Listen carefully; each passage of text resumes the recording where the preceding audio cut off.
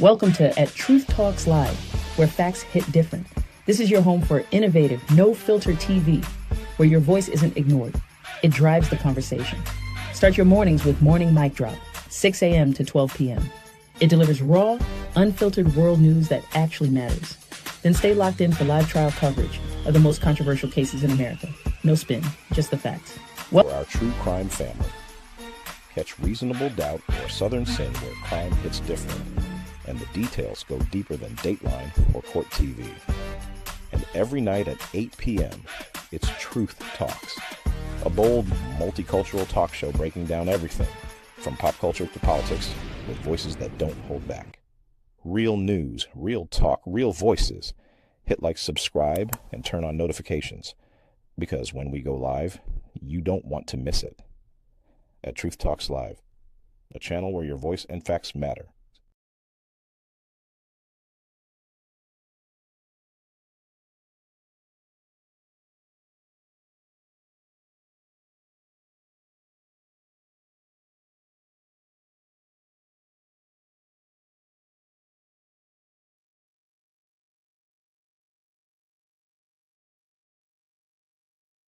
Dr. Konig is present in court with all four counsel of record.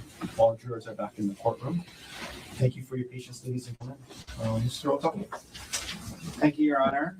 At this time, we'll call Dr. Gerhardt Konig to the stand. Doctor, please.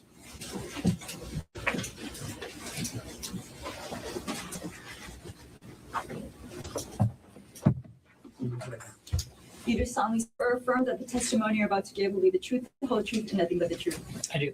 Thank you. Please have a seat.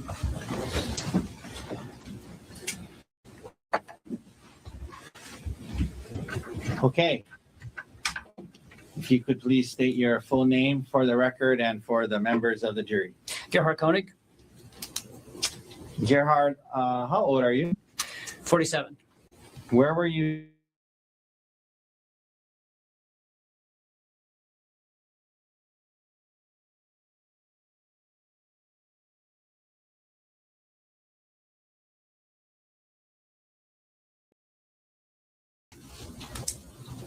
Where do they live now? San Diego. Growing up, what did your parents do for work? My dad's a pharmacist, and in South Africa, my mom didn't work. How long did you live in South Africa? Or maybe a better way to ask that is, how old were you when you moved from South Africa? I was 14. And where did you move to at that age? San Diego. Who moved with you to San Diego at that time? My parents and my younger sister. So what grade were you in when you moved to the United States? 9th grade. Did your dad find work as a pharmacist? Yes. What did your mom do in San Diego? She ran a home daycare.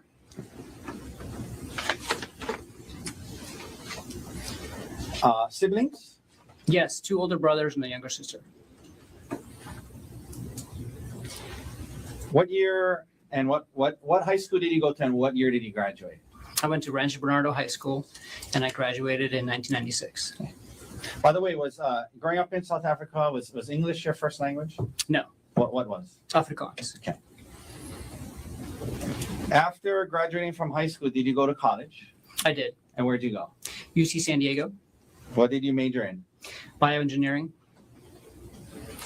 Now, the jury has heard about how later in life you married Ariel Konig. Was that your first marriage? No. Okay. Were you married before that? I was, yeah. And to who? Jesse Patella Ray. Okay. How old were you when you and Jesse got together? 16 or 17, 11th grade in high school. And then how old were you when the two of you got married? 20.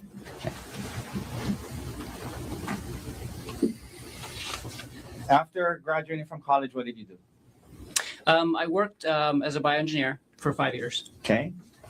Doing what kind of work? It was a biotech startup company. We were doing tissue engineering. Okay. We don't need to get into exactly what that is, but it's in the field of bioengineering. Yeah. So specifically, we were growing tissue-engineered blood vessels, and so we were taking skin cells from a person and culturing them in the lab and growing large diameter blood vessels specific to them, so they can use it for hemodialysis access or cardiac bypass grafts. And where were you living when you were doing this work? In Marin County, just north of San Francisco. Okay, in California, but up by San Francisco. Yes. Did you and Jessica have kids while you were working and living in San Francisco? Yes, 2 kids. What are their names? Ophelia and Emil. And what years or how old are they? Ophelia is almost 25, and Emil is 20. Now, the jury has heard that you're a medical doctor. After doing this work in tissue genesis for a while, where'd you go to medical school? At the University of Pittsburgh, in Pittsburgh, Pennsylvania. And is that a good medical school? It is. It has a really good reputation, yeah. So Ophelia and Emil were born before you started medical school? Or? Yes. Okay. Yeah. Why did you choose Pittsburgh? Because the reputation of the school and because the cost of living in Pittsburgh was low. Okay. And you had the 2 young kids. The two young kids, and I wasn't going to make any money, and it was a great place to go to school. Did you graduate from medical school in 4 years? Yes.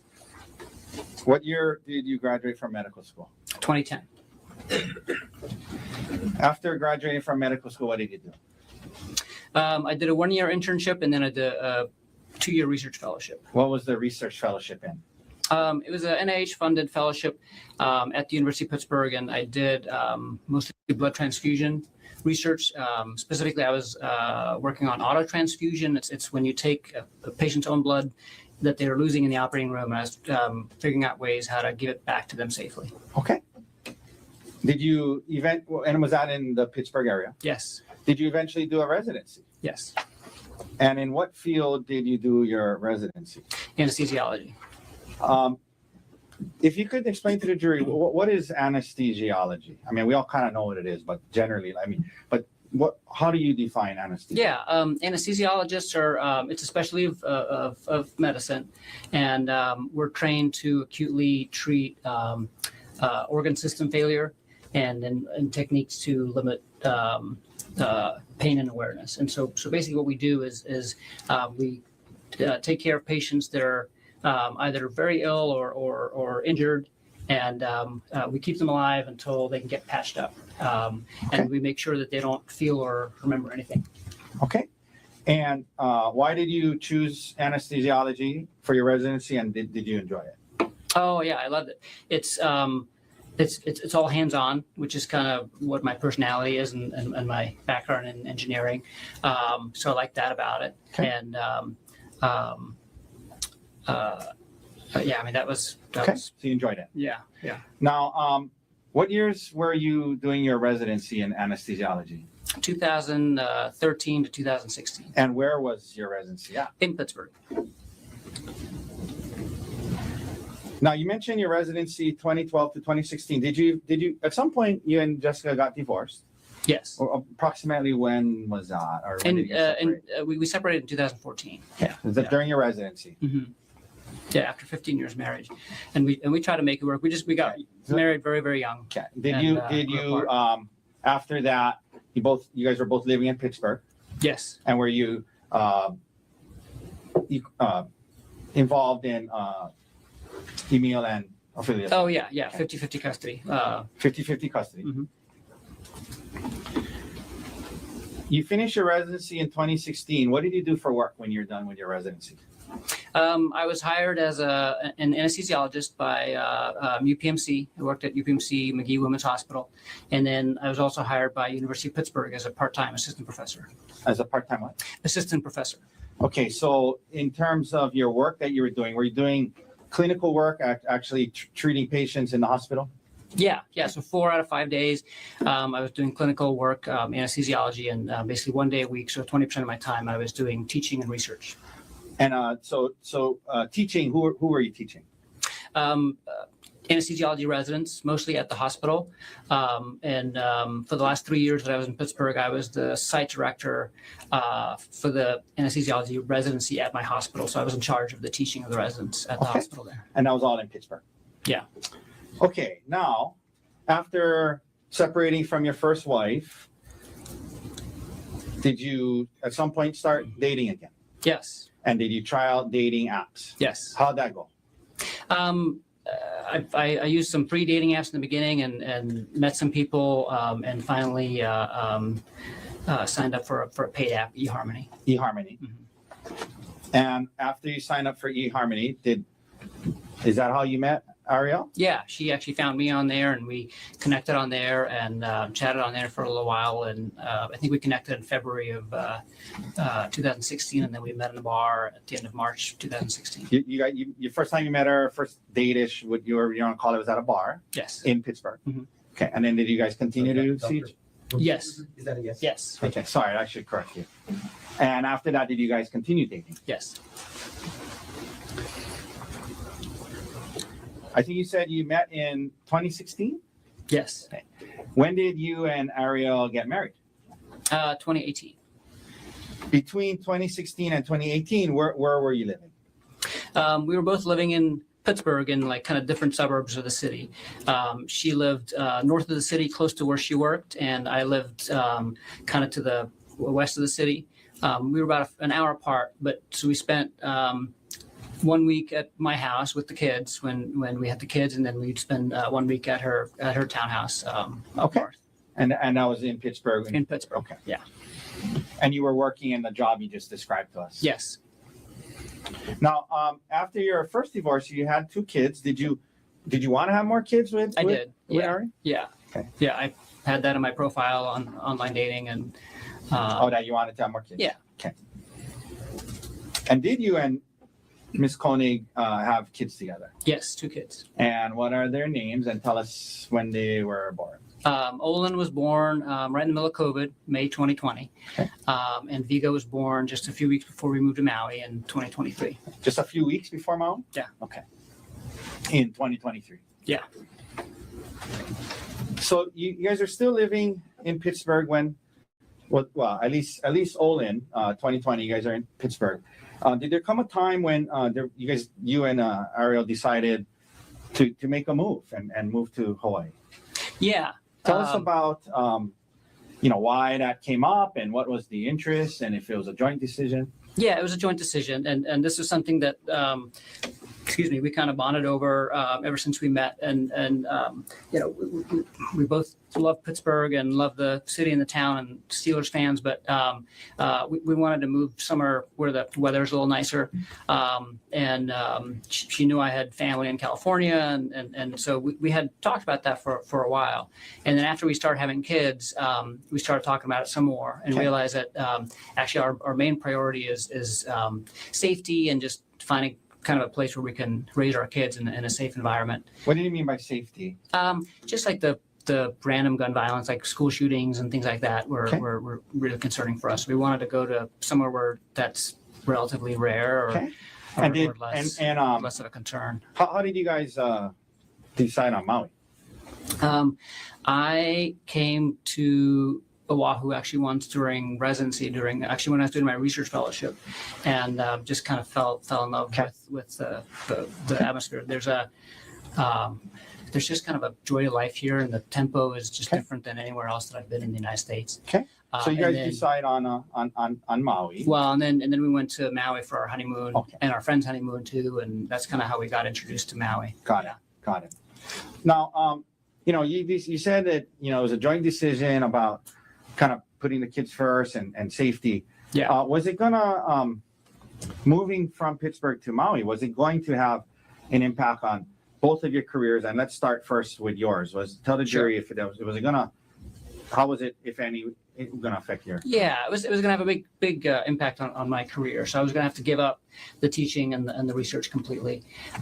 And my job in Pittsburgh was at an academic medical center. And even when I wasn't working for the university, I was interacting with students, residents, and things like that. And on Maui, Maui, it was just going to be like a clinical. community hospital, and so kind of Okay. very, very different. And what about the research part of your job? Yeah, so I have to give all that up. Okay. And you're willing to do that? Yeah, we were basically committed, both of us, to going somewhere where we could focus on the family and Okay. slower pace of life, at least So- until the boys were out of high school. Okay. So now you just shared about the effect it's going to have on your career. What about Ariel's career?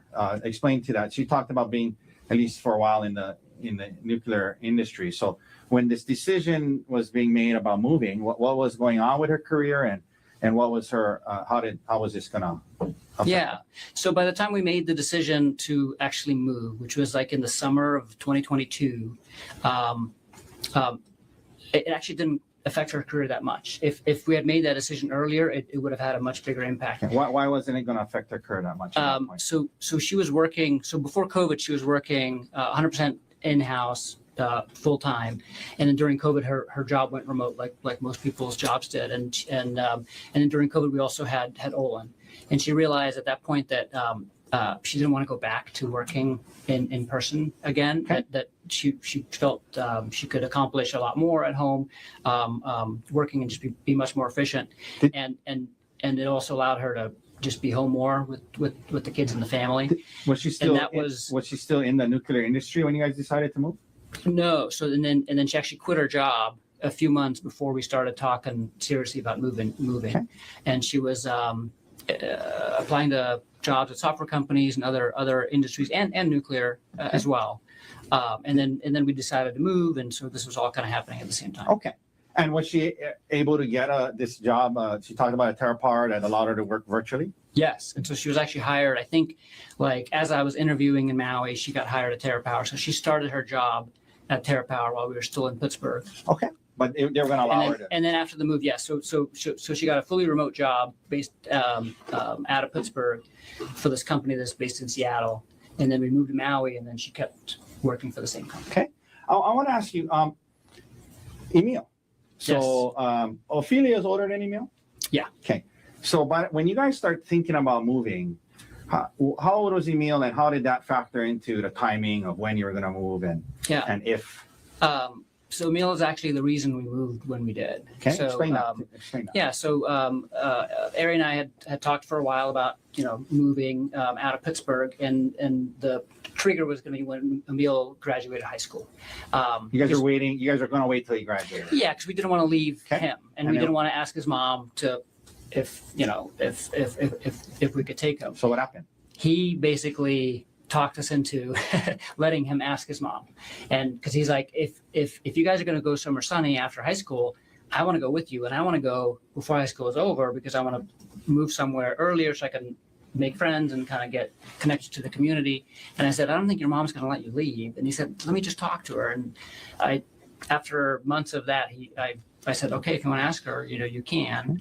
And he asked her, and she actually said yes. And so that triggered us to kind of say, oh shoot, now we can move now. We can move earlier. And so let me ask you about that. So at this point, Emil was about what age? 15. Okay. Yeah. And so he talked about how you were married and while he was growing up, and then how old was he roughly when you guys got divorced, you and his mom? Roughly.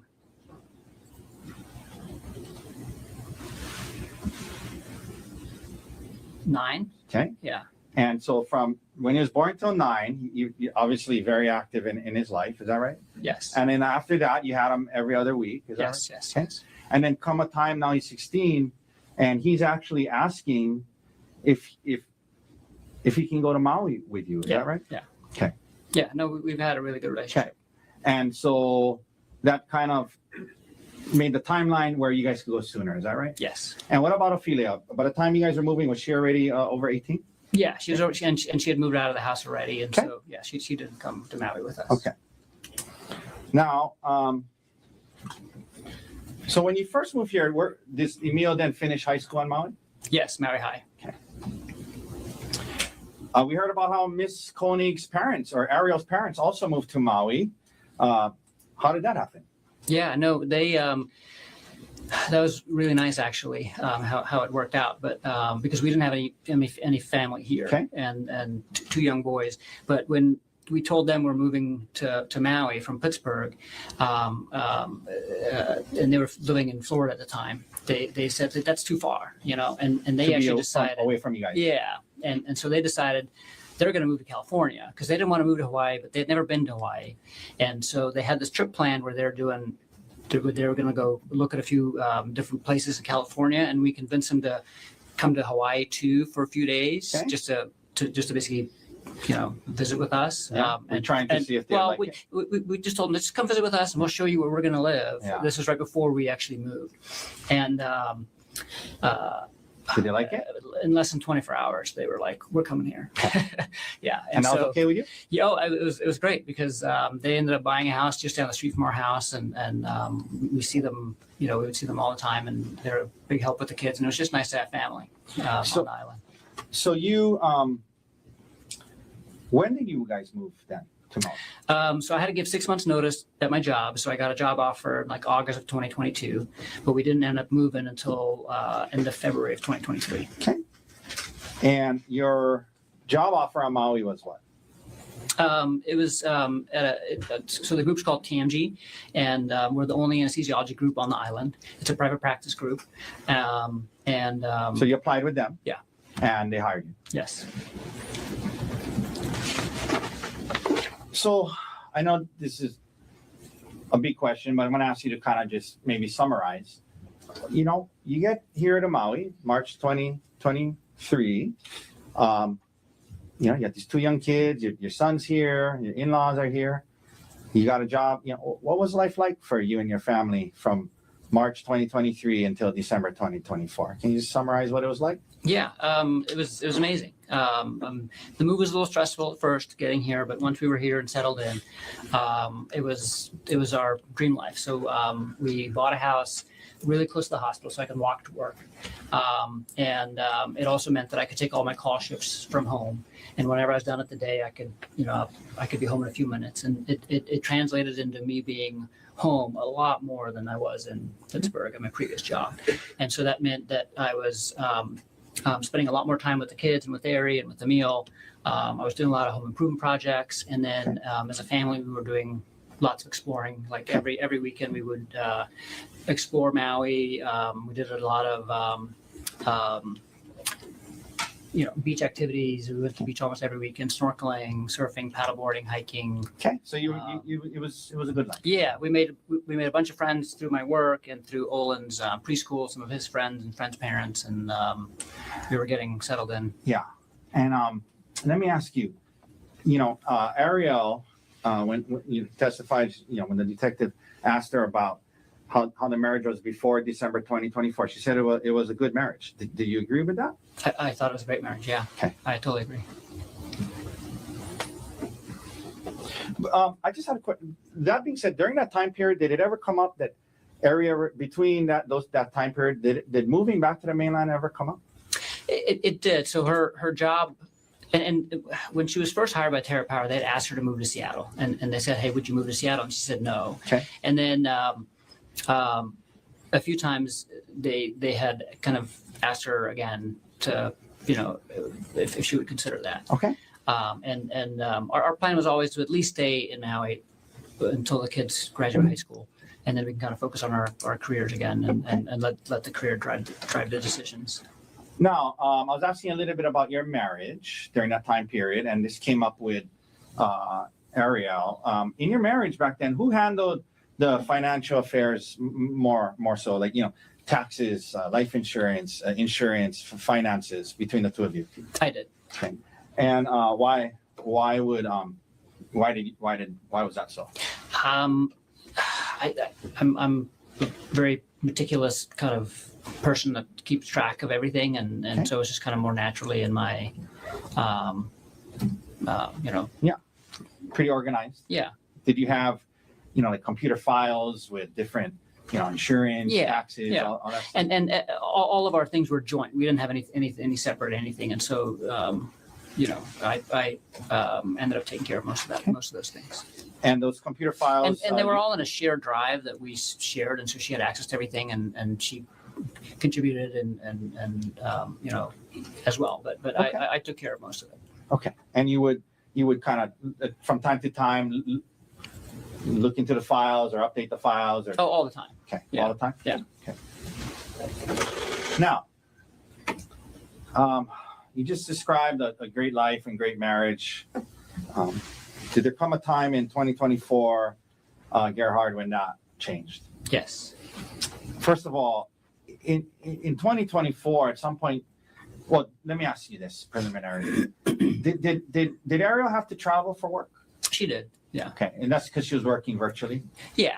Just like 3 or 4 times a year. Okay. Did there come a time in 2024 when Ariel traveled to South Africa for work? Yes. Do you remember when that was roughly? At the end of August of 2024. And who was she going with, to your knowledge, at the time? It was a pretty important trip for her because it was just the CEO of the company, another man that was high up in the company called Jeff Miller, and herself. Okay. Now, I want to ask you this. By the way, when you guys were on Maui working, and she was working virtually, like where was she actually doing her work? Like when she was working? Yeah, she had a home office set up, but it was in her house. In our house, Okay. but it was in our bedroom. So, and there was no divider or anything between it. So her desk was basically right next to our bed. So like a third of the space in the bedroom was taken up by her office. And when what were her hours? Was she on Seattle time? She started? Mostly West Coast time, sometimes East Coast time. So she would usually get up Early. either 4 or 5 a.m. and start work around there, and So- then work until around 2 p.m. So were you because it was in your bedroom? Were you exposed a lot to a lot her yeah. work and her things she was doing and the Yeah, people? she has a huge monitor on her desk. She has one of those desks that can go up and down. Okay. And it's facing into the room, and all of her meetings are on speakerphone. Okay. Prior to this, well, leading up to this South Africa trip, you mentioned did she go with a man named Jeff Miller? Yes. Did you have any concerns about Jeff Miller at that time? No.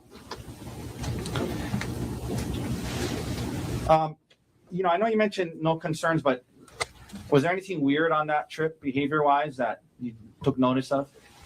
The South African trip? Yeah, it was a really quick trip. It was just 2 nights. But the one weird thing was that on the second night, I remember noticing that she never contacted me at the end of the day, and that's kind of out of character. Whenever she went on work trips, she would always kind of check in at some point. And at the end of the day, even usually we would check in several times during the day as well, and just through text. We would text a lot. Okay.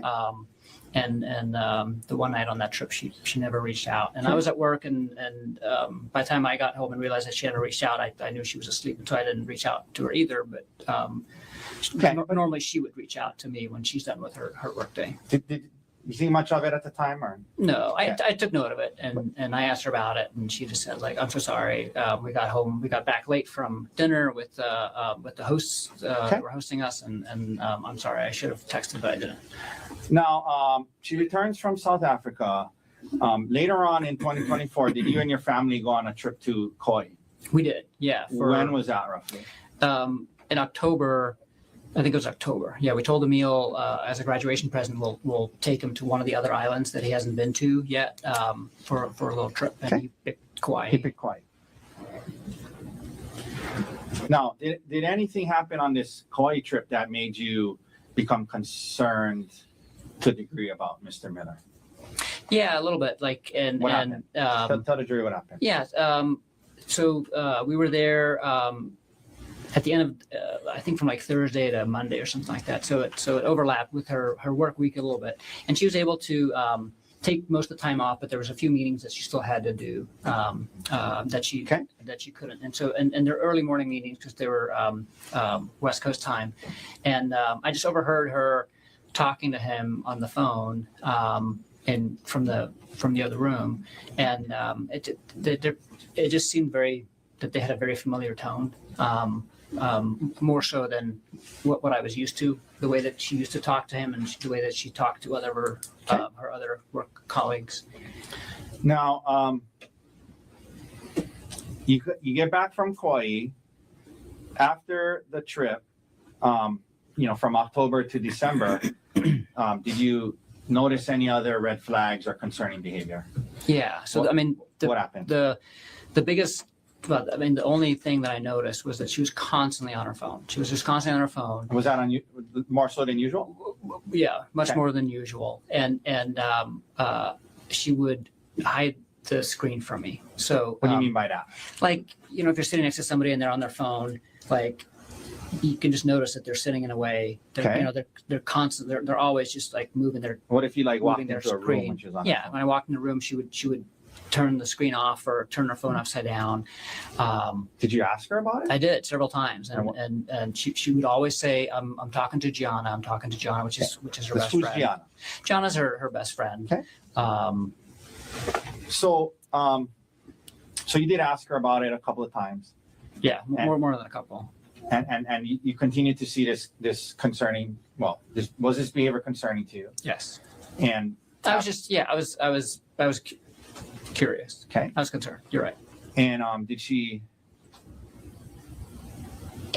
told you it was, don't worry, it's just Gianna. Yeah, and she was like defensive about it. Okay. Now, what did that lead you to do in early December? All this Yeah. behavior, red flags. No, when she kept doing it and she kept being defensive, I unlocked her phone. Okay. And while she was sleeping. Now, do you recall when you did this? There's been talk about a San Luis Obispo trip, right? Were you guys going to go on a trip in December? Yes. And with who? With our friends Brant and Gianna. And so, what day of the week were you going to leave for the trip, if you recall? So Ari and Gianna were going to be there on Wednesday. Okay. And Bryant and I were going to join them on Thursday. So the And then girls we were were- going first. Yeah, Just and then we're spend- all staying there until Sunday. The girls were going to go spend a night together. Yeah, so they had like a girls' day planned, and they wanted to just go for the first day. The trip was mostly for Gianna's birthday. So that was going to be on a Wednesday. When did you look into her phone? On Monday night. Right before the trip, a couple days before the trip. Yeah. So tell the jury what you discovered. So Monday night, when I looked at her phone, I went to the screen time application on the iPhone, and then I noticed that the app with the highest usage was an app called WhatsApp. And I was What is really, WhatsApp? WhatsApp is a communications app. So it has texting, it has voice calls and video calls. So instead of using your phone's built-in texting or voice or video, you go through WhatsApp. Okay. It's separate from the phone. So then once you saw that? Yeah. So then Well, first of all, I mean, was that surprising to it you? was. I had not seen her on WhatsApp at all over Okay. the previous months, and so I was very surprised about that. And then I also saw that she had turned off all the notifications for WhatsApp, so she had everything silenced for Okay. WhatsApp. And then it wasn't like on the main screen; it was like a couple pages over in a folder, so it was kind of hidden. So did you open the WhatsApp? Yeah, so I opened the WhatsApp. What did you see? And there were two conversations with Jeff Miller. And the way WhatsApp works is that your account is always linked to a phone number. And so the one conversation was a conversation with his work phone, and the other conversation was a conversation with his personal phone. And so let's talk about the conversation with his personal phone. Tell the jury what you saw. Yeah, it was. So what I saw. So this was Monday night. What I saw was that the messages from Monday and from Sunday, so the previous 2 days, it was like a full-on conversation the entire day long, and it would start day long? off. Yeah, and it would start off at like 2 a.m. Hawaii time. So and Jeff Miller lives in Maryland, and he travels extensively for work. Like he probably travels 3 out of every 4 weeks. And I know this because I'm always hearing them on the phone and Okay. talking about that. So basically, wherever he was, he'd be texting her good morning. But it wasn't just like a good morning text. It was like 5 or 6 texts. It's like a whole good morning. I had a great, I slept great. I'm looking forward to the day. Hope you're sleeping great. And then at like 5:45 a.m., her good morning. She would be responding. She would respond, and then the whole day long, like, this is where I am. This is what I'm doing. This is what I'm thinking, until good night at the end of the day. And that was for Sunday and Monday. Okay. So for the 2 previous days. So Sunday is a weekend, right? Right. So you saw on a Sunday. We saw the text from December 1st. I'm at work. I'm on call for the weekend, and she's at home decorating and hanging out with the kids and text him all day. Okay. And then go ahead. When I scroll back past that, it's very strange because then between so the thread was created on June 4th or something like that, because WhatsApp puts when the thread was created in the app. Okay. And there was no messages between June 4th and August 30th, which was like a few days after the South Africa trip. And then between August 30th and Sunday, it was very strange because there was like fragments of conversation or little short things, and then mostly just pictures and songs and links. And it was basically Jeff sending her a bunch of pictures of himself, a bunch of song links that she had saved, and her sending him like a bunch of pictures too. Did you, when you said it was strange because there were things missing, did it seem to you like things were being deleted? Well, yeah, because obviously that was. There was an abrupt cutoff between like what's before Sunday and Monday and that conversation and everything else that was on there. Let me ask you this: seeing all of that, here you are, a couple of months now. You have some suspicion, some red flags. Asked her about it a couple of times. She denies it. Defensive. Now you open it up, and you see this. Yeah. Tell the jury how you felt. How did it make you feel? I was devastated. There's obviously something going on, okay. So I didn't know what to do. Okay. So what did you do? So I had actually started using WhatsApp myself when we moved to Maui, because that's the main communication platform that the anesthesiology group uses, and so I was using it every day, communicating with the rest of the group and during our business meetings. And so I knew that WhatsApp, since even though it's primarily an app on your phone, there's a web interface. You can log into WhatsApp on your computer through the browser as well, and it'll basically just duplicate everything that's on your account. So then what did you do the next day? So I took her phone upstairs to my computer, which is in the hallway upstairs, and I logged into her WhatsApp on my computer. So you could watch her. So I could activity. see, because Okay. You mentioned being devastated. I mean, prior to this, did you have any, aside from, we talked about the red flags, but marriage-wise, I mean, everything seemed okay? Everything seemed fabulous. We were we were very happy together. No red flags in terms of the marriage itself. Okay. So now, you want to learn more. You went to what do you call it, like detective mode, kind of? Yeah. Okay. So now you logged on and you're able to watch her. And did you do so the next day? Yes. Excuse me. Yes. Tell the jury what you saw the next day? So the next day, it was basically the same type of thing that they were doing on Sunday and Monday. So they start off by saying good morning, and then just wasn't communication the entire day. But this day, she started deleting messages, and so one of the first things that she did is she deleted all of the messages from Sunday and Monday. Okay, so when you went, make sure you put the mic a little closer. So when you saw the messages the night before. Yes. And now you're looking at it on the computer next day, and those messages you saw the night before are deleted? Yes. Okay. And then what?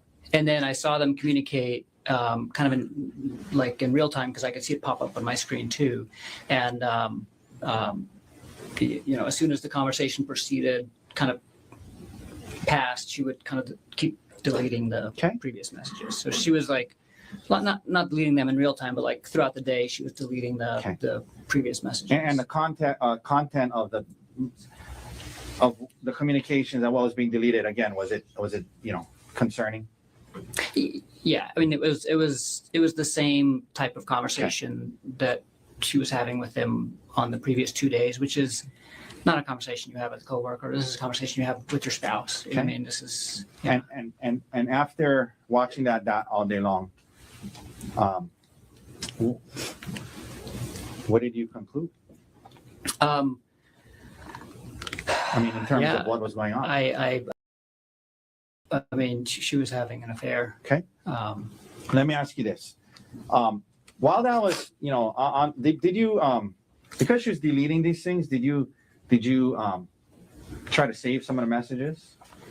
Yeah. So the first thing I did actually the night that I unlocked her phone, because on WhatsApp you can also export the thread basically and save the thread, and so I exported the thread to my phone. So I had copies of what was on there when I first discovered it, and then the next day on my computer, the only thing I could do on the web interface is take screenshots. Okay. Of the, and you took some. yeah. All right. So now you are faced with, this.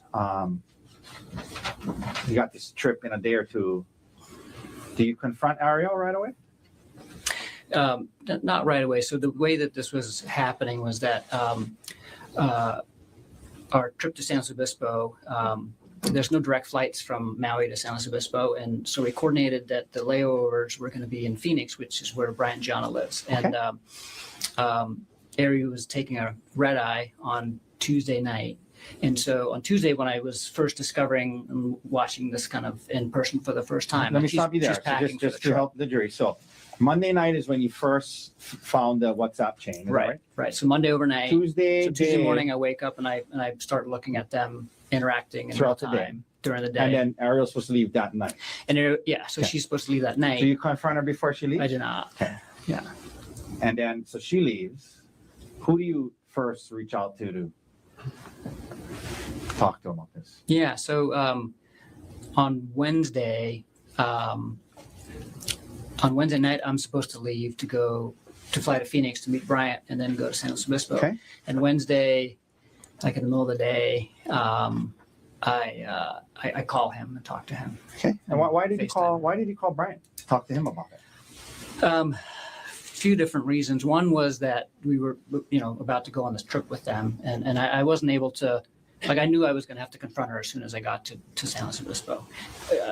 So now it's Wednesday, and I'm convinced of, I'm seeing what they're doing, especially what she was sharing with them on Wednesday. So on Wednesday, she was spending all day in San Luis Obispo with Gianna, and she's basically keeping him up to. I mean, first thing is like as soon as she lands in Phoenix in the morning, she's like, just landed. I have an hour and a half. If you're free, we can chat. Can't wait to talk to you. Is she texting you, keeping you up to date? Like I'm getting, I also got a just landed text, but like nothing else, Okay. and but she's like, reaching out to him and on WhatsApp, like you can see when a message has been read. And so as soon as she saw that he read her just landed text, she called him like, right. She didn't wait for him to respond and stuff. And like, I'm not getting a call. I'm not getting any of this stuff. And then during the day, she's sending him pictures of the places that they're of her and Gianna doing stuff. So you're seeing this. So I'm seeing this, and that's at that point I'm just like, I can't go to San Luis Obispo and not confront her about this right away. Like, and going back to Bryant, right? So I know. Yeah. Did you guys have like fun activities planned? It was supposed to be a fun couple trip? So I mean, it was supposed to be a couple's trip, right? And it was Gianna's birthday, and actually Ari planned it because she used to work for, one of the power plants that she that was her responsibility for refueling is just outside of San Luis Obispo. So she used to travel to San Luis Obispo all the time for work, and so were you planned like were you a bunch of fun reaching out to activities. Brian and you said there's several reasons. Was one of it to kind of let him know like, hey, this might not be the fun trip we had planned? So the first reason was like, hey, like this is, just giving you a heads up, like I'm gonna confront Ari with basically an affair. Was there other reasons why you wanted and then the other reason was that the other reason why he's my best friend and I wanted some advice, but I specifically wanted advice from him because they had just gone through infidelity in their relationship like 6 months earlier. Brian and Gianna. And so they were dealing with that. Yeah. So he had been dealing with this and I was looking for advice and and just needed a And friend. just to be talk clear to. for the jury, in that situation though, was it reversed? Was It was, yeah. was Brian had like a one night stand, and Jonah found out about it. And So they had been dealing kicked with him that out of the for months house and and stuff. Yeah. Okay. And so you talked to Brian. Yes. Do you fly up on the trip? Yes. When you get there, do you confront Ariel right away? Almost right away. I mean, like right when we get there, they already have dinner reservations and stuff like that waiting for us. And so we go to dinner, and right after dinner, when we go back to the hotel, is when I confront her. Did you talk to Gianna before you confronted Ariel? Very briefly. Okay. Yeah. Okay. And you told her what you had found. I basically just gave, I told her briefly what I had found, and then left to go talk to Ari, and left Brian to explain to her more. So, where do you confront Ari? Were you in the hotel room? In the hotel room. You confront her with it. Tell the jury how that went and what Ariel's initial reaction was. Yeah, I confront her with it, and she's immediately remorseful and doesn't deny anything, admits to it, and is crying and Let me ask you this: you say admits to it, and when Miss Konig testified, she kept using the term. You guys use the term emotional affair, but in that time period, what did she admit to? Having a she admitted to having an affair. Yeah. Okay. Yeah. With Jeff Miller. Yeah, she admitted this was completely inappropriate relationship. Okay, and so you we mentioned called it an affair from the start. And you mentioned she was remorseful and crying. Yeah. Okay. Yeah. Now, here we are now in San Luis Obispo. This is going on. What was your emotional state like at the time? In other words, what were you thinking needed to happen? And you guys were going to try to work this out or not, or while you're on the trip? Yeah, no, I mean, it was tough. I mean, a lot of emotions for sure, but Brian and John were really helpful. And we were away from the kids and away from work and away from everything else. So we can kind of just focus on this. Okay. And you guys reached some kind of conclusion as to whether or not you guys were going to break up or what? Oh, yeah. So we both wanted to work on it.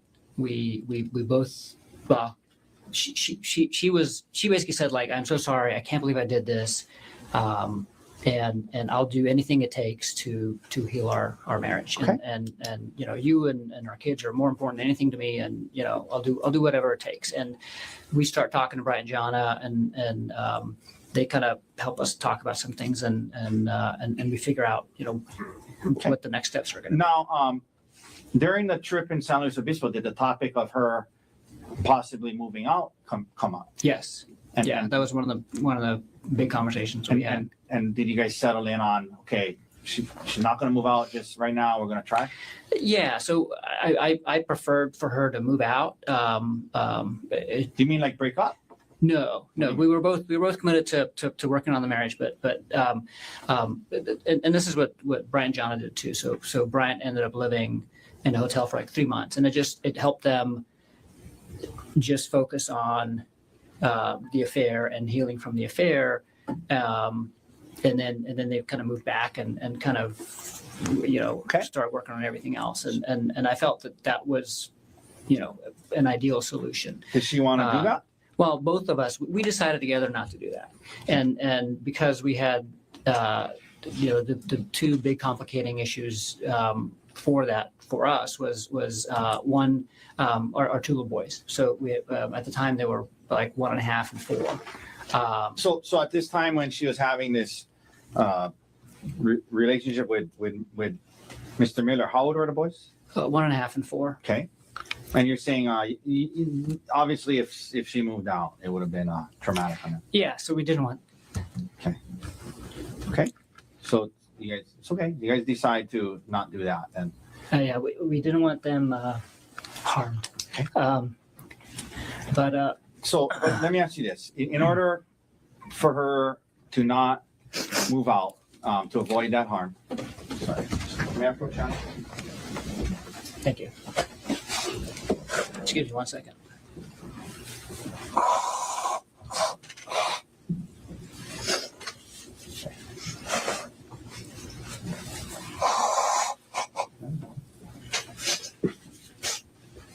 You want water? Yes, please. You mentioned the kids. Was there did Ari have other concerns about her moving out?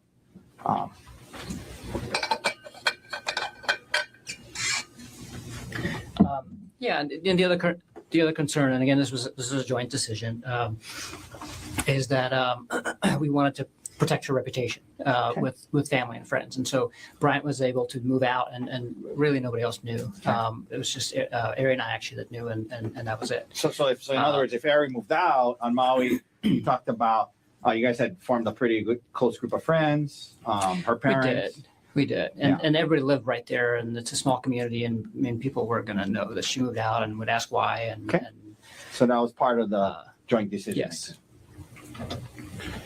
So you guys are up there, San Luis Obispo, decide that we're going to try. It's not going to move out. What about where there's some talk about if we're going to do that? At least, right? Initially, was there some talk about what was needed to happen as it related to Jeff Miller and her job? Yes. What was that?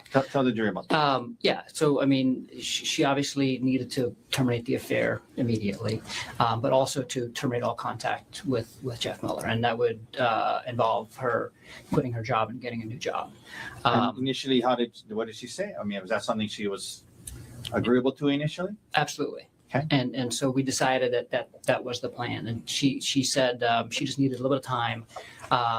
And so she didn't want to quit her job right away, but that she would limit contact with him. And so she actually sent him an email through work, like a work email, and said, basically, hi Jeff, from this point on, all of our communication needs to be in email only. If we do meet, because they would have virtual meetings all the time, if we do meet, it would have to be with one other person present.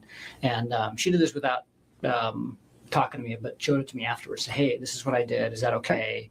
I said, that's fine. So the plan was that she was going to quit her job and maybe find a new job. But in the meanwhile, for sure, she was going to quit her job and find a new job. Okay. But in the meanwhile, there was going to be some boundaries related to her interactions with Miller. Yes. Okay. Was she supposed to go on another work trip with Jeff Miller soon after the San Luis Obispo trip? Yes. To where and when?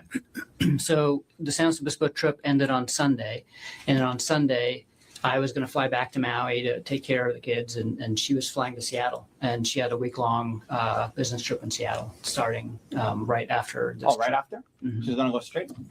And Mr. Miller was supposed to be there? Yes.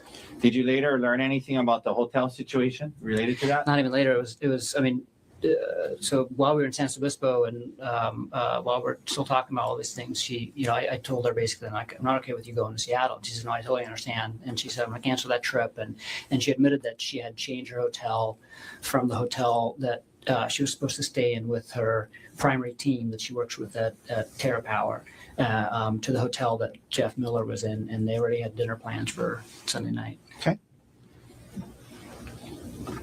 And then she canceled that trip. But she canceled all of that. So she told work she had a family emergency and couldn't go, and so we flew back together to Maui on Sunday. You get back to Maui on Sunday, and there was some kind of initial conversations about what needed to happen with her job and whatnot. When you get back to Maui, are you still kind of just trying to figure out how to deal with this whole situation? Yes. Did you tell anyone other than Gianna and Brian? No. And was that for the reasons you talked about earlier about Ariel's reputation? Yes. But you did. We saw the email that you sent at some point to Mr. Miller's wife, right? Oh, yeah. And I did that in San Luis Obispo. Yeah. And that was in San Luis Obispo. Okay. Yeah, that's the day that I found out. Yeah. And that's not true. That's the day that I confronted her about it. And why'd you do that? I just felt that if I was in her shoes, I would want to know. Okay. Okay.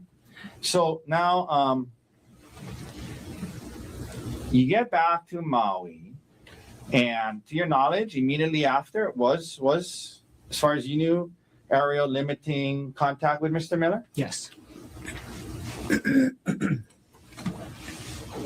Did she ever start to look for a new job? Yes, right when we got to Maui, she was updating her CV and her LinkedIn profile and looking for jobs. All right.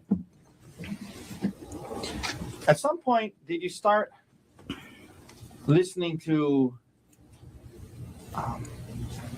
some audiobooks and trying to get some advice about how to heal from this? Yes. And what did you learn from those books about what, is necessary if you guys were going to even have a chance at this? Yeah. Listen to several books and talk to Bryant a lot, and there's a lot of different things that the books recommend. But the five main things are basically, the first is always to terminate the affair, obviously, and terminate all contact with other cheating spouse. Okay. And all the books talk about, if this is something at your workplace, you need to quit your job or move departments or something like that, because it's something that's commonly happens between coworkers. And then the second thing is that the cheating spouse needs to put in the work to understand all of the damage that they've caused to the relationship, and because it's not immediately apparent, just how deep the trust issues are going to impact things, and potentially putting the family dynamics and the kids at risk and things like that, and all the different ways that you hurt your spouse. Okay. And so that was the second thing. The third thing is, was there anything about privacy? yeah. So one of the main things is actively rebuilding trust, and that means that you're going to have to proactively give up privacy and then also tolerate some invasion of privacy, meaning basically you need to tolerate if your partner is saying hey, can I see your phone for a sec and see who you're talking to, or hey, I can I see who you're emailing, so Not get defensive. and not get defensive. Okay. Yeah. Okay. Now, and did you discuss those things with Ariel? Yes. Okay. And what was she doing these things? In the beginning, and then very inconsistently the rest of the month. Very well. Very inconsistently the rest of the month. So she was kind of initially willing to do some of these things, but then seemed to become unwilling. Yeah. So basically, it seemed like her whole attitude changed really within a few days of us getting back to Maui. Can you tell us about that? She started minimizing the affair and trying to say that it wasn't a big deal, and she started blaming me for the affair and just saying well, you caused some of these things, and some of the Okay. telling me some of the things that I was doing that potentially contributed her doing. Was doing the she affair. open to your questions about, hey, let me see your phone, or who are you calling? On and off, she would get defensive and get irritated at me, basically asking us things. So when she was kind of now backing off of some of the things you guys initially agreed to, did that cause you to kind of go into detective mode again and look into try to obtain more information about the extent of her relationship? Yeah. Okay. And Yeah. what new information, if any, did you learn at that point? I was trying to talk to her about the affair, just trying to get more details, because we didn't talk about it in detail in San Luis Obispo. We were just kind of talking about big picture. Are we going to stay together? Okay. Are we going to move out? But she admitted all to it these still, things. right? Yeah, she admitted to it. And then later, a few weeks later, I was looking, and the two main things that I found out. Let me just back up. So I was trying to ask her more questions about the affair, and she wouldn't basically engage and answer questions. And so everything that I found out is I basically found out on my own.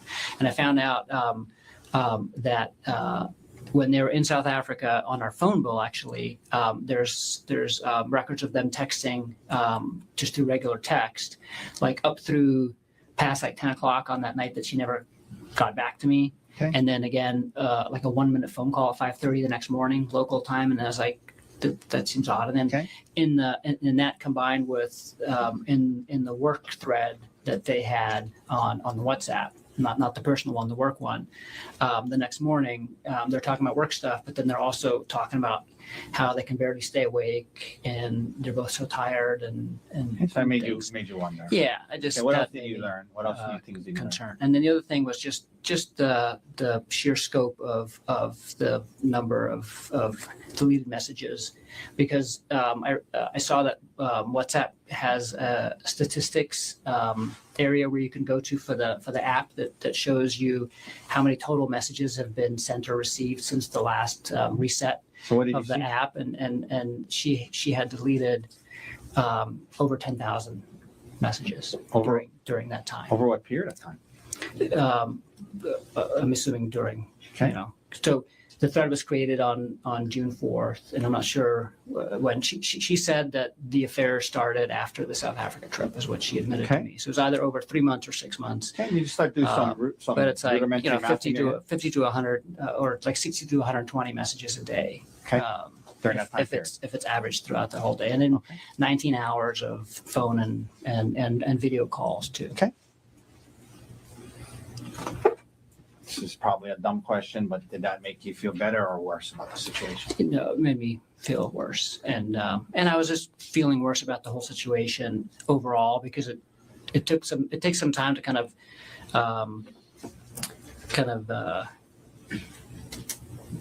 process all the emotions involved with it and realize all the implications of this. Yeah. Let me So ask you I this. was getting worse definitely in December. The new information that you discovered, did you discuss it with her or try to? I tried. And how did that go? She really wouldn't engage about anything with the affair. She kept saying, like, stop asking me questions. You're it feels like you're asking me 21 questions, like, things like that. After, this new information and now it's kind of seems like it's regressing her attitude. Did you ever ask her to move out in December again? I did. Okay. Yeah. Tell us how many times 2 times. and what happened? So the first time was around the middle of the month, I just told her, like, you're not doing what you said you were going to do, which is to take accountability for your actions and to basically do whatever it takes to heal the marriage. At that point in time, she became very apologetic and said, "I'm so sorry. Like, you're right. Like, Okay. well, I'll do all those things." But again, that didn't last, and so. Was there a Then- second time? The second time was, and I remember the date because we had our first couples therapy session was scheduled for December 27th, and December 26th we got into a big argument about the same thing, and I ended up sleeping on the couch that night, and Did you ask her to move out? yeah, so I asked her to move out, and I ended up sleeping on the couch that night. Okay. And again, okay, so Yeah. so when you would bring up moving out, then she would say, "Okay, I'm sorry," and then she would say she would recommit. On the 26th, nothing was resolved that Okay. night. We just kind of got in a big argument, and I left and went to go sleep on the couch. Now, were you having? I mean, again, probably a dumb question, but were you having a hard time with all of this? Yes. Did you? Could we pull up State's Exhibit S-105 that's in evidence, please, Mr. Dirks?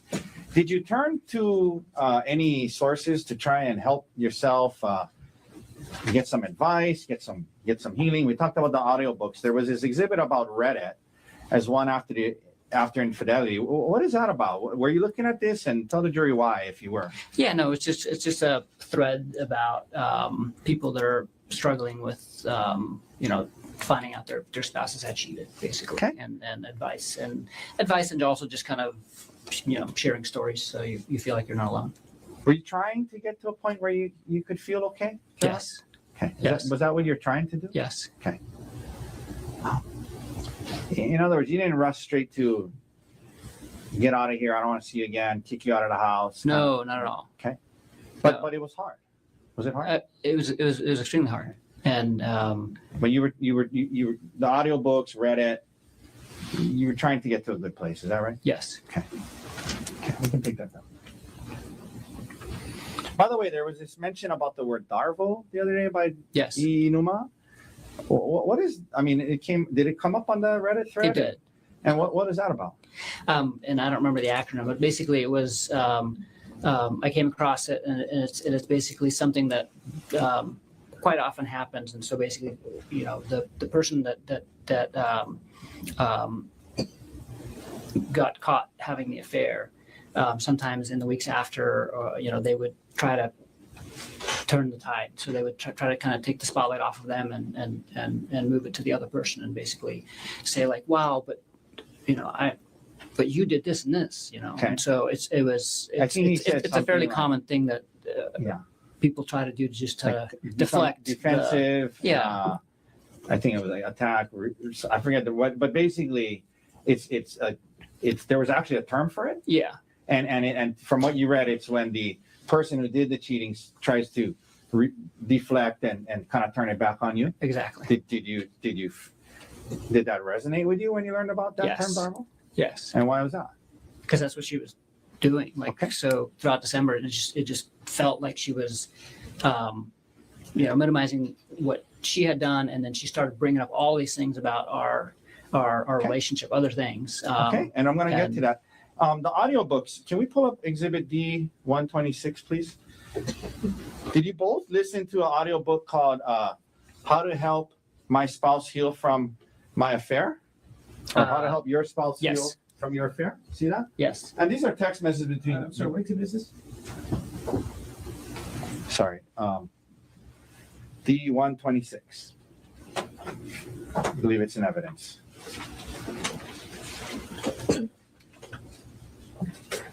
It is not. It is. 1 second.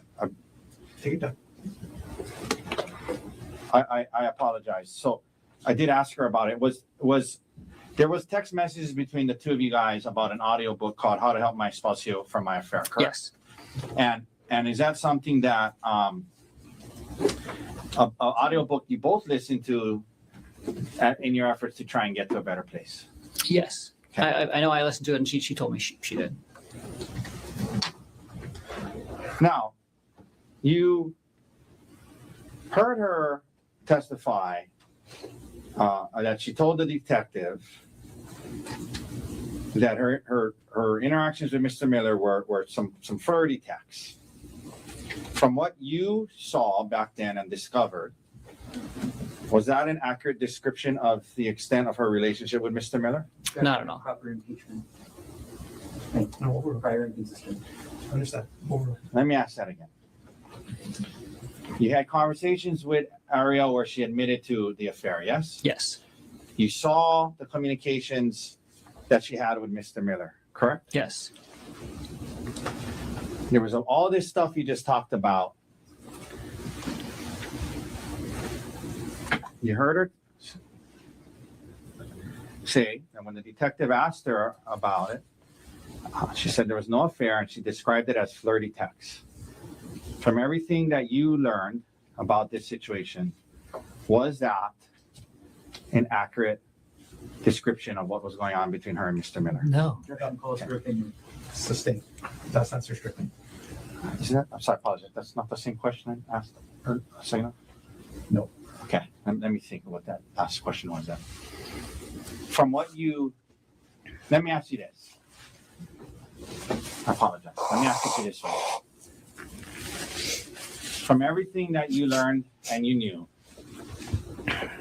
was her relationship with Mr. Miller, can it accurately be described as just some flirty text? No. Objection. Sustained. From what everything you learned and knew, was all that was going on between them flirty texts? Objection. Same objection. Slightly different question. Overruled.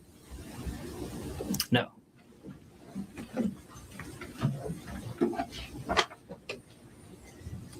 We're talking. Whenever there's a convenient break, we'll take our. I think we're almost to a good place. You just let me know. Yeah, maybe 5-10 more minutes. Okay, if everyone's okay with that. Anybody? Okay. Okay. You know, we just talked about the audiobooks. Did she also admit in text messages to you that she had an affair? Yes. Okay.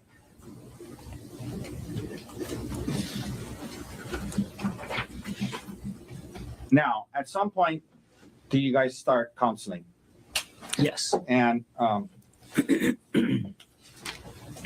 what did you want counseling to be about? About the affair. And what did counseling turn into? mostly other things in our relationship. Okay. Also a little bit about the affair, but mostly other things in the Okay. relationship. This might be a good time for a break. Okay. Ladies and gentlemen, let's take a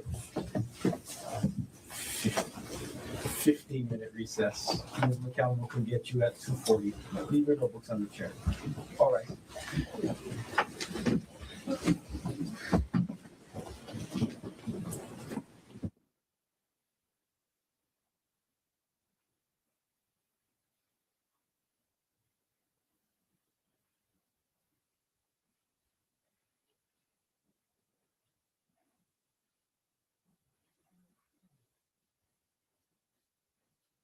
Thank you to all our super fans for your Cash App and Super Chat support.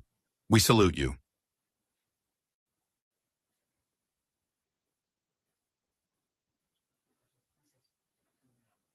Become a channel member today to receive a gift from Morning Mic Drop on Truth Talks Live. Tap in for real news where your voice matters.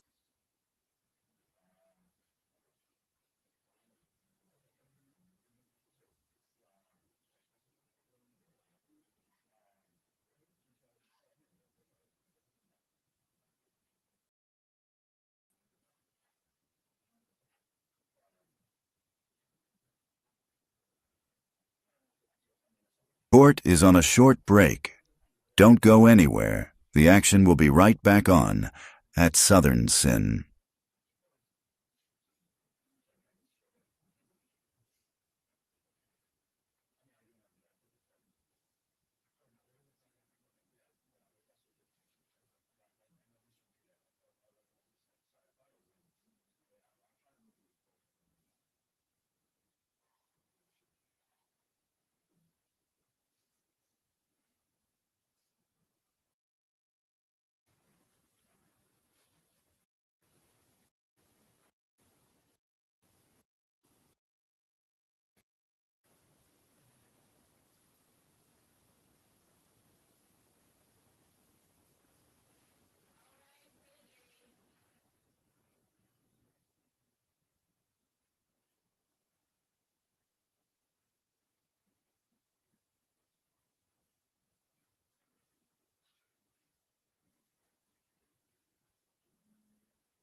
You're watching at Southern Sin, your new home for true crime. Smash that like button now.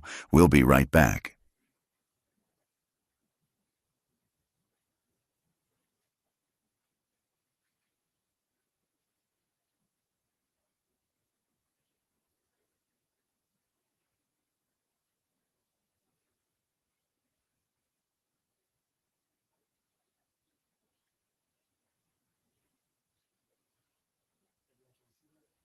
You're watching at Southern Sin, your home for true crime. Court will begin shortly. Don't go anywhere. Dr. Gerhardt Konig is present in court on the stand and still all four counts of record. All jurors are back in the courtroom. Mr. Taki, can you continue on with the direct examination? Thank you, Your Honor. All right, Gerhardt, before we get back into the counseling, there were two exhibits I wanted to introduce, or at least attempt to introduce. This is exhibit 126. May I approach, Your Honor? Yes. So, Gerhardt, we're talking about the audio books that you and Ariel were kind of reading to get, bouncing off each other, learning from. Did you guys text each other about it? Yes. And can you just look through this text and look through this document and let me know, is that a fair and accurate depiction of the text messages you guys are having back then related to some of the audio books you were listening to?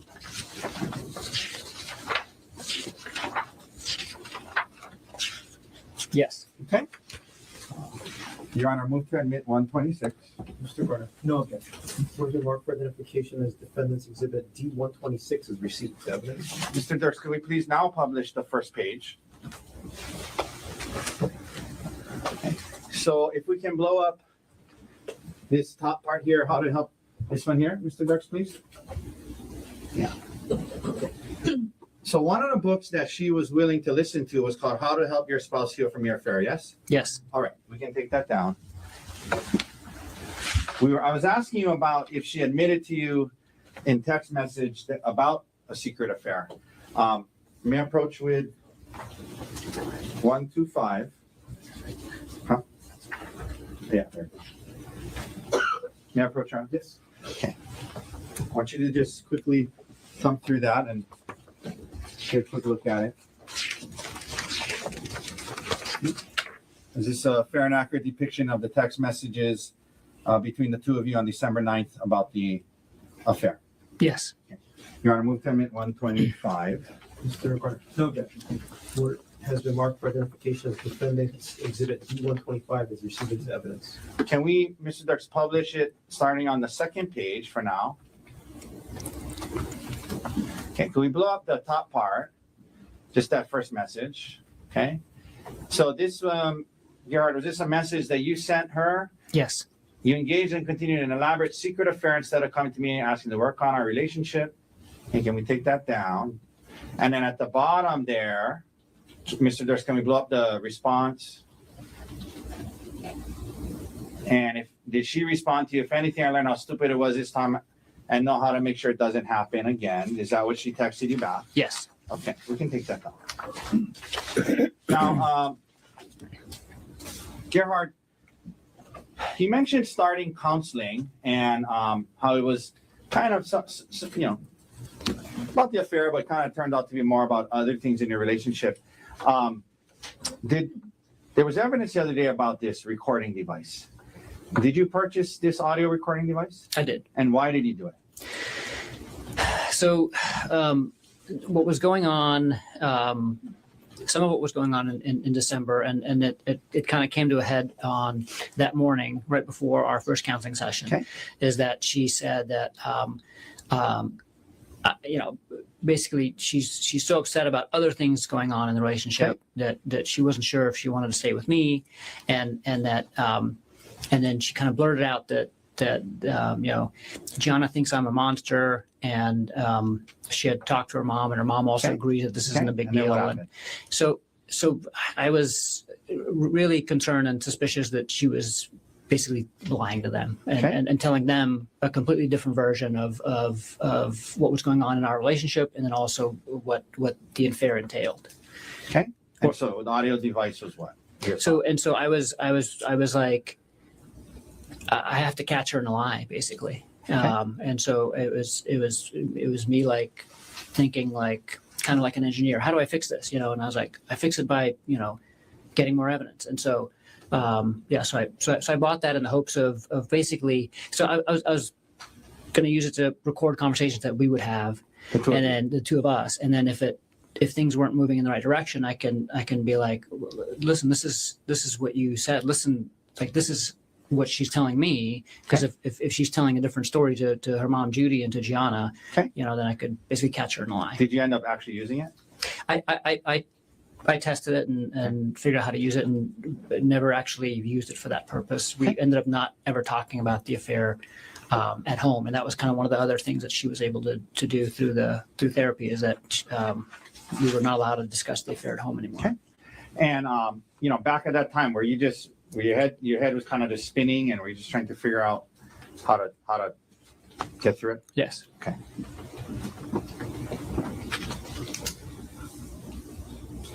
So you start counseling, and you mentioned that you guys weren't talking about the affair at home anymore. And were you talking about it much at counseling? A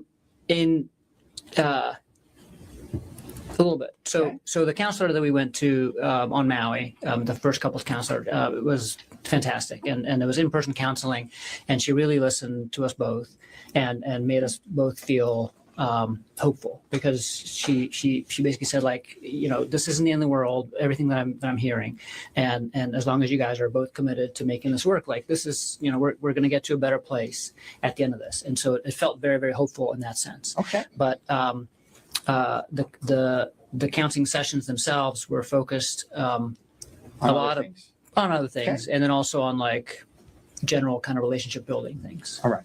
So heading in now, first in February, heading towards March. Overall, how after you guys are in counseling for a little bit, and Overall, how are things going? Good, actually. I mean, I felt really hopeful, and in kind of hindsight, I would describe it as taking Tylenol when you're sick, right? It makes you feel better. It's not actually addressing the illness. It's not actually, but you're not doing anything about the disease itself. But it felt better because we were learning, communication techniques. We were doing a bunch of exercises to kind of define what we wanted our relationship to be like at the end of this, and things like that. And you We weren't were really also- you mentioned not talking too much about the affair at home. Yeah, so we weren't allowed to talk about the affair at home either, so it kind of made home life easier. Okay. And in that sense too. Let me ask you this: heading into March, were you still committed to trying to make this work? Yes. Heading into March, were you still hoping that you guys could work through it? Yeah. So now we're into March, and as we've learned, Ariel's birthday is in March. The trip to Oahu, how did it come up? I have to schedule my vacation basically 1 year in advance. So we plan vacation as a group, and we have to cover a bunch of different sites and stuff. And so we have like a vacation lottery like a year in advance. And so I had the week off of her birthday already. Oh, you had scheduled from before? You'd scheduled your vacation around her birthday? Yes. Okay. And so I had the week off for her birthday. That's one of the weeks that I had gotten off. And I always do that. I try to get her birthday off and my birthday off and things like that. So I asked her, what do you want to do? And she says, well, we don't have to do anything, but I've never been to Oahu. I would like to go Oahu at some point. It doesn't have to be this trip, but Okay, let me stop you there. So the concept of going on a staycation to Oahu was first floated by who? by her. Okay, but to be fair, she said, well, we don't need to do it. I don't know if it's the right time. And what did you say in response to that? I said, I mean, there's no reason not to. I have the time off, and she could take the time off. And did you think it would be a healthy thing for you guys to do, given everything you've just been through the last couple of months? yeah, I thought it was great. We had just been to California for a week with the kids, and that went really well. And so we had taken like a nice family trip, and it just seemed like it would be nice to take a couple's weekend away. Had you forgotten about the affair and Mr. Miller or anything like that? Not at all. Okay, but you were still hopeful and working towards a better place. Yes. And you thought the trip might be a good part of that. Yeah. Okay. So she brings it up. She says maybe it doesn't have to be now, but you say, no, let's do it. And do you start to plan the trip? Yeah, I do. What day were you guys going to get to Oahu? Sunday. And what airline were you going to? Well, you flew over on an airline, obviously. Mm-hmm. Yes. From the Maui airport. Yeah, I can't remember which airline. Okay. But from the Maui airport. Yeah, from Maui to Oahu. Did you and Ariel check bags or carry on? Just carry on. Did you go through the TSA checkpoint with her and your carry-on bags? Yes. Were there any problems going through the TSA checkpoint? Not at all. No, the bags weren't searched or anything. You land on Oahu on Sunday now, I think you said? Sunday morning. Sunday morning. What was planned for the first day? The first day, we were gonna do like a couples spa therapy, like a couples massage at the hotel. Okay. And then just walk around Waikiki and shop and just kind of explore Waikiki. And was that what you guys did? Yes. And how'd it go? It went great. Yeah. 1 second, Your Honor. This is 172. Your Honor, may I approach with what's been marked as Defense Exhibit 172? Yes. Okay, I want to show you this. Gerhardt, you recognize that? Yes. What is that a photo of? It's a photo of us at the hotel. Okay, on the day, at the top it says March 23rd. Does this look like it was the day you guys got there? Yeah, this is right after we got there. It's fair and accurate depiction of how you guys looked that day you got there? Yes.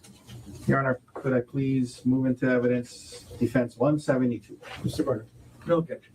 Was it marked for identification as Defendant's Exhibit 172 is received as evidence? Could we please publish?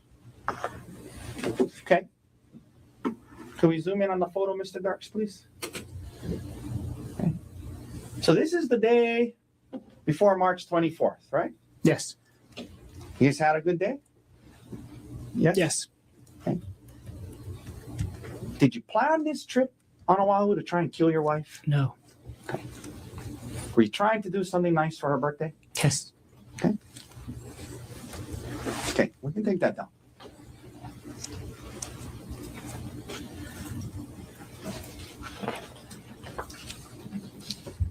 Let me also may I please approach with Exhibit D-173. This is okay. May I approach on it? This. I'm going to show you this. What is that a photograph of? That's a photo of us in the hotel room. Okay. On the 23rd of March. Yes. Is it an accurate depiction of how you guys looked the day before this incident? Yes. All right. Your Honor, I'd move to admit D-173. Mr. Konig. No objection. Was the mark for identification as defendant's exhibit D-173 is received into evidence. May we please publish? Yes. Okay. Let's zoom in again. Is this the hotel room you guys are in? Yes. Okay, and it's the day before the hike, yes? Yes. Okay. All right. We can take that now. Did you go to dinner the first night? Yes. Second day, you guys are going to be there. Were you planning on going on a hike? Yes. And why? Why a hike? How did that come up? Tell us about that. Is that something you guys would do often? Tell the jury about that, hiking. Yeah. So we would hike often, and we would travel often too. So we pretty much wherever we went, we typically would hike at some point during the trip. And we weren't like crazy campers or anything like that, so we wouldn't do like a bunch of overnight things, but we like to do hikes. And she also wanted to see Oahu, and so I was looking for hikes that we could do that would kind of show the island. Okay, and I'll get back to the particular hike and why you chose that one. But did Ariel enjoy hiking? Yes. Something you guys did all the time? All the time. Okay, I believe D-156 is in evidence. May I publish D-156, Your Honor? Please. Okay. Can we zoom in on that photo? So is that Yeah, that's at Iao on Maui. okay? And that's a hike It's like a secret hike behind the Iao monument that you can do if you know where it is. some steep cliffs here and there. A lot of them, yeah. Okay. All right, we can take that down. There was testimony about how the hikes that day on the Palipuka Trail, it made her feel uncomfortable, Ariel. Had you guys been on hikes or activities before with equal or greater heights and cliffs? Definitely. Did you guys ever go bungee jumping? We did. Okay. Tell the jury about that, where that was and what that was like. Yeah, so we got engaged in South Africa. We did a 2-week trip there and met a lot of my family and friends and did a lot of sightseeing and got engaged. And as part of that trip, How was the bungee jump? we went bungee jumping. Yeah, off of what? It's called Blokran's Bridge. It's a bridge that spans a beautiful canyon in South Africa, and it's a 700-foot bungee jump. It's one of the tallest bungee jumps, one of the tallest commercial bungee jumps in the world. And Ariel did that? Yes. Okay. Could we please also pull up Exhibit D-149? That's already in evidence. So let's let the clerk confirm it. Please. Okay, thank you. Okay. Would you guys go ziplining? Or Yes. have you gone ziplining? Yes. Okay. Yeah, that's Costa Rica. That's in Costa Rica? Costa Rica? Yes. Okay. We can take that down. In your entire relationship, when there were, whether it be bungee jumping, the hikes with steep cliffs, ziplining, had she ever expressed any concern about hikes before? We are both very cautious people. And we stay safe, and so we don't end up going close to the edge. Our friend Gianna likes to go and pose for crazy pictures, and we didn't pose for the super crazy pictures, but we would always do the hikes and without any concern. Okay, even ones with steep drop offs. Yes, for sure. Okay, now there was testimony from Detective E. Numa about some of the searches you did on hikes, and first of all, there was some searches in there about Maui hikes. Why were you searching hikes about Maui in that early March time period? I was looking for hikes on Oahu, and then while I was looking at hikes, I just started kind of looking at hikes that I had meant to look up on Maui too.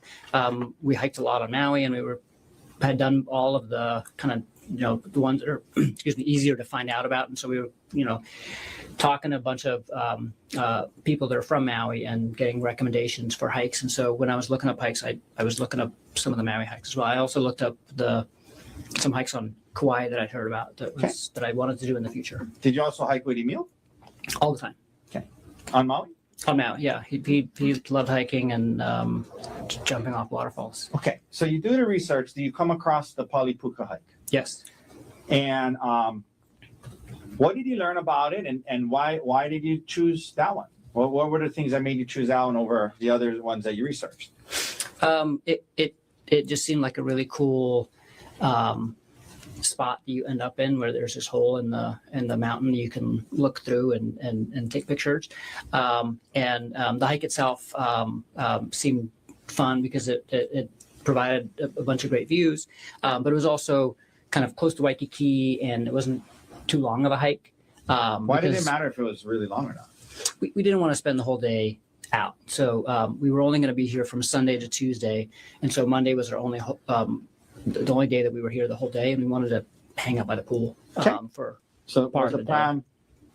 Go on this kind of shorter hike and then go hang out at the pool the rest of the day. Yeah. Okay. Did you also make a dinner reservation at Yes. Set? Yes. For that night? Yes.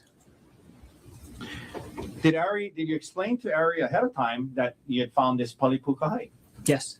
Did you tell her a little bit about it? Yeah. Did she object to it in any way? No, not at all. She sounded excited. Excuse me? She sounded excited. Okay. Second day. Now, you said the plan was short hike, spend some time at the pool, go to dinner. Let's talk about that day. So that was that her birthday, we've heard? Yes. So you guys wake up, and already in evidence is States Exhibit 133. May we publish that, Your Honor? Yes. Okay. Did you give her a birthday card that day? Yes. Yes. Okay, we're not going to read the whole thing, but did you mean the words you wrote in there? I did. Okay. We can take that down. Did you also get her a birthday present? I did. What did you get her? It was a necklace, like a koa wood silver necklace. Okay. You wake up. What do you do before heading out to the hike? We had breakfast at the hotel, and then next door to the hotel was a bakery where we got some coffee and some pastries. Okay. May I approach with D175? Yes. What is this a photo of? Well, do you recognize it? Oh, that's Ari at breakfast at the hotel. Okay. Is it a fair and accurate depiction of how she appeared on the day before you left for the hike? Yes. All right. Could we please admit D175 into evidence? Mr. Garner. No objection. What has been marked for identification as defendant's exhibit D175 is received into evidence. Can we please publish? Okay. So this is a photo from that morning before the hike? Yes. Okay. All right. We can take that down. Thank you. Now, as you're, were you gonna drive to the hike? Yeah, we had a rental car. Now, did you receive an email that morning that you shared with Ariel before the hike dealing with life insurance? Yes. So first of all, let me ask you, let's back up a little bit. You talked about January, February, and you guys kind of get to this place where you're in counseling and you guys decide you're going to be together and you're working on it. Did there come a time when part of what you did during that time was assess the life insurance situation of you and Ariel? Yeah.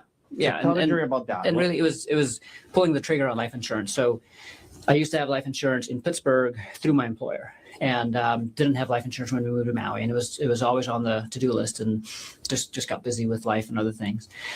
Originally looked into it the previous year, but never went so far as to contact the life insurance agent and actually go through with it. And in January, we were kind of working on big picture relationship things, and I was like, oh shoot, we still have to get life insurance. Okay. And so I talked to Ari, and we both applied for life insurance at the same time at the end of Did you get the January. same amount? No. Why not? The idea was that if one spouse would die, the other one would be able to continue on and live in the same house. And so it was, since I made significantly more money than she did, it was basically enough money that she could pay off the house if I would die. So what so what was the plan in terms of the amount you were trying to get on your life for her? 1.5 million. Okay. And then when you guys did the analysis of what, if something happened to her, you would still have your salary to pay for the house and whatnot. That's right. So what was the amount that was decided for her? $250,000. Okay. And the 1.5 million that you were trying to get on your life, was she the beneficiary? Yes. Okay. And vice versa? Yes. Okay. So 250 if something happened to her, but 1.5 million to her if something happened to you. Is that right? Yes. Now, when you went about securing the 1.5 million on your life for her, did it happen in two parts? It did. And so the first part was for how much? 1 million. And when did that roughly get approved in relation to March 24th? A few weeks before. Okay.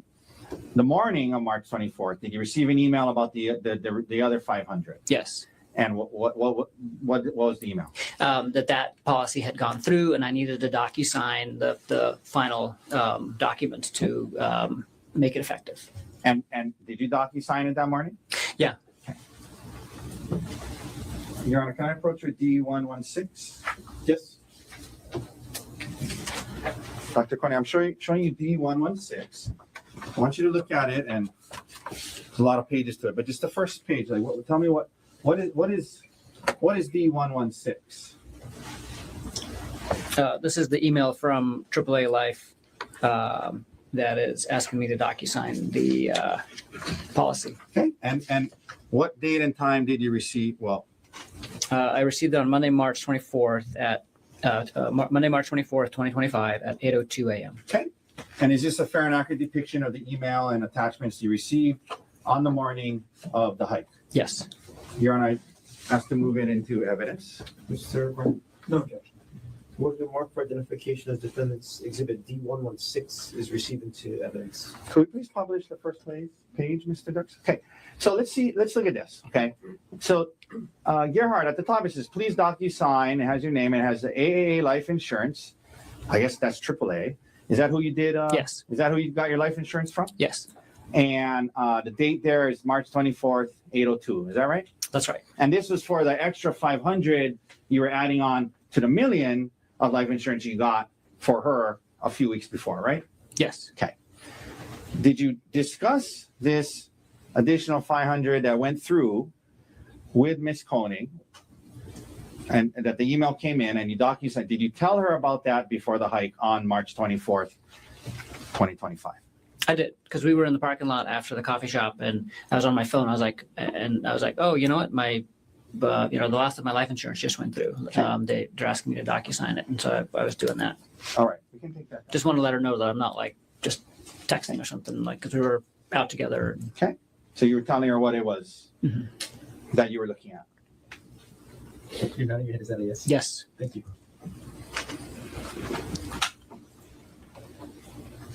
And so from that point on, if something happened to you and in an accident or whatnot, she would get $1.5 million, correct? That's correct.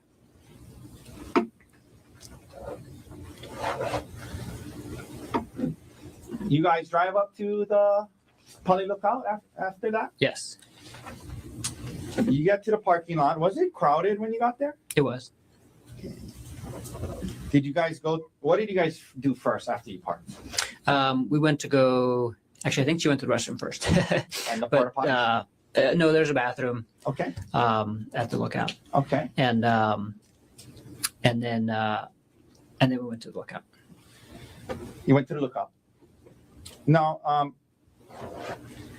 Ms. Konig testified about this thing about how it looked like there were hikers trying to find a trailhead, and then you said, oh, wait, we want to be alone. Did that happen? No. How hard is it to find the trailhead? It's not hard if you know where it is. It's not marked with a sign or anything, but it's right behind the the bright blue porta potties, and there's a permanent rock wall, and it's like rock, like kind of almost like an altar right there. So if you know what to look for, it's really easy to find. After looking at the lookout, did you guys start the hike? Yes. You head up the trail, and as you're heading up the trail, did you guys stop and take any photos? Yes. Okay, and can we? I believe S-131 is in evidence. Can we publish it? Let's just let the court confirm. Yes. Okay, thank you, Your Honor. Okay, so is this a photo that was on right after you, kind of shortly before you? I mean, right when you started the hike? It was, yes. And who posted that? Harry did. Okay. Okay, let's take that down. Now, you're continuing on the hike. What happens at some point? What did something happen that led to an argument? Yes. Tell the jury what happened that led to an argument. Well, first of all, how far up into the hike was it? Not very far. Just like 5 minutes. Like after about 5 minutes of hiking, you get to a part where it flattens out a bit, and the edge isn't, like the cliffside isn't open, but there's a couple of spots where you can get to the cliffside if you wanted to. So we're kind of still in that area, the same area that picture was taken. Okay. And Harry says, "Hey, I need to talk to you about something. I'm working on this project with Jeff Miller, and I'm gonna need to travel with him again, and I need you to be okay with that. Is that okay?" Okay. And so she was kind of telling you like, hey, there's just things at work going on. I need you to be okay with this. Asking you to trust her. Yes. Okay.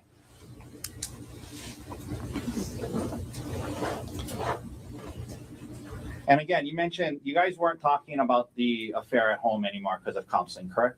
That's correct. And you guys weren't talking about it in counseling a lot at that time? We hadn't gotten to that kind of the core of it yet. So she brings this up. What is your reaction to it? I'm very surprised. Yeah. Okay. Were you upset and angry? I wasn't angry. I was surprised and upset, and I told her no. Like I'm not okay with that. And not only am I not okay with that, like I'm never going to be okay with that. Like we haven't dealt with that part. Like the only reason why I was okay with her still even working there is because we had placed these limits on their communication. But in my mind, like she still needed at some point to quit her job, and this was only put on hold while we were trying to deal with all these other things. She basically said like, well, I can't quit my job right now because I don't even know if I want to stay with you. So we were dealing with like the issues that she brought up first, but it's not like any of the affair had been resolved at all. Like it had just kind of been put on hold. And so how did you feel that she would even think that this would even be okay? Yeah, I mean, it made me realize that we were just not on the same page at all in terms of like, here I am just kind of like sublimating my feelings and focusing on her hurt and waiting patiently for her to do the same to me. Okay. And this made me feel like she wasn't intending on doing that ever. So what did you say back to her? Were you guys kind of arguing about it? Yeah, we were for sure arguing. Okay. And then, so what did you say anything to her? I just said, out? Yeah, I said like I need you to move out. Like this has gone far enough. I need you to move out. And I'm going to tell people why you're moving out, and I'm going to show them what you did, because like unless you face this and unless you take full accountability for this, like we're never going to get through this. So and that was like after you guys had been kind of arguing for a while about. I mean, an argument starts. You guys are arguing. You're telling her. No, you're telling her all these things. Yeah, I mean, the argument developed more slowly than what just happened, and there was other things said too. But that's how it culminated with you telling her, well, if that's the case, if that's how you feel, you got to move on. Yes. Okay. What did she say anything to you about her mom and Gianna? She did. So like earlier in the conversation, she had be like, well, what if my mom chaperones my work trips with him. And I was like, no, like I'm still not okay with that. Like, and that's not a long-term viable solution. And then later in the argument, when things kind of got heated, she was like, well, actually, my mom just said that she'll chaperone the trip and she thinks Jeff is interesting and can't wait to meet him. And I'm like, you're obviously telling them a whole different version of what happened than me. So in the argument, in her effort to say for you to be okay with it and go on the trip, she said, well, what if my mom chaperones me? Yes. Okay. After, it comes to this point in the argument where you say, well, you know what, you got to move out there. I'm going to tell everybody what you did. I mean, it was it got to kind of it was not a good conversation, it sounds like. Yeah. Okay. So what did you do next? I stomped off. I just stomped off up the trail. And this was a point where we were both really kind of just upset with each other. And I went one way and she went the other way. How far up did you go? 5 to 10 minutes. Okay. Why did you turn around? I was kind of at a loss of not kind of a loss. I was I just didn't want to be there. Like did it make sense for you to keep going on this hike? No. I like 5 to 10 minutes in, I was like realizing kind of where I was, and I was like, I don't want to be here. I want to go home and like start dealing with what we need to deal with. I don't want to, I got to the point where it opens up and it's like these beautiful views, and I'm like there by myself and upset. And I was like, I don't want to be on this hike by myself, upset, and I don't want to do this hike. I'm going to come back and do this hike at a different time when I'm happy. I was really looking forward to doing the hike. When you headed back down, were you expecting Ariel to be where you had left her? No. And where were you expecting her to be? I thought she went to the car because I saw her head down the trail. And there was testimony that she said when you got there, you said, "Oh, you're still here." Did you say that? Yes. And is that because you assumed she had gone back to the parking lot? Yes. How far away from the parking lot were you guys when this argument started? Like 5 minutes. Okay. Or less, probably. Yeah. Okay. Now you get back. What is her demeanor and behavior like now? Like a 180 reversal, basically. So she was like extremely apologetic, and said, basically, I'm so sorry. You're right. Like, I need to take accountability and like, let's just, not ruin the day. I don't want to ruin the day. I don't want to ruin our trip, and let's keep talking about this in therapy. Okay. And she said like, I won't travel with Jeff. Did you guys end up taking a selfie? Yeah. First she was like, again, like almost manic, like super happy, and was trying to basically, get me to be in a better mood. And she was like, I'm gonna climb this tree, take pictures of me in this tree. And so she handed me her phone, and I took some pictures of her in the tree. And then after that, she said, let's take a selfie by the cliff's edge. That was her idea? Yes. Okay. Did you guys take one? We did. And what happened after that? Right after the selfie, I just remember kind of staying at the edge there and looking over the edge and just kind of still in thought about everything that had just happened and what's going on. And then I felt like a shove. Okay. And I was almost pushed over the edge. Okay. You felt a shove. Okay. Who shoved you? Ari did. What did you do right after that? Barely caught myself and turned around and looked at her and was like, what the fuck was that? Like, okay. Turned around and it was like, what, like, was like kind of in shock. Like, what the fuck was that? Yes. Okay. And then did you move towards her?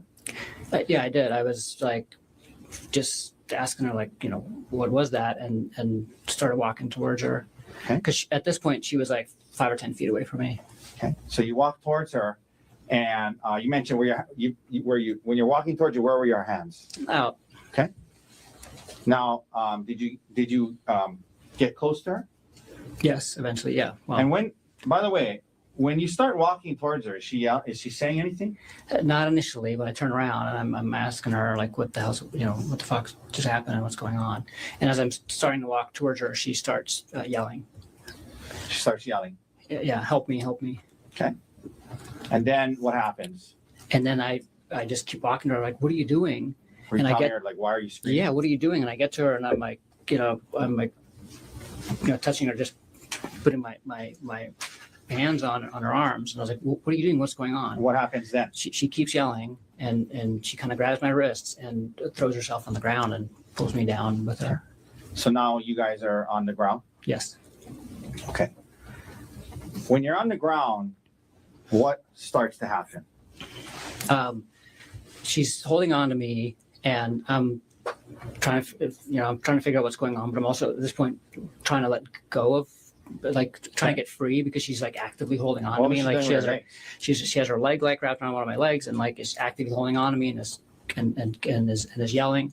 And so I'm trying to, get free. And I get my one arm free and I try to use it to get my other arm free. And she grabs me by the testicles. And Okay, let me stop you there.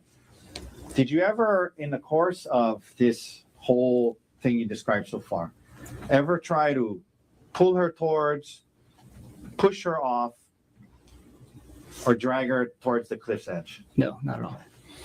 Okay. So you're on the ground. She's kind of holding on to you. You guys are, would you just kind of like a scuffle going on? Yes. Okay. And her legs wrapped around you. Yes. You mentioned, we got right up to the point where you said she grabbed your testicles. Is that right? Yes. How hard did she grab it? I mean, this was, like Pretty hard. she like was holding on to me by my testicles, basically, like that hard. Okay. Did she grab it and let go, or did she grab it and hold on? She grabbed it and held on.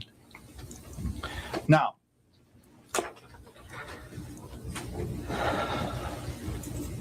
what happens after she does that?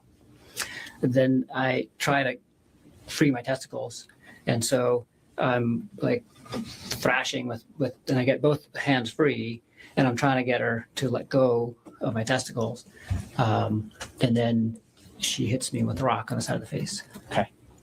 So she's holding on to your testicles. You're kind of focused on that, obviously, and then at some point while you're focused on that, you And it happened all really fast. Yeah. But That's I'm glad you raised that up. Was this like happening slowly where you had it time all to happened within like, I mean, probably less than a minute, maybe quickly? slightly more than a minute, but I mean, 2 I mean, minutes or something. yeah, but you weren't timing. From the moment that like we were on the ground and she was grabbing my testicles was like It happened quickly.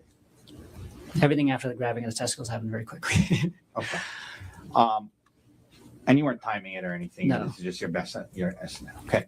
So now she's holding on to you, she's squeezing your testicles, and you kind of dealing with that. And she's on the ground and you're kind of on top of her. Yes. Okay. And you said then you felt you got hit with the rock. Yes. Where'd you get hit? On the left side of my face. How many times? She kept doing it. The first blow she landed really well, and after that I was able to block Okay. fairly well. She did like land a couple more, but not as bad as the first one. So she still got your testicles? Yeah, so she's like holding my testicle and just like Okay. hitting me like this. And now do you stop dealing with your I'm testicles? just and you- focused on the rock at this point. Okay. Yeah. Okay. Yeah, Did it hurt when you got hit with the rock? you did. Could we publish what's in evidence as Exhibit D30, Your Honor? Yes. Okay. Okay. Gerhardt, is this where you got hit with the rock? Yes. Is that the area? Yes. All right. We can take that down. Now, you get hit with the rock. Explain to the jury what happens next and why. I was able to wrestle the rock out of her hand. Does she still have your testicles? Yes. Still squeezing them? Yes. What And do you do? I was able to like, so we're like, she's hitting me and I'm like blocking and then I start like, and I get Is her there a wrist. scuffle over the rock? Yes. Is it near her face? Yes. I mean, Okay. it's And then what right. happens? And I finally get the rock. What'd you do? I hit her with the rock. How many times do you think you hit her? I hit her 2 times. And when you did, was she still holding on to your testicles? Yes. At least initially? Yes.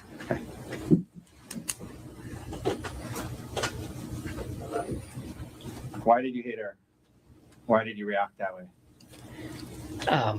Just on instinct to defend myself. Okay. How fast was this all happening? Pretty fast? Really fast. Okay.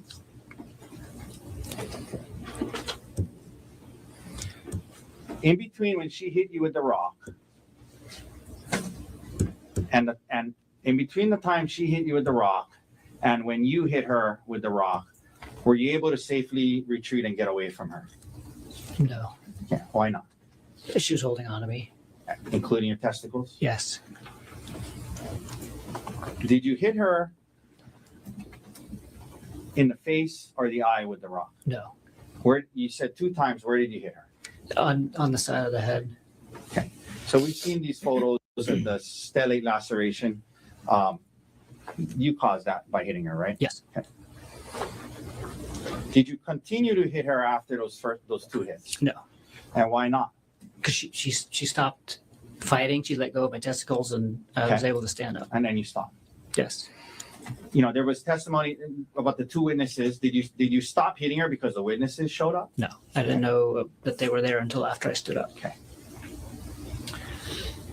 Did you see blood? Yes. Was there a lot of blood? There was a lot of blood. Did you see her kind of scoot down towards the witnesses? Yes. Did you try to stop her in any way? No. You let her get to them. Yes. Did you hear her yelling to the witnesses, he's trying to kill me? Yes. Gerhardt, did you have any syringes on the mountain that day? No. Did you try to poke her or stab her with any syringes? No. Okay. Now, Gerhardt, she scoots away. She's now with the 2 witnesses. You see a lot of blood. What do you physically do next? I'm just in a daze, and I just kind of watch her crawl away and then leave with the other 2 hikers. Okay, she got the hikers. What do you do next? Was her bag and your bag there? Yeah, so I just kind of reflexively gathered up all of our stuff, and then I start walking up the trail. Let me ask you this. At this point, immediately following what just happened, you saw, you guys had this scuffle. You saw a lot of blood. What was your state of mind and emotional state like right now, right at this point that we're at? Severe emotional distress. Okay. How did you feel at that time about the fact that you had responded and defended Horrible. yourself? Let me finish the question. Sorry. How did you feel about the fact that even though you say it was, you were defending yourself, how did you feel about that she was bleeding? I felt horrible. Okay. Did you ever plan on hurting her that day? No. Did you ever want to hurt her that day? No. Okay. You reacted to defend yourself in the heat of that moment. You said yes? Yes. Okay. But did you still feel bad about it? Yes.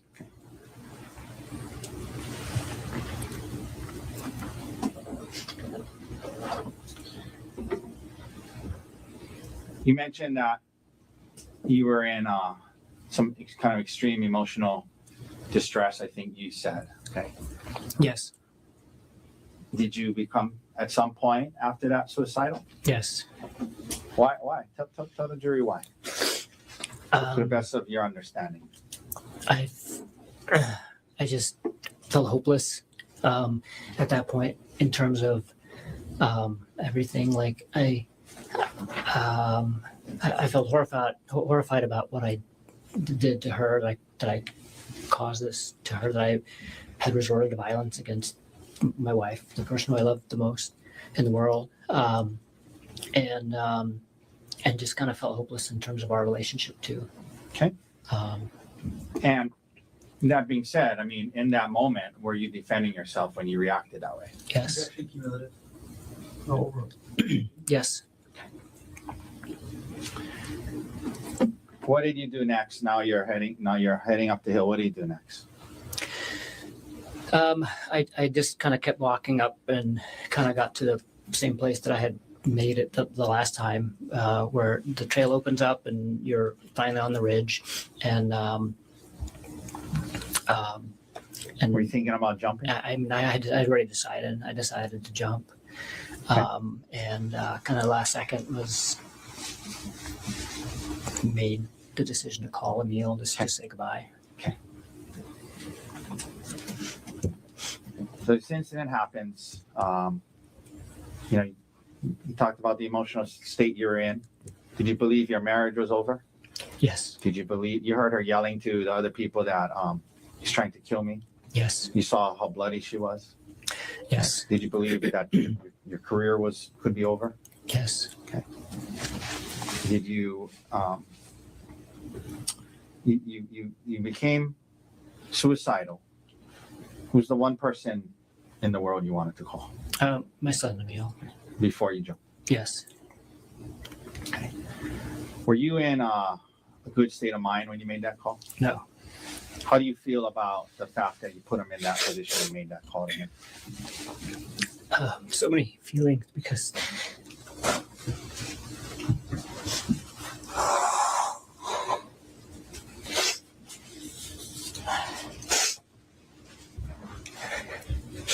he saved my life that day. How so? Convinced you not to jump?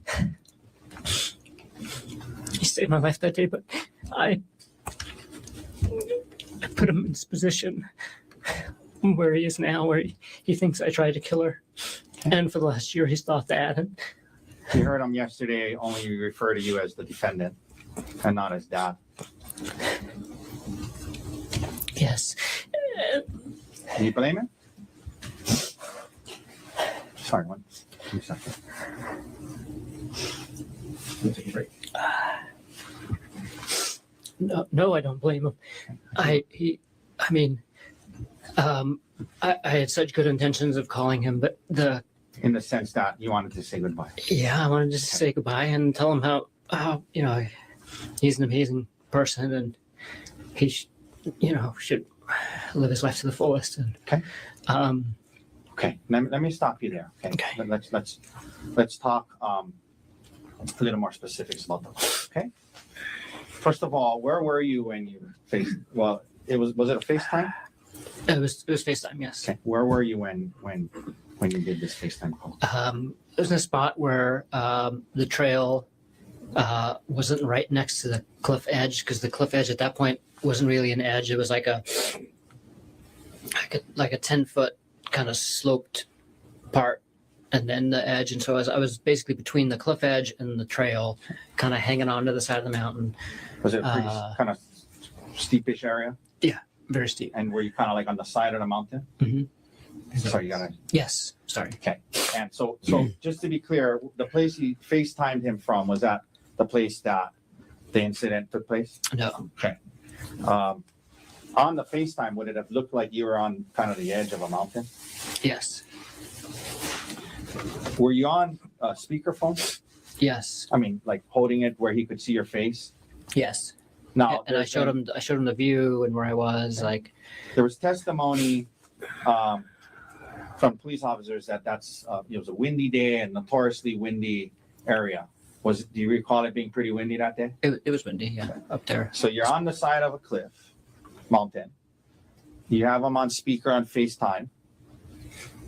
It's windy. Is that right? Yes. Okay. You were extremely emotional at that time? Yes. Okay. So that's the context of this phone call, correct? Yes. Did you tell him that Ariel you were calling him to say goodbye, is that right? Yes. Okay. Was your purpose to explain to him every last detail of what happened? No. Okay. But you did tell him several things, right? Yes. Did you tell him that Ariel had been having an affair? I did. Okay. Did you tell him that, she got hurt, her head was bleeding? Yeah, after he asked about the blood on my shirt. Now, did the word kill come up in the conversation? It probably did. What do you recall explaining to him about that? I don't recall explaining. The only thing I can think of is that I said that she said I tried to kill her. Okay. So let's back that up. Yeah. So you told him that the blood was hers. Yes. Yes. And you're telling him that you're gonna jump. And yes. Okay. And did you tell him something about well, we're gonna get to the part about the police. But you're telling him about how you're gonna jump, and you're saying you heard her say to the witnesses, he tried to kill me. Okay. Were you explaining that to Emil? No. So What I were you was saying? I was talking to myself at the same time too, and I was basically saying like, because I remember saying like, wow, this is like so hard, because it turns out killing yourself is a hard thing to do once you actually like could go and do it. Okay. And so I was like talking to him about like saying goodbye and she had an affair and those things. But then I was also kind of like talking to myself and I think I was saying to myself, like, she said I tried to kill her. She said I tried to kill her. Okay. Were you confessing to him that you were trying to kill Ari that day? No. Okay. Did you have an intention to kill Ari that day? No. Okay. Would you have said it that way? I tried to kill Ari that day. No. Okay. But you don't dispute that the word kill probably came up. No. Okay. And can you understand how Emil in that conversation could have got that impression? Yes. Okay. So what else happens in this first call? What do you mean when you say he tried to convince you not to jump? He just and I mean, to his credit, I mean he just reminded me that I had a choice, basically. Okay. He reminded me to have a choice. Yeah. Because he said, like, you know, do you really have to do this? After that, he got off the phone with him. He didn't jump, right? No. Okay. There was a second call an hour later. Yes. And he testified that he was at his Ari's parents' house. Is that right? Yes. Okay. Now, during that call, did he tell you what he told to Ari's parents? Yes. What did he tell you that he told Ari's parents? He said, he said, I told them that you tried to kill Ari. Okay. And what was your reaction to that? I was like, why would you say that? Because you didn't mean that in the first call? Right. Okay, so you're telling him why and I didn't, at that point I was like so confused at why he would say that. Okay. And then what did you say to him after that? I said, I gotta go. I gotta get off the phone. And did you say to him, because you were going to kill yourself again? Yes. Did you say to him? I said, I never mind. I got to think about this. I'm probably going to kill myself. Okay. Did you say something to him about, I got to go so the police won't find me?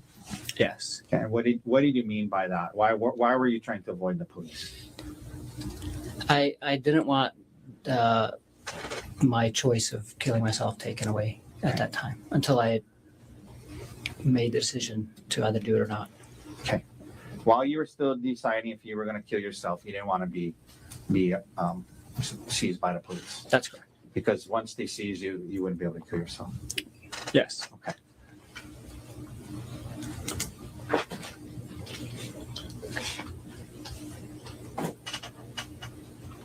After the second call, what did you do? I just stayed on the mountain, kind of in the same general area. Okay. Were you actively moving around, dodging the investigators? Not really. I moved around a few times, but I mostly just sat and actually like was in and out of sleep most of the day. Okay. If my recollection was that like a couple of hours had passed, and then I realized what time it was, Okay. and it was getting. Let me ask you this. There's been some talk about Ariel's bag. Did you initially have the bag? I did. What'd you do? What happened to the bag? I honestly don't remember where I left. I must have left it at some point on the mountain As you were during that time. During that time. Okay. Now,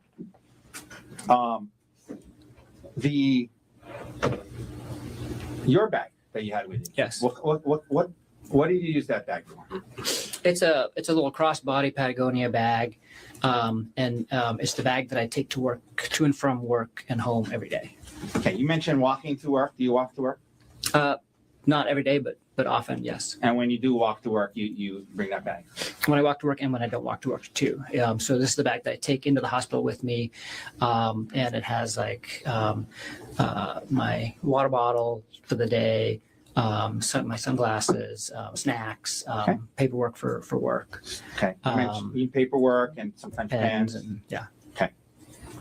Did you, Not sometimes pen, always a pen. I that's like the one thing I have to leave in my house with because I'm writing all day long, recording all the cases that I do. did you end up taking the SIM card out of your phone? I did How did you remove it? with a paper clip. Now, you end up. He said it seemed like a couple hours, but obviously it was longer than that. Yes. At some point, do you come down off the mountain? Yes. Okay, and why did you do that? Tell the jury why you did that. I decided I wasn't going to kill myself, and then I realized that it was going to be dark soon, and so I decided to turn myself in. Okay. And so you actually came off the mountain when the sun was still out? I mean, Yes. well, when it was still lit? It was still lit. Yeah, it was still light outside. And that was to turn yourself in? Yeah. Because if you didn't want to be caught, what would you have done? Kept hiding until dark, and Okay. So you come down, and there was talk about you walking, down the road when the three officers got there. yes, And were you trying to flee from them? no. Okay, so explain that to the jury. What happens when they pull up to you? So I was walking down the road, and I was on in the little grassy area between the road and the The one that was on the photograph, bushes. that one was like that little Yeah. grassy area. And I heard a car behind me, and I looked, and it was like a minivan, and I just thought it's like tourists coming back from the Poly, and I was like, wow, I can't believe there's still tourists at the Poly. And so I just looked at it briefly, and then kept walking, but then the car stopped, kind of opposite me, Okay. What happened? and I saw these two huge guys jump out of it, and they're both dressed the same, and I could see a police badge on the one. Let me that's stop you there. So closer you knew to they me. were police. Yeah, immediately. Okay. And so what happens then? They yell, "Please get down on the ground." And what'd you do? I lay down on the ground, And then what did they do? on the grass, in the grassy area. What did they do? They ran over to me and held me down and struck me several times Okay. and handcuffed me. Okay.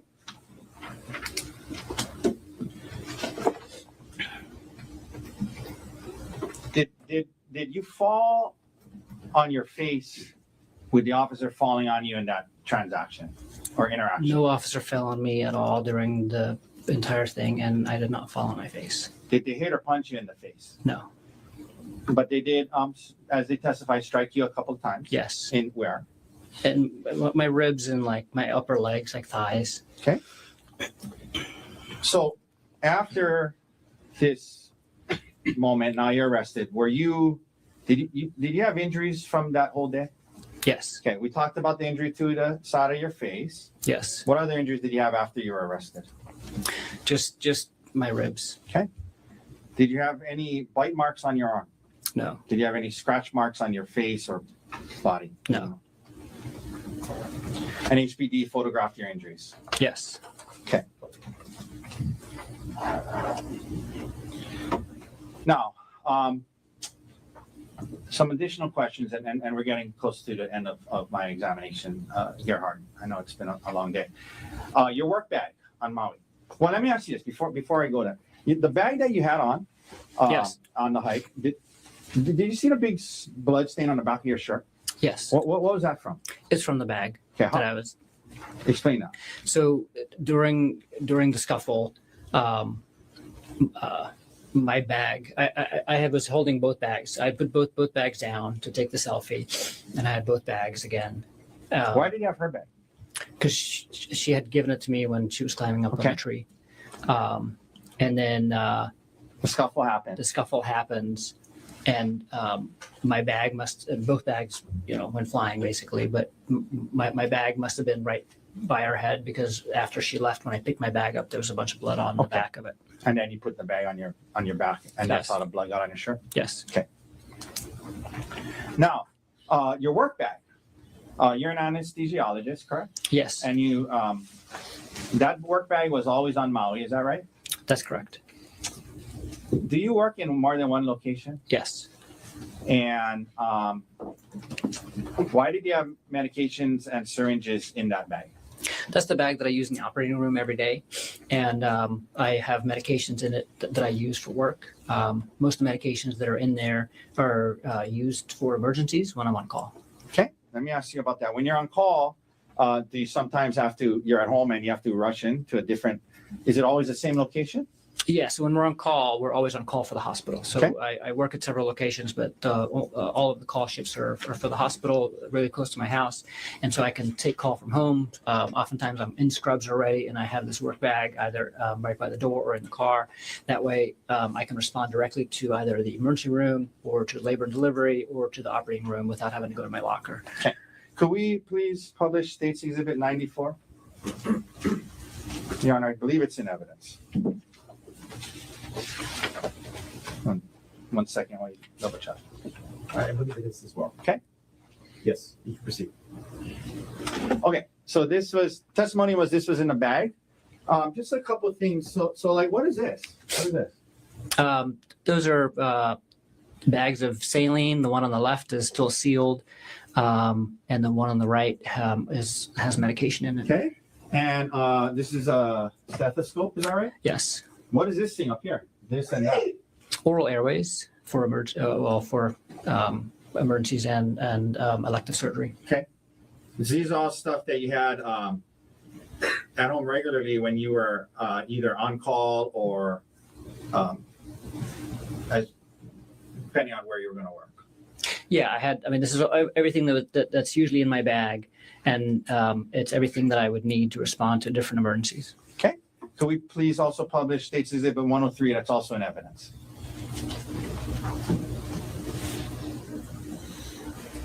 Okay. This was also in your bag, according to them. Is that your work ID? Yes. Okay. The last shift you had before this trip, we can take that down. Where had you been working? At the hospital. Okay. Do you remember in what unit? Labor and delivery. Okay. So after that shift, would it be normal for you to have that bag? Yes. Okay. Why is that? Because I keep the bag with me for the entire shift. It's a 24-hour shift. I start at 7 a.m. and I keep going until 7 a.m. the next day. And so when my shift ends, unless I'm actively at the hospital taking care of something there, I'm at home when my shift ends. And so I was at home when my shift ended that day, and that's why I had the bag with me. Oh, you're at home because you're on call. Yes. Okay. Now, prior to this trip to Oahu, did Ariel know about this bag and the fact they had medication syringes in it? Absolutely. I've had it at home often. Okay.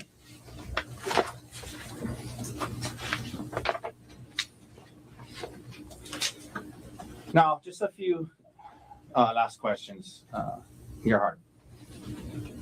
You testified that you reacted to defend yourself when she hit you with the rock, and it's all happening fast, and she has your testicles, you grab and you hit her, and it was all happening fast. So you were defending yourself in that moment, is that right? Yes. Okay. And did you stop as soon as she stopped? Yes. Okay. But you also said you felt horrible about it. Yes. Okay. Can you explain to the jury how those things can coexist?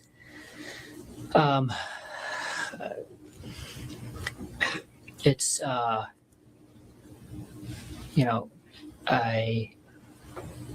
I believe in the right to self-defense, right? But I mean, in the moment, it was kind of an impulse. It wasn't like a conscious, like, I'm going to analyze this from like a legal perspective. It was, but yet the result of it was harm to my wife. Okay. How do you feel about that? That she's got hurt. Horrible. You've learned that she is filing for divorce, and seeking full custody of your children, yes? Yes. Do you want joint custody? Yes. More than any. That's Okay. And there's been testimony that you've been in custody, yes? yes. Have you been able to speak with your two young boys from jail? No.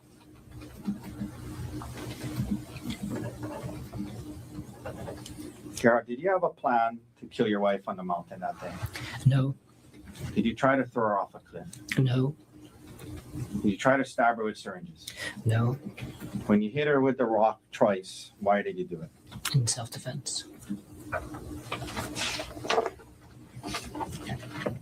Thank you. That's all the questions I have. Thank you, Mr. Tucker. Mr. Barnard, can we take a cross-examination tomorrow morning? Can we approach? Yeah.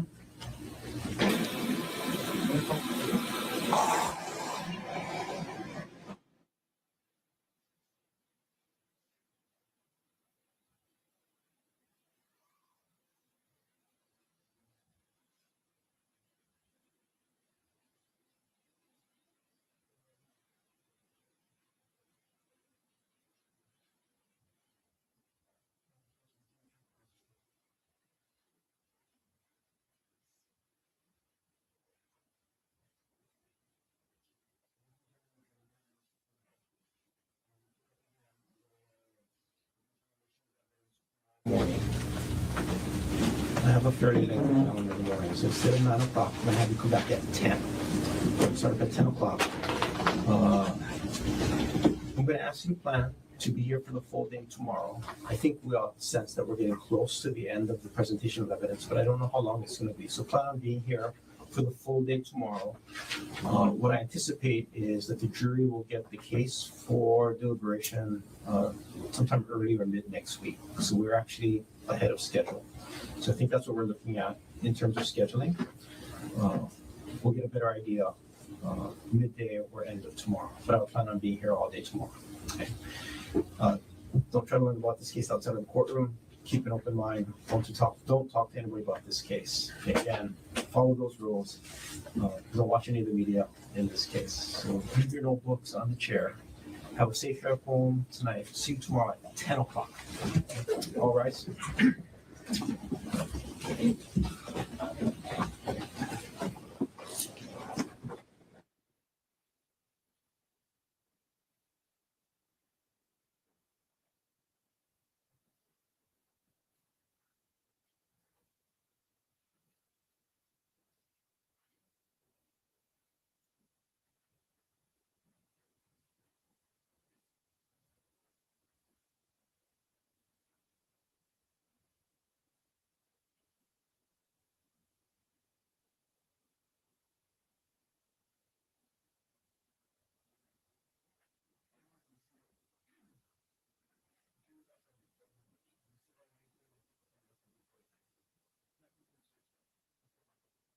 No, not on the record. Thank you. Thank you very much. We'll adjourn for the day. Off record, you said 10 o'clock? Yeah, if he hasn't come up, let's talk about scheduling real quick.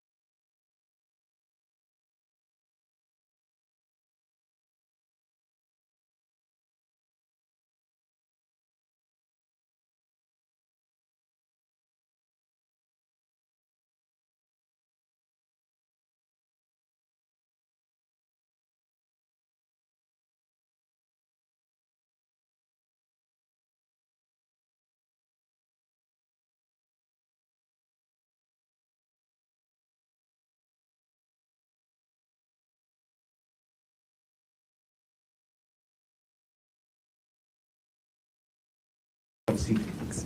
Mr. Garner, whenever you're ready. Okay, good morning. Morning. Okay, before we get any further, first thing I'm asking you to do is, if I ask you to sit as close as you can as to the microphone. Okay. And then speak into the microphone as much as you can today, okay? Okay. All right. Can you please state your name? My name is Ariel Konig. And Ariel, what do you do for work? I am a project manager for TerraPower. What does TerraPower do? TerraPower is a nuclear innovation company. When you say nuclear innovation, what do you mean? We're designing an advanced reactor to deploy to replace retiring coal plants. And what do you actually do at TerraPower? I work on the fuel supply. And Ariel, where do you live? I live on Maui, Where on Maui? in Kahului.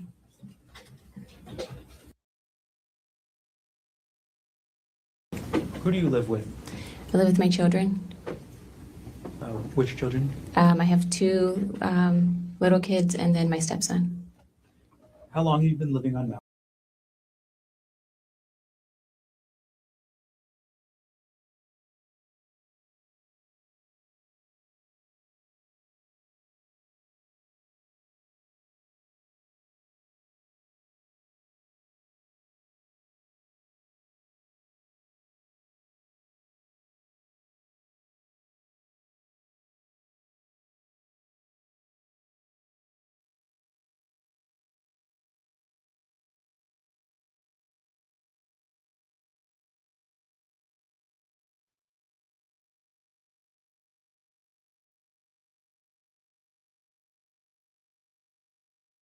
This evidence that was limited out relevant, it not including this evidence gives a completely incomplete picture to the jury. It gives not even half the story. So we do believe that we should be allowed to cross-examine the defendant on these issues. Additionally, the defendant introduced character evidence. The defendant introduced evidence of his character trait of meticulousness. According to the Hawaii Rules of Evidence, the state may rebut that character trait. The proposed rebuttal evidence is further evidence of defendant's controlling characteristics, which have been limbed out. These controlling characteristics actually include these sexual coercion demands. So this is actually, these two things are also all connected. But it also includes the defendant's prior spying in his last marriage, the prior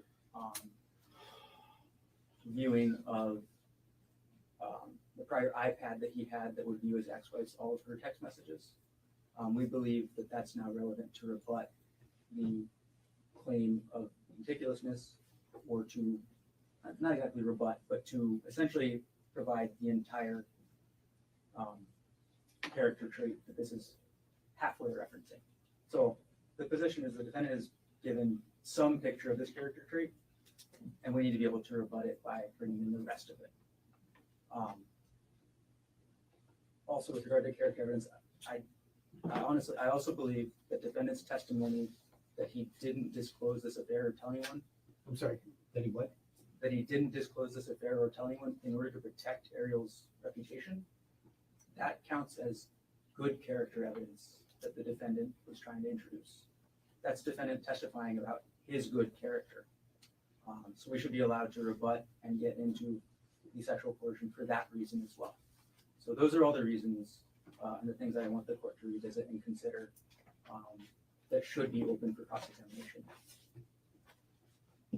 I have a question with respect to the allegations of prior spying and the other iPad. What form would, other than just cross-examination, what other form would that come in? The state did have Ms. Patella on the witness list, but the intention at this point is to limit the evidence on it to cross-examination. Understood. Thank you for answering the court's questions. Mr. Otake, do you have any response? Yes. So, we dealt with these issues, very deeply and spent a lot of time on them in motions in limine and in the court rule. Obviously, we were hypersensitive to the court's motions in limine, and we contemplated the court's ruling. We obviously know the risks of how doors can be opened, and we deliberately steered clear of these things. So for example, when we talked about how therapy turned into something else, he just said that therapy turned into other things. So the point is, we deliberately steered clear of these things to not open the door. And this is an extreme stretch and obviously a last-ditch effort by the prosecutor to get into things that the court has ruled should not come in. So let me just address these things one at a time. I'll talk about the first thing, the meticulousness. I don't know what he's talking about, to be honest. Character evidence under the rules comes in through reputation or opinion testimony. Obviously, we didn't do that. You have to also look at the context, okay? Ariel brought it up in her case about Dr. Konig was the one, in her testimony, Dr. Konig was the one who handled the finances. And you know, trying, I guess, potentially inferring that he was, you know, for whatever the case may be, they brought that up in their case. So he was just addressing that. You know, I think the question was, Ariel said that you handled the finances. Why was that?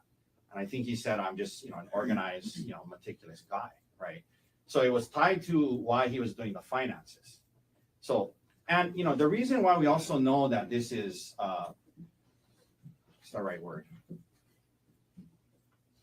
not a genuine attempt here. If you really think about it, the character of meticulous is something that helps them. That he's a, you know, maybe a meticulous planner of a murder or whatever, right? It doesn't help us to show he's meticulous, right? So that's how you know this is a false attempt here, because how does it hurt their case that he's meticulous, right? It doesn't. It helps their case, but he wants to use it to get into these things that the court has already ruled out. So, you know, just because he said he was meticulous doesn't then open the door to his, you know, to character evidence to rebut that, number one. So that's that.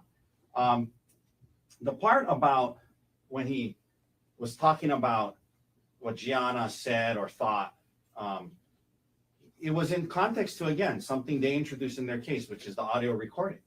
So he has a right to explain why he got the audio recording. And that's what he explained was in his head. He wasn't saying, he doesn't know what Ariel was talking to Gianna about.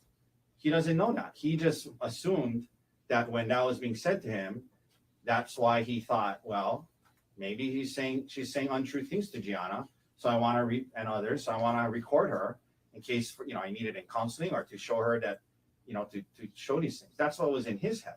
The issue isn't what she was really saying to Gianna. The issue is what was in his head as to why he got the audio recorder.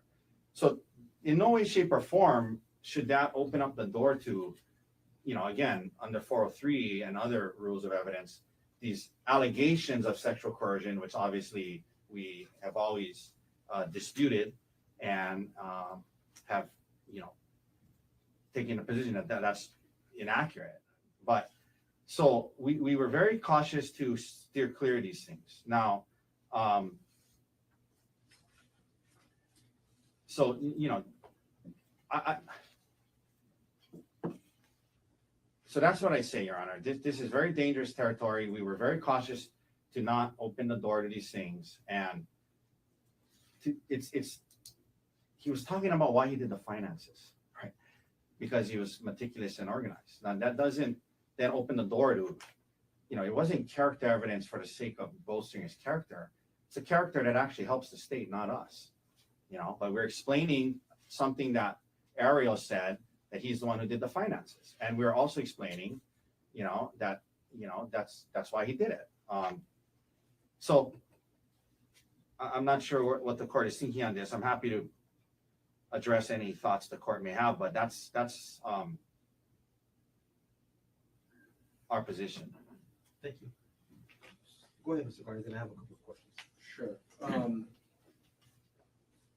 What we didn't address right there with Mr. Tucker's arguments, and I'm sure the court will give him a chance to address this as well, is defendant's claim on the stand when he testified that he didn't tell anybody about this emotional affair because he wanted to protect Ariel's reputation. So I want to make sure defense has a chance to I appreciate it. explain that as well. Yeah, I appreciate it. So when he was talking about that was early on, right? When he was saying, we were talking about it in San Luis Obispo, And we were considering having her move out, but we didn't do that to protect her reputation. And when we got back to Maui, I didn't tell anyone for the sake of the kids and everyone else. So that was long before any of these allegations of sexual coercion came up. That was right after the discovery of the affair in San Luis Obispo and right when they got back to Maui. It was that time period in December 1st, December 8th. If you look at the notices they filed, the allegations, which again we refute, of sexual coercion came later in December. So he was saying when he got back, they decided that she wasn't going to move out in San Luis Obispo to protect her reputation. And when he got back, that's what happened. So that's number one is and again, under 403, it's the very reason he kept this stuff out. It is incredibly highly inflammatory. It's going to create a trial within a trial. And it's the exact reason he kept it out. And we were cautious to not try to somehow open the door, which we have not. I mean, we can also address things they brought up in their case that's, can coexist with your ruling. And that's what we did. I think you said you had a couple of questions, so let's move on to those. Let me start with my questions, and then you can rebut anything that you wish. With respect to the rebutting the characteristic of meticulousness, I understand the avenue of admissibility under Hawaii Rule of Evidence 404A1, where if the defendant does make a character trait that's offered by the accused, the prosecution can rebut the same.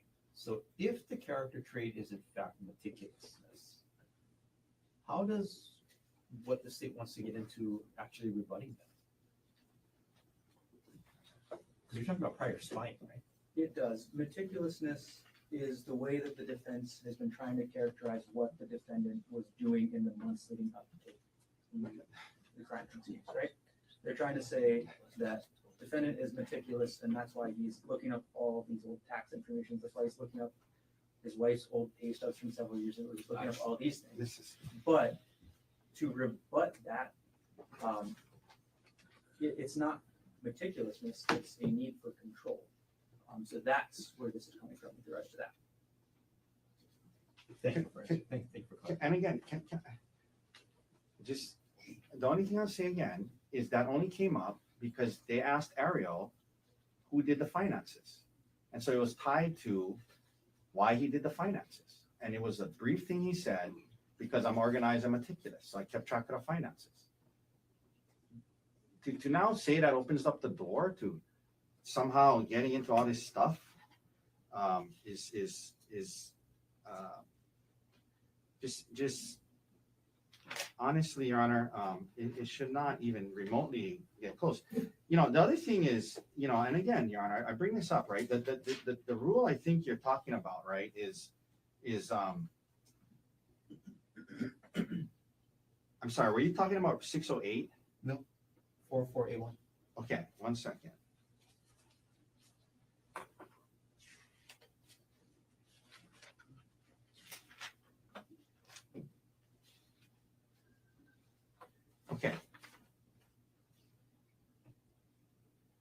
Okay. 1 second.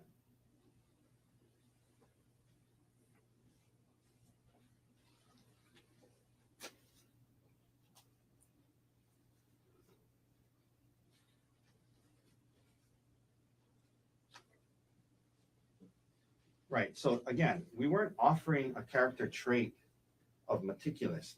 I mean, we were talking about why he did the finances. And the character evidence, like I talked about, it comes in through, opinion testimony, reputation testimony. We weren't, of a pertinent trait, right? Like we could have called someone and said, do you know him? Do you know him well enough to form an opinion? Do you know him well enough to know what his reputation is? What is your opinion on his characterness for violence, or whether he's a calm person, right?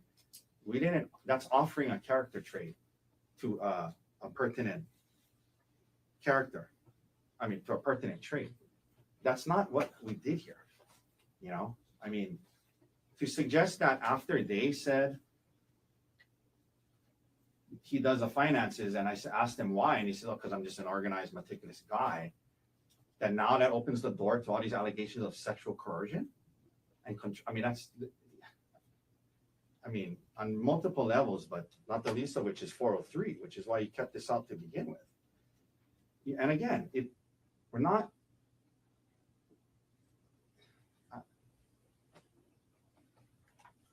So it should stay out on. I mean, it's incredibly prejudicial to allow in these false, what we believe are false allegations of sexual coercion, simply because he said, "I do the finances because I'm meticulous."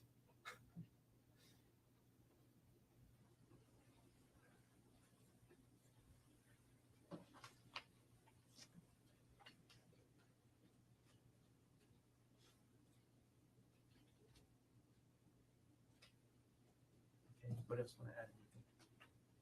Could I add? There's something that I thought of as we were talking there.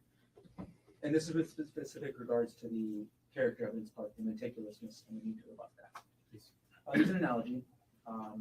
Let's say a defendant, we're not talking about this case, just in general, introduces character evidence that, hey, he's kind of a punchy guy.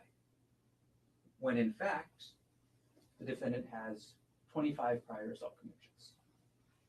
When they introduce this minimizing character evidence, the full rest of the character evidence becomes relevant. That's the analogy I'm kind of trying to use to make sense of this. Does that make sense? That's what the state's argument is, at least. I understand the argument. Okay, I just wanted to add that.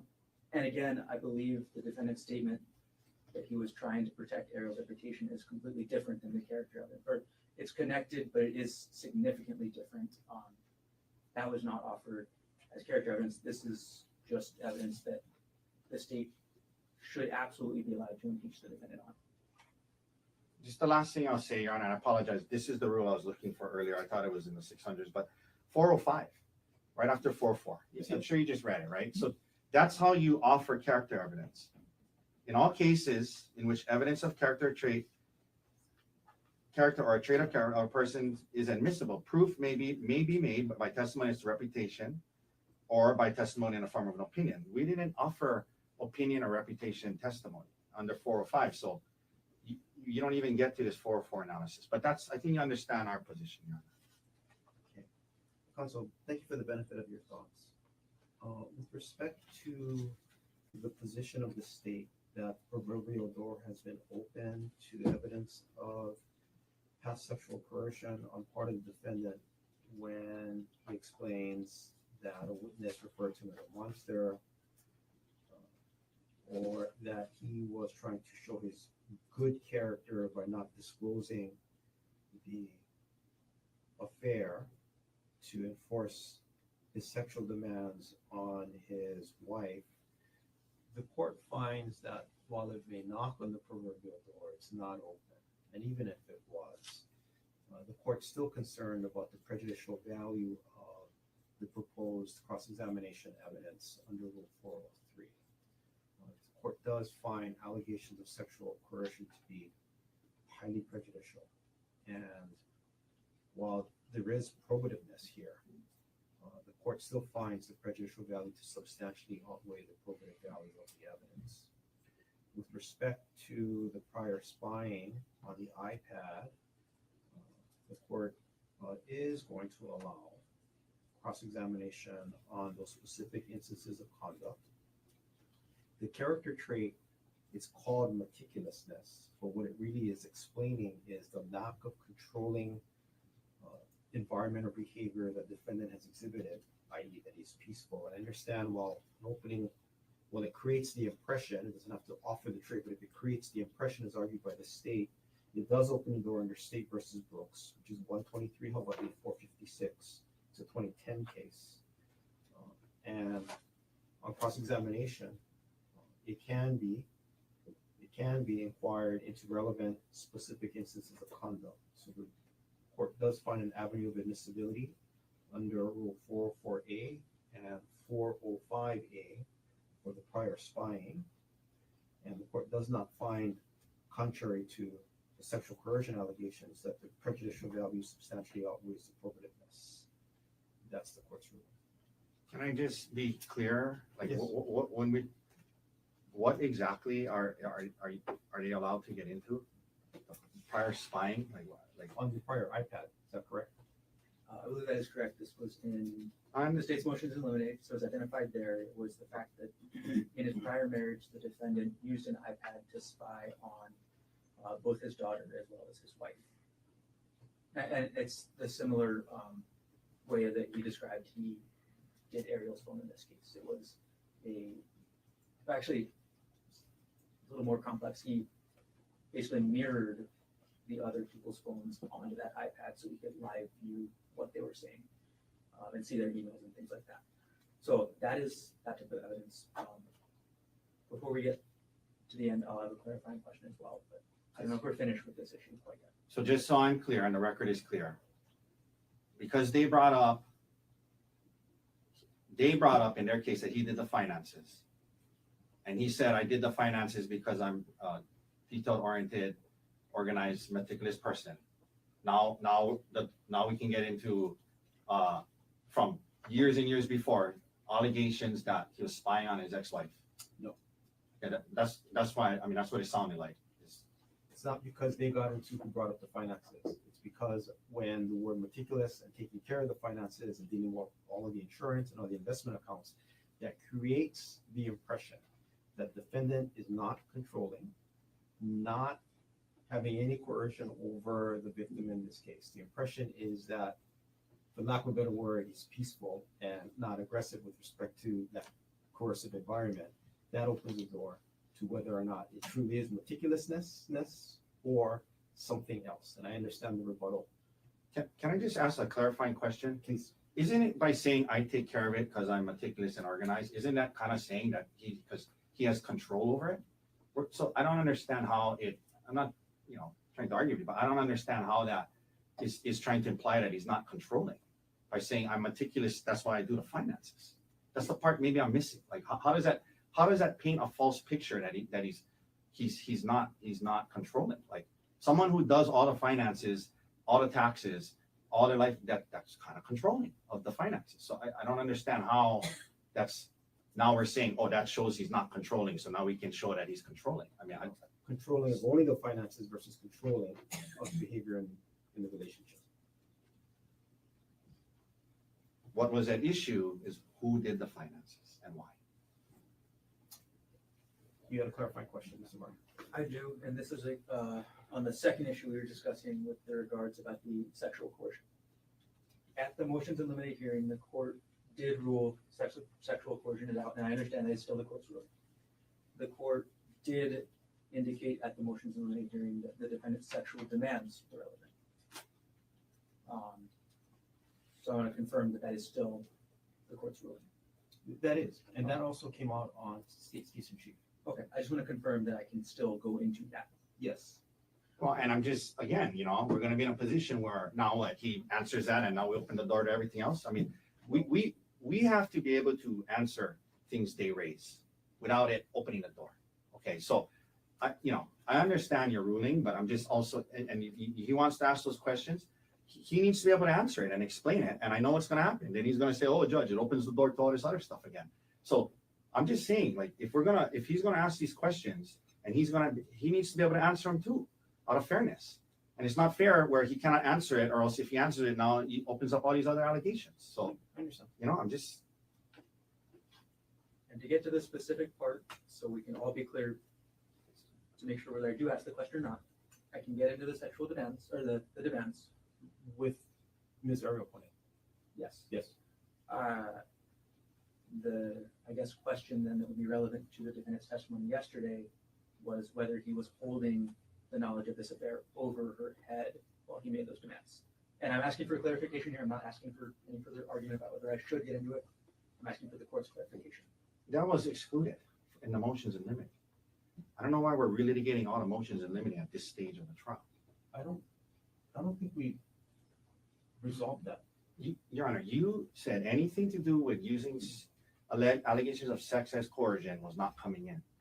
That's exactly what they're now trying to do. No, with the prior partner. No, with Ariel Konig, you said any allegations that he was using sex as coercion as a way to was not coming in. And I agree with that.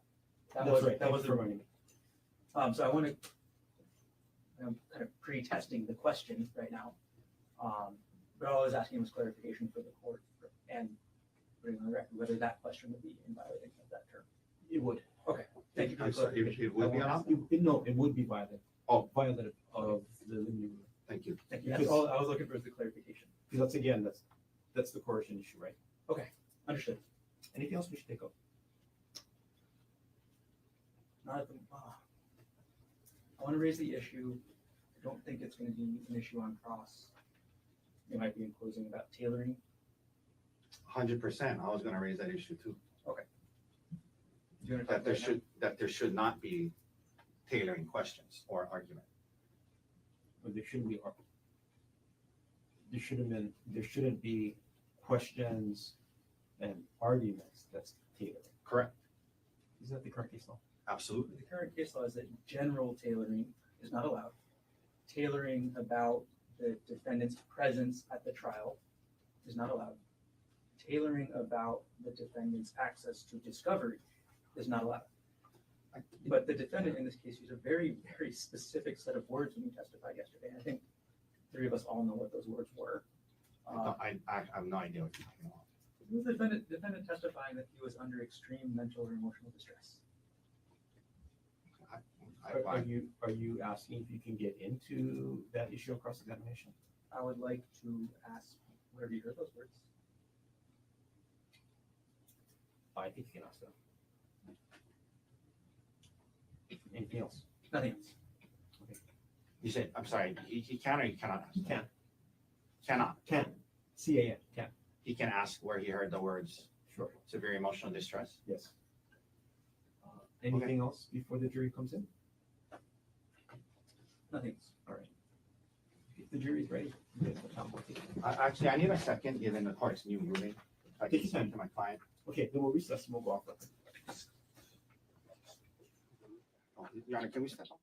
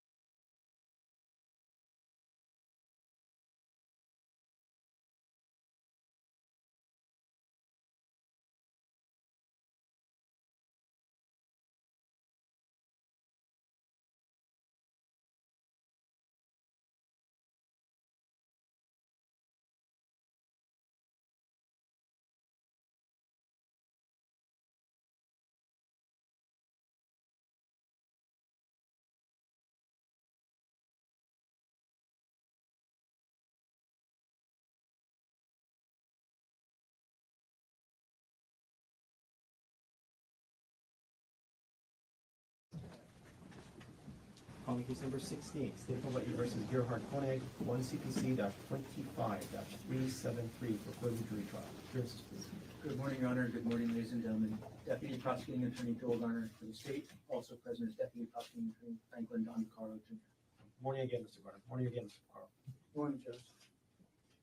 Good morning, Your Honor. Good morning, ladies and gentlemen. Thomas Otake, Mount the Dirks, on behalf of Gerhardt Konig, who is present. Morning again, Mr. Otake. Morning again, Mr. Dirk. Dr. Konig, good morning again. Morning, Your Honor. I'll be seated. Ladies and gentlemen of the jury, good morning to all of you. Welcome back to courtroom 15. I apologize for the delay. The morning calendar got a little bit away from me, so I appreciate your patience. We'll continue on with the presentation of evidence. Dr. Konig, if I can have you come back up to the stand and resume your place on the stand.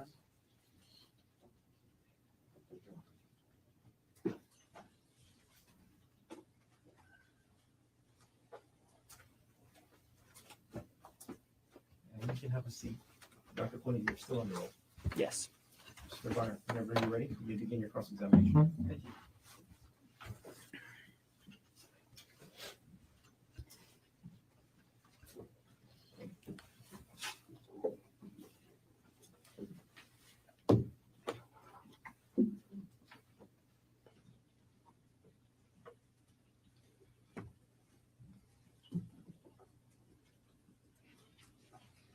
Good morning. Good morning. On March 24th, 2025, you were married to Ariel Konig, correct, Dr. Konig? Yes. You and Ariel got married in 2018, is that right? Yes. You dated for 1 or 2 years before getting married, correct? Yes. When you met Ariel, you were working as an anesthesiologist in Pittsburgh, right? Yes. And yesterday you described what anesthesiology is, correct? Yes. You used very technical terms, right? Yes. Maybe the more plain term is that you are the one who puts people to sleep before an operation, correct? That's what people typically call it. Yes. It's not actually sleep, right? It's not actually sleep, right? But you're the one that essentially puts them out, and then after the operation, they wake up again, right? Yeah. That's part Anesthesiology of is a it. very specialized field of medicine, correct? Yes. You decide. Could you just put the mic closer and keep your voice up? Thank you. Okay. You decide how much of each anesthesia drug to give a patient, correct? Yes. You give too little of the drug, and it's possible the patient could wake up during the surgery, right? Yes. You give too much, and the patient could never wake up at all. Is that right? That's correct. Ultimately, you're the one with that control, right? Yes. Now, you first became an anesthesiologist in Pittsburgh, again, right? Yes. And you testified yesterday that money is the main reason you moved to Pittsburgh, correct? No. Objection misstates his testimony. Overall, answer stands. Sorry. You testified that the cost of living in Pittsburgh was very important to you, correct?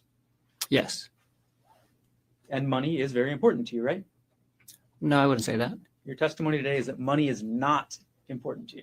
Not very important to me. Not very important. Okay. Now, while you were dating Ariel in Pittsburgh and eventually married to her, right? Yes. Okay. She went to graduate school while you guys were in Pittsburgh, correct? That's right. And she ended up working in the nuclear engineering field, correct? She was working in that field when I met her. And then near the end of 2022, you and Ariel decide to move to Oahu, right? To Maui. I'm sorry, Maui.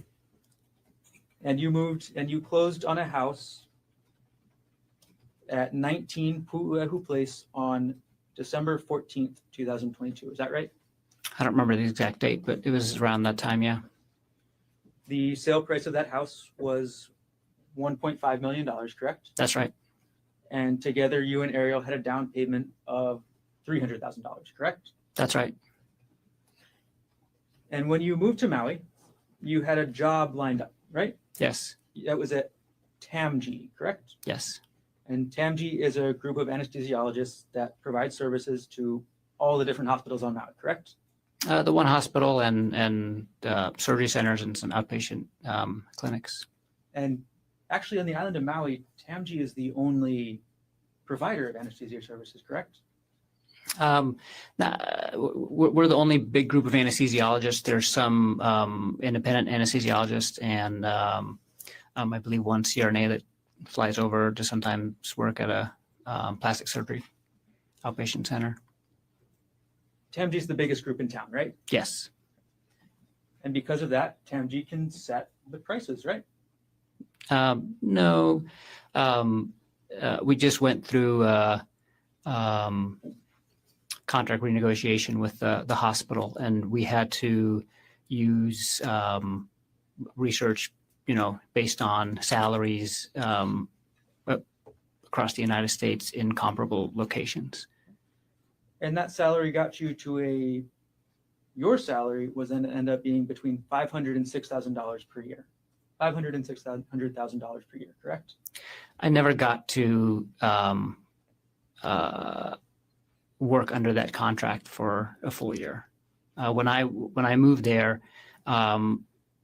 we were making between $300,000 and $400,000 a year. Okay, so you were making $300,000 to $400,000 a year while you were after you moved to Maui from January 2023 to December 2024. Yes, that's correct. And Ariel found a contract position working remotely for a company called TerraPower. Is that right? Yes. Ariel made less than $200,000 per year, correct? Yes. You made substantially more money than Ariel, right? Yes. Okay. On March 24th, 2025, you and Ariel were on Oahu, correct? Yes.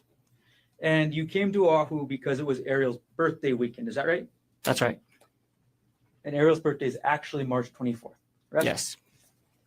You bought the airline tickets for the trip, correct? Yes. And of course, you bought round trip tickets, right? Yes. So you were scheduled to go back to Maui on March 25th, 2025, correct? Yes. You booked the hotel for the weekend trip, correct? I did. You sent spa information to Ariel before the trip, right? Yes. And then you booked the spa, correct? Yes. You did not send Ariel electronically any information about the Polipuka hike, isn't that correct? I don't think I did. We're going to go back in time a little bit, Dr. Konig. So yesterday you testified that you started to become suspicious of Ariel in October 2024. Is that right? Yeah, that's right. Some red flag behavior in like late September probably, but it was probably mostly in October when I got really suspicious. Well, you testified yesterday that you only became suspicious in October after you heard a phone call. Isn't that right? Specifically about Jeff Miller. But I was suspicious about her phone behavior prior to that Kauai trip in October. And once you became suspicious, you went into what you called detective mode. Is that right? Eventually. Detective mode for you started with logging into Ariel's WhatsApp account, correct? No. Detective mode started with me asking her why she's on her phone all the time. And you logged into Ariel's WhatsApp account, correct? Eventually. And you would watch the messages every day, right? I watched them for 48 hours. You watched these messages as they were being sent, correct? Some of them if I was at the computer when they arrived. And the laptop that we've all seen in this so far, States Exhibit 240, I'll put it up on the screen.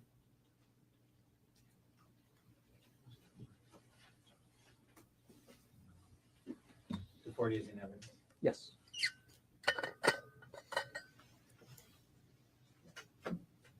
Okay.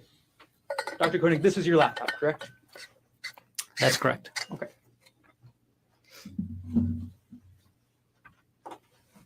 So you logged into Ariel's WhatsApp from this laptop, correct? Yes. And you saw the messages between Jeff Miller and your wife, correct? I did.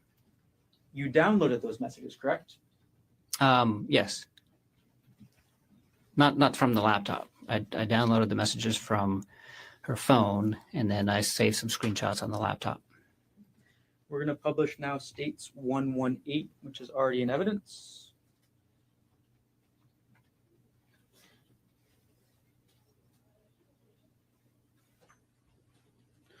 Okay, we have states 118 on the screen, doctor. This is an email you sent to Bryant Bunting, correct? Yes. Okay, and the first attachment to this email is called screen time and deleted messages, correct? Yes. I'm going to go to page 2.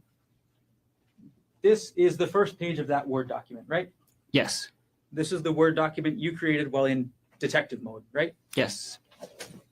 And in this document, that picture at the top, and I'll zoom in, that's the screen of Ariel's phone, correct? Yes. You logged into Ariel's phone to take that picture, correct? Yes. You entered the passcode into her phone, right? Yes. You opened the application to show the screen time, right? Yes. And then you took this photo. Yes, I did. And then you wrote your thoughts underneath, isn't that right? Yeah, I took notes. You took notes, as you would do in detective mode, right? Yeah.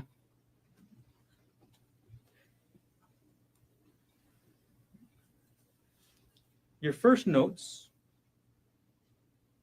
were calculating the number of hours she spent on the WhatsApp app, correct? Yes. You calculated it and you did some division based on how many work days there were, right? I did. And then you speculated about phone calls, correct? Yes.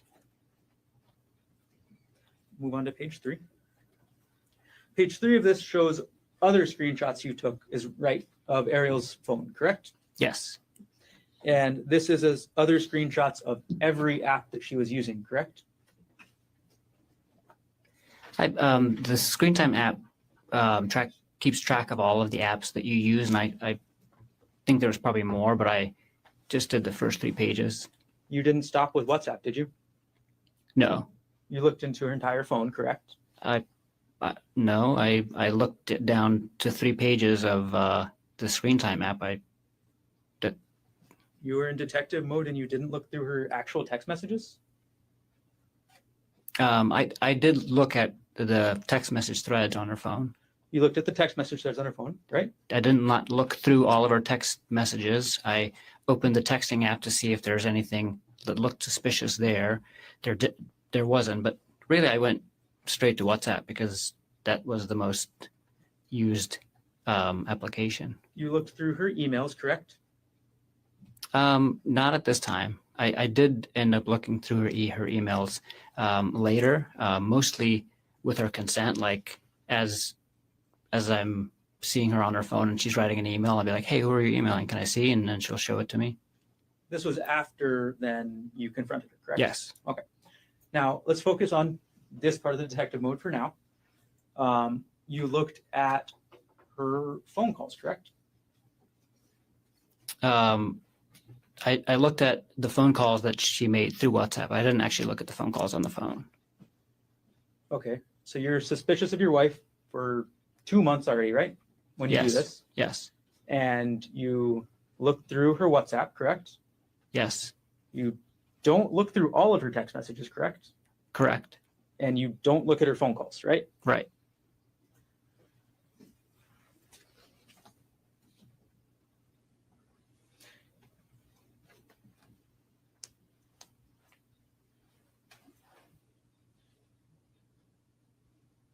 These are photographs of the screen of the phone, correct? Yes. Okay. So you didn't take a screenshot and send it to yourself, right? Not of this. No. Not for these photos. Mm-mm. Ariel didn't know you were taking these photos, isn't that right? No. Okay. We're going to move on to page 4 of this document. Oh. I'm sorry. We're going to move on to page 6 of this document. Now, actually, I'm sorry. We're going to just go to page 4. At the top of this document, this is still the Word document that we were talking about, right? Yes. Okay. It is called, again, Screen Time and Deleted Messages, right? Yes. So most of the page we're looking at is what you copied and pasted or downloaded from WhatsApp, correct? Yes. But the very top of this page says deleted messages from Sunday 12/1, parentheses, all deleted, right? Yes. You wrote that part. I wrote correct? that part. Yep. Okay. So you were able to see and record all the deleted messages from Sunday, December 1st, 2024, correct? Yes. And you read these messages, right? Yes, I did. You read them, and starts out, we'll go for the first couple section. Mr. Miller says, good morning, right? Yes. He says, I hope you're getting some good sleep, right? Yes.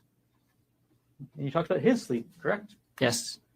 Then Ariel says, good morning, right? Yes. There's nothing sexual in these messages, is there, Dr. Konig? No. This is two people saying good morning to each other, right? Yep. And you were upset because in your mind, this is what spouses do, right? Say good morning. I wasn't upset that they were saying good morning to each other. I was upset about the entire relationship that they had. You're upset that they were talking at all like this? Not just about good morning, about the whole thing. About the whole thing, okay. Yeah. You talked about that they were sending each other links for music, right? I did talk about that. And those links are actually contained later on in this document, correct? They were in earlier conversations. Can't remember where they are in the document. We moved on now to page 5 of States 118. Actually, we'll just keep moving forward. Okay, so we're on page 6 now, and you included a screenshot of the WhatsApp now, correct? Yes. And part of the screenshot, we'll zoom in, is your note at the very top says these are deleted messages from Tuesday 12/3, correct? Yes. Okay, so far at this point in detective mode, you've looked at messages from 12/1, correct? Yes. You've also looked at messages from 12/2, correct? Yes. And now you're on to December 3rd, right? That's right. And December 3rd is the day that Ariel is going to San Luis Obispo, correct? Yeah, she was actually not arriving until the next day, but she was leaving Maui on that day. And then she had a layover in Arizona, correct? That's correct. And in this photo we're looking at here, Ariel is texting Jeff Miller about being on the plane and getting ready to go to sleep, correct? Yeah, that's one of the messages that's on there.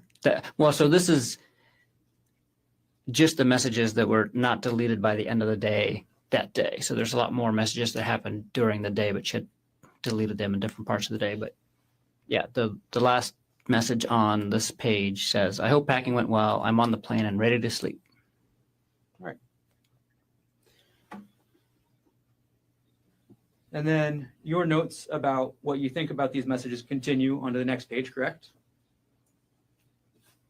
Not really what I think about it. So I was keeping notes of when I took the screenshots and what I was seeing at the time, because the way the screenshots work on the computer is that I have to basically copy and paste the screenshot, and that takes some time. So sometimes in between me copying the page and pasting it into the Word document or somewhere else and saving it and going back, she had already deleted other messages. And so I would just take notes and say, like, this message was sent before I could screenshot it, or and then sometimes she would delete some of the messages and then later she would go back and delete more. And so it created a very confusing bunch of screenshots that I had. And so I took notes to kind of help myself piece it back together at a later time.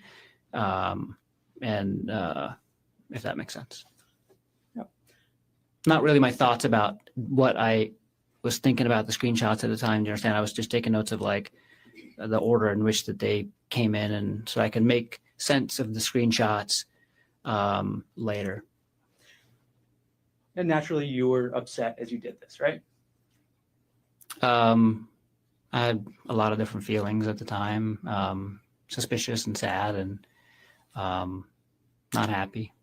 Suspicious, sad, not happy, upset? Yeah, that's probably fair to say. Okay. All right, we're going to take this exhibit down.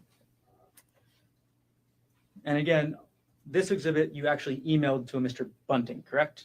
Yes. And Mr. Bunting was at the time your best friend, right? Yes. And One of my best friends. Yeah. Mr. Bunting was married to a woman named Gianna, correct? Gianna. It's spelled with a D, but she's Brazilian. Okay. So he was married to a woman pronounced Gianna, correct? That's correct. And Gianna was Ariel's best friend, right? One of her best friends. Yeah. So you send this email to Bryant Bunting on December 4th, 2024 at 3:33 p.m., correct? Yes. And that's before you leave for this trip, correct? Yes. And this is a trip that's going to include you, Ariel, Bryant, and Gianna, correct? Yes.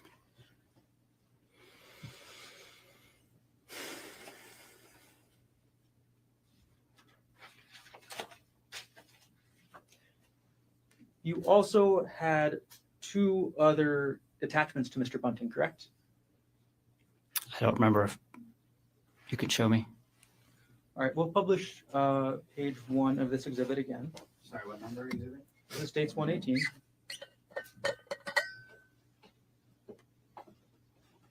Okay, and we'll zoom in on the middle of the page to attachment names. There were 3 attachments to this email, correct?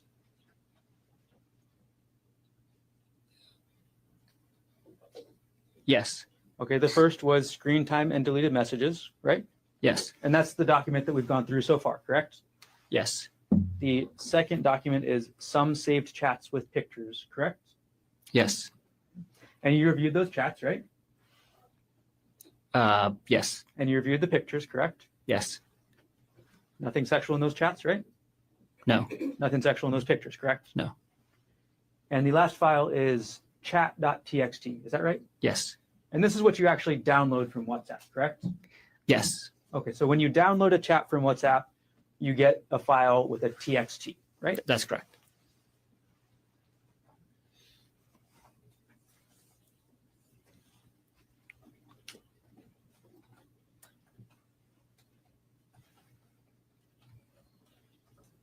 Now, you said already that you were upset when you were reading these messages, correct? Yes. You were upset that she was talking about her personal life with another person, correct?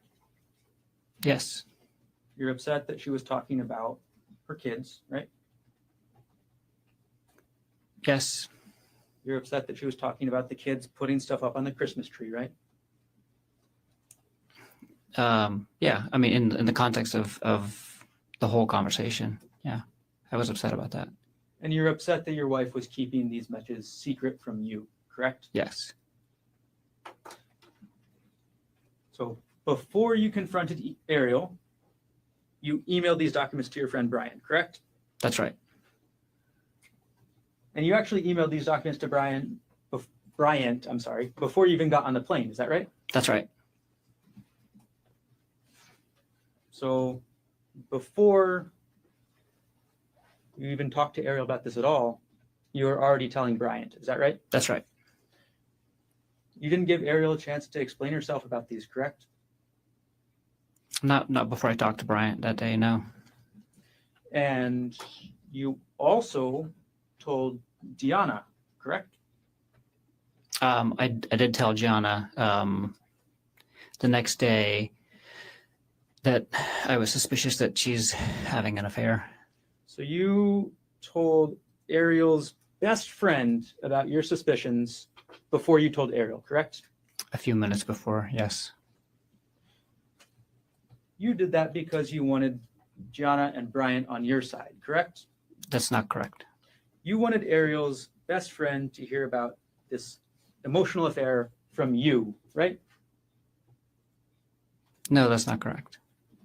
You didn't want Gianna to hear about this from Ariel, correct? That's not true. Well, you told Gianna first, isn't that right? That's right. You wanted Gianna and Bryant to judge Ariel, correct? That's not true. You wanted to isolate Ariel from her best friend, isn't that right? That's absolutely not true.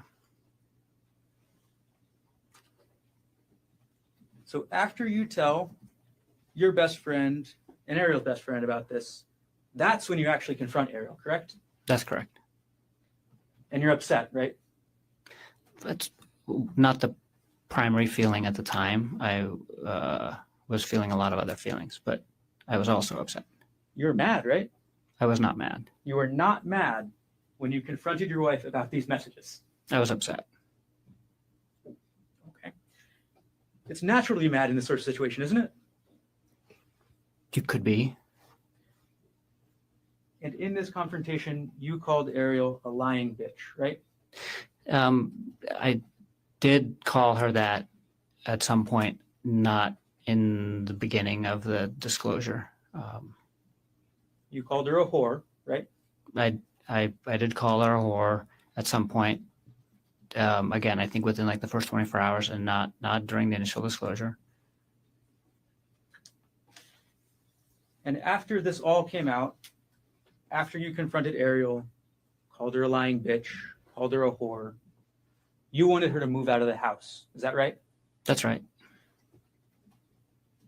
You used an example yesterday where you talked about somebody else moving out for about 3 months and staying in a hotel, correct? That's right. And that's what you wanted Ariel to do, right?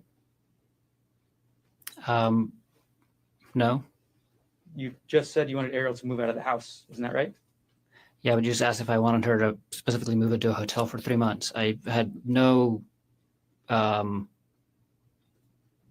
did not want her to move out of the house for 3 months and go live in a hotel. You just wanted her out.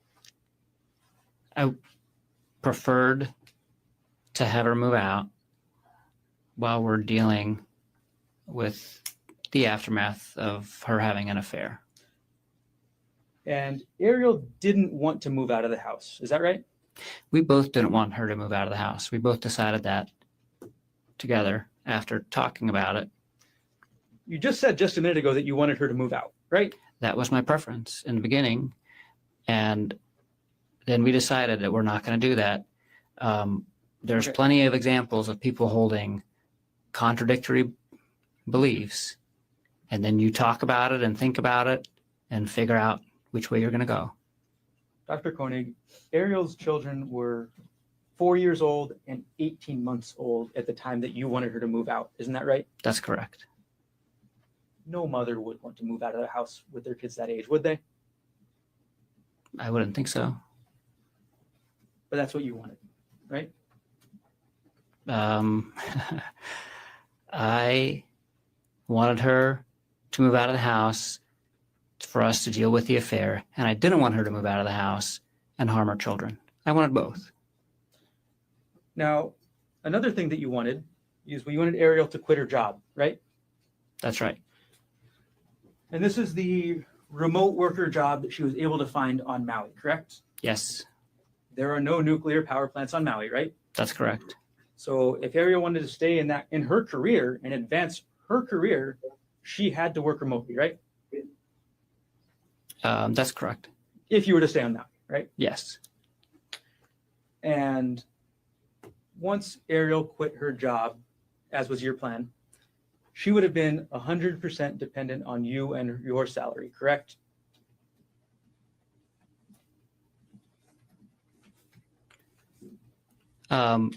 She would be dependent on our assets, which were all shared. We had a shared savings account. We had a home that was shared. We had vehicles that were shared. We had food in the house that's shared. I mean, we had a lot of things in the house, and they were all shared. We would lose her income as a family for a short period of time. She has a very good resume. She would be able to get a job, probably within a few months. But if it took a few months, we were prepared for that. When Ariel quit her job, as was your plan, you would be the only breadwinner, correct? I would have the only one with the paycheck coming in while she didn't have a job. That is correct. She would be dependent on you and your goodwill to keep a roof over her kids' heads, right? No. She would be dependent on you and your paycheck to keep her kids fed, right? No. You wanted Ariel to give up her career, correct? No. You wanted to make sure Ariel never had contact with Jeffrey Miller again, right? That was my strong preference, for her to not have contact with Mr. Miller ever again. And in order to do that, you wanted access to Ariel's phone at all times. Is that That is right? absolutely not correct. You actually had Ariel's phone in December 2024, isn't that right? I wouldn't say that. Like her phone, it's at many points in time, I had her phone in my hand. I would not characterize it the way you just did. And you monitored her communications in December 2024 after you confronted her, isn't that right? I, on several occasions, asked to see who she was communicating with, and she would show me. And the only time that I monitored her communications was for 48 hours when I was watching the WhatsApp messages. And most of those I was watching on my computer, not on her phone. So today you're saying you were only monitoring her communications a little bit, right? I don't know what you mean by a little bit. I just described to you how I was monitoring her communications. Yesterday you testified about what you thought Ariel needed to do, isn't that right? That's correct. You testified that she needed to, quote, proactively give up privacy, correct? Yes, And you also said that she needed to be okay with giving up her privacy. Is that right? that's right. That's what you wanted, right? That's what I wanted. She didn't end up doing that, did she? No. And that upset you, right? Although she did do it.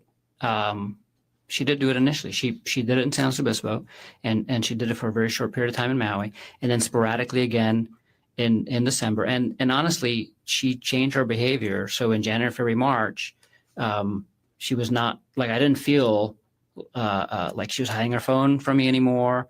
I didn't feel, and I knew her passcode hadn't changed. So she was doing a lot of those things. You knew her passcode hadn't changed, right? You just said that. That's right. The only way to know that is by testing it, right? No, you could also see them put in their passcode. And when somebody's sitting next to you and they're not hiding their phone, you can easily see who they're writing, what they're saying. You can easily see their passcode. And if somebody's not worried about sharing the passcode with the person sitting next to them, you're basically showing it to them, and that's what's going on. So you watched what Ariel was doing on her phone in person, right? Yes.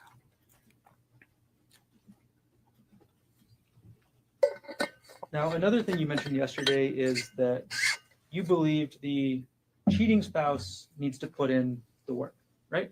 That's not what I said. You testified that the cheating spouse needs to put in the work, right? You said that. I wouldn't characterize it like that. I would not say the work. The way you're making it sound is like there's only one work to be done. The work that needs to be done to heal a relationship after any kind of issue like this involves both parties. And I was talking specifically about the part that the cheating spouse has to commit to doing. I was not saying that was the only work that needed to be done, like you're implying. Dr. Gurnett, if we could not go into anything implied, I'm just asking you a question, okay? I'm asking you what you said. Your Honor, he's trying to answer the questions, should be allowed to answer. It's non-responsive. But that was not what. He's asking questions, he's answering. Is there an objection? My objection is to him reprimanding the witness when all he's doing is answering the question. That's my objection.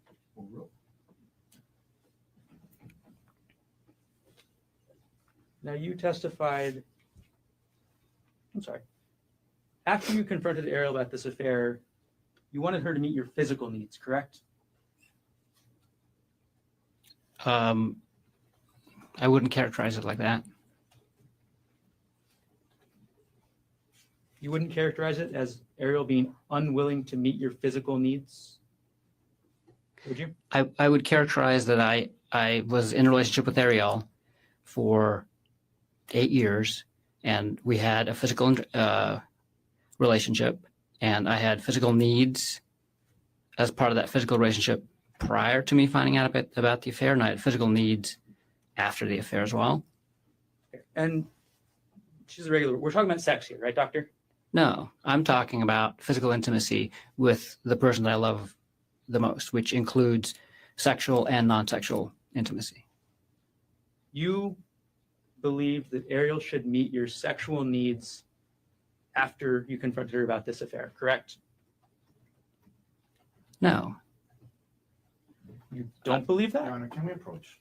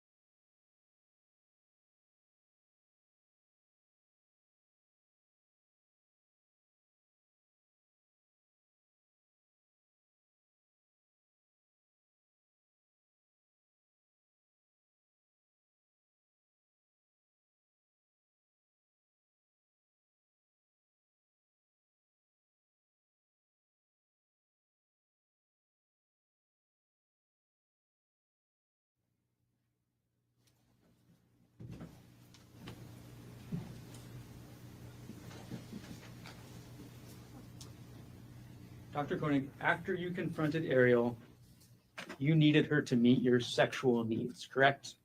No. That's your testimony today. Yes.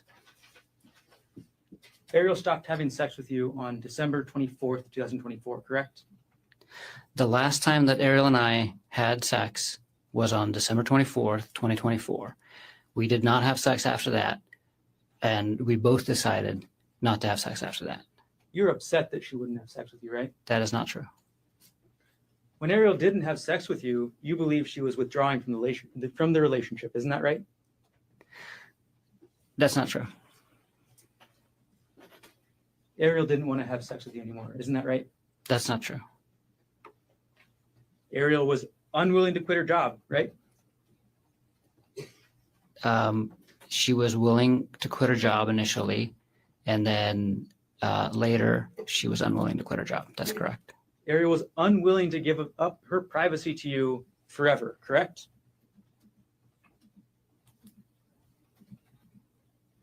Yeah, that's right. Ariel was unwilling to move out of the house and away from her children, correct? Yes. Ariel was unwilling to have sex with you whenever you demanded it. Isn't that right?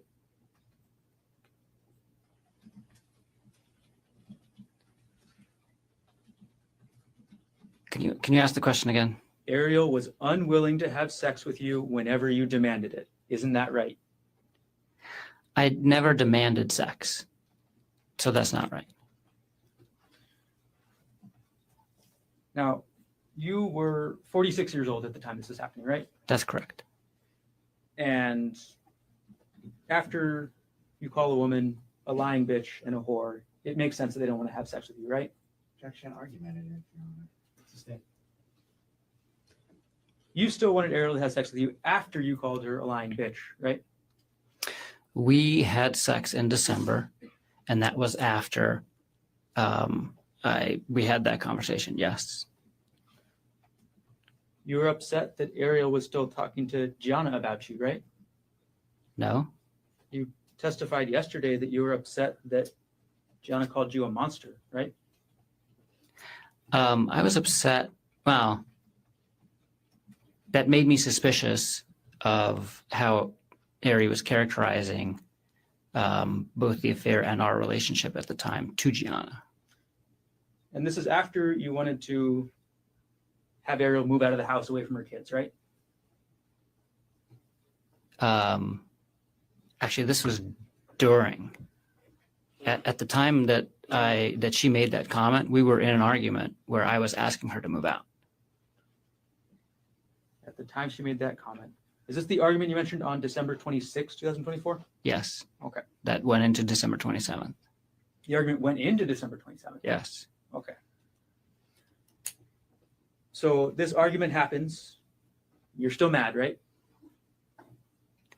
And again, I wouldn't characterize my emotion as mad. Whenever we talked, I was certainly upset, but not mad.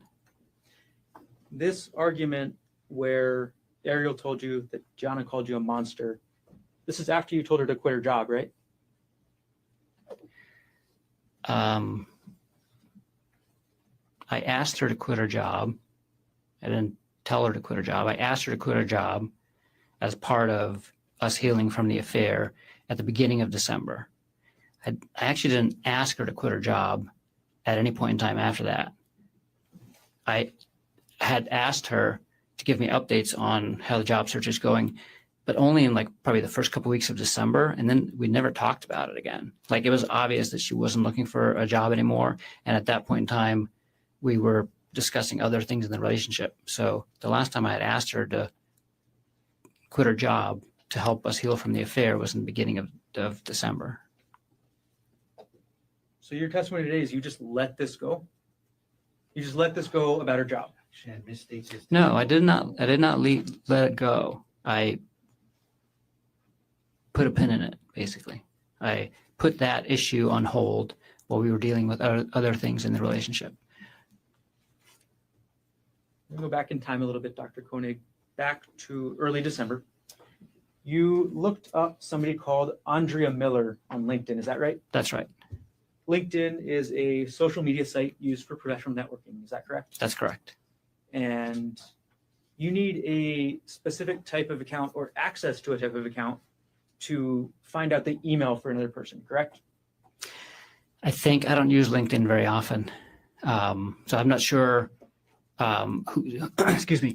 whose email addresses you have access to and whose you don't, without certain features of the program. Well, on December 5th, 2024, you actually purchased what's called a Sales Navigator Core account on LinkedIn. Is that right?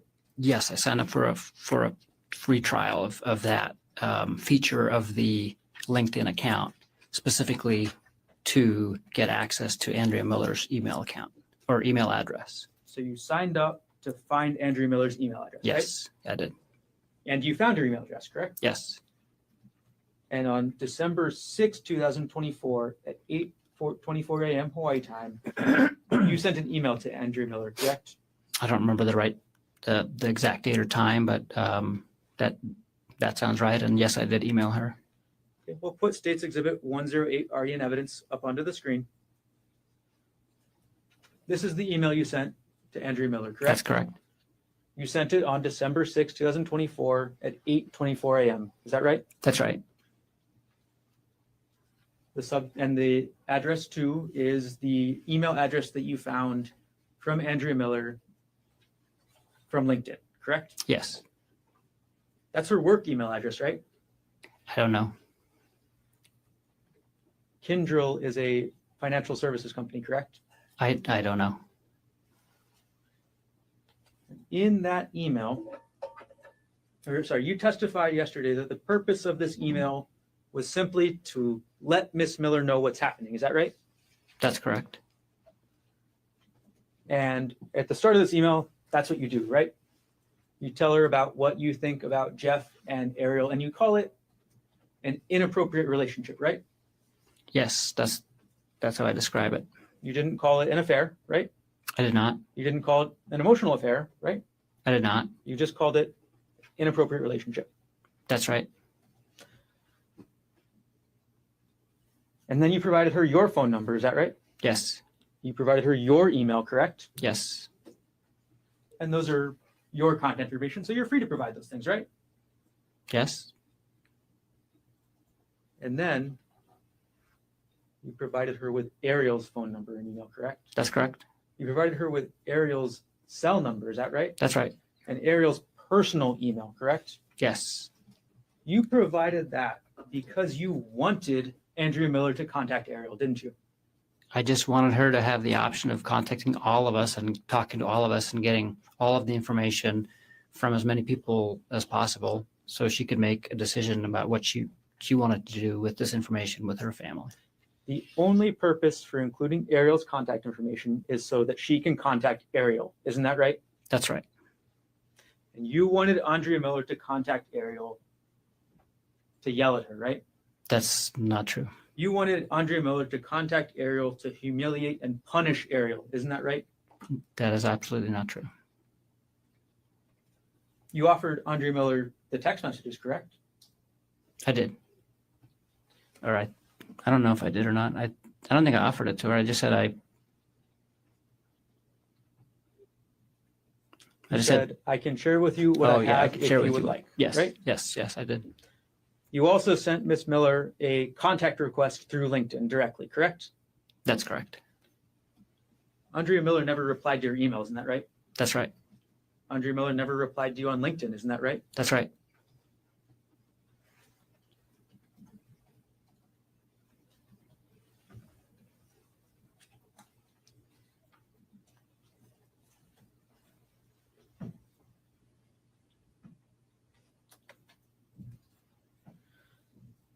On December 12th, I'm sorry, I'm going to take the exhibit down. On December 12th, 2024, you ordered the first of a several series of audiobooks about affairs, correct? I don't remember the exact date, but that sounds right. The first book you ordered was called The State of Affairs, is that right? That's right. And as it states in the title, it's a book about having affairs, correct? Yes. Okay. 2 days later, on December 14th, 2024, at 10:45 p.m., you opened a PDF file on your computer from your prior divorce proceedings. Is that right? I have no recollection of that. We're going to publish dates 113, already in evidence. Now, you, on December 14th, 2024, opened up a PDF file called Bank of America Amex E-Statement 2015-12-24.pdf, right? I have no recollection of this. You have no recollection. Mm-mm. All right, well, let's zoom in on the photo.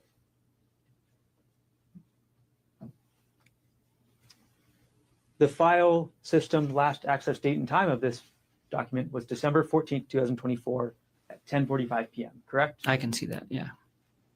Do you agree with that? I agree with that. Let's go to the file path, Dr. Konig.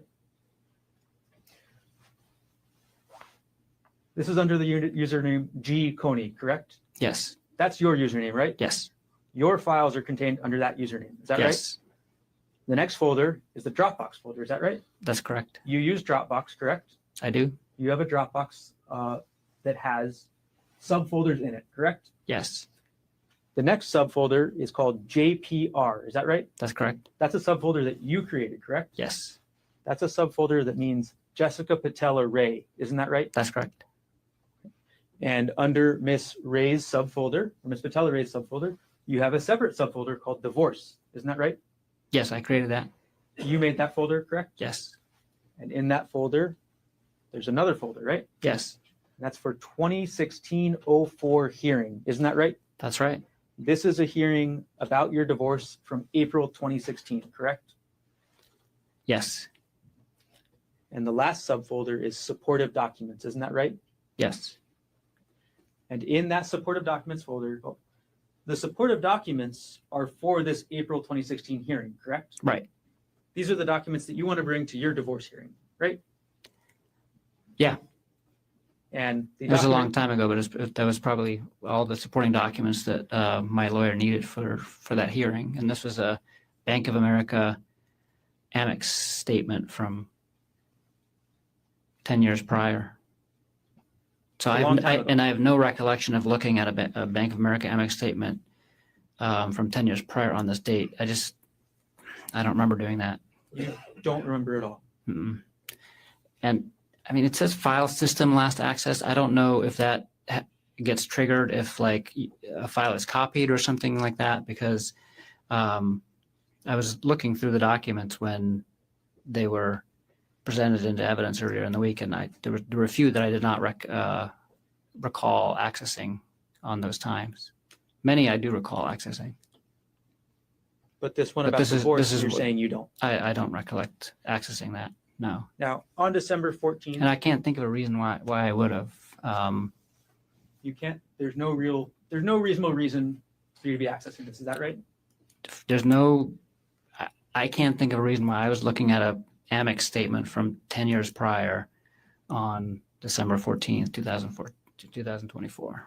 This is a document that you needed to prepare for your prior divorce, correct? Correct. This is in the middle of December 2024, correct? That this document was accessed? Yes. Yes.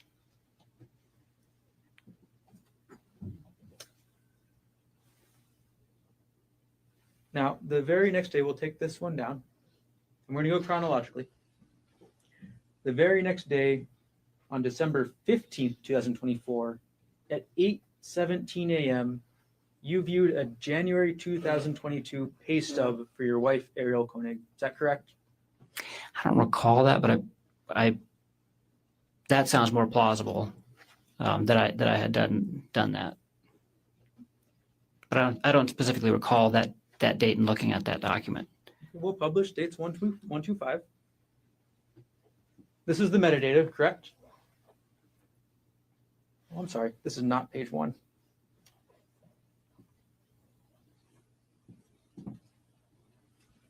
All right, publishing page 1 of states 125. Okay.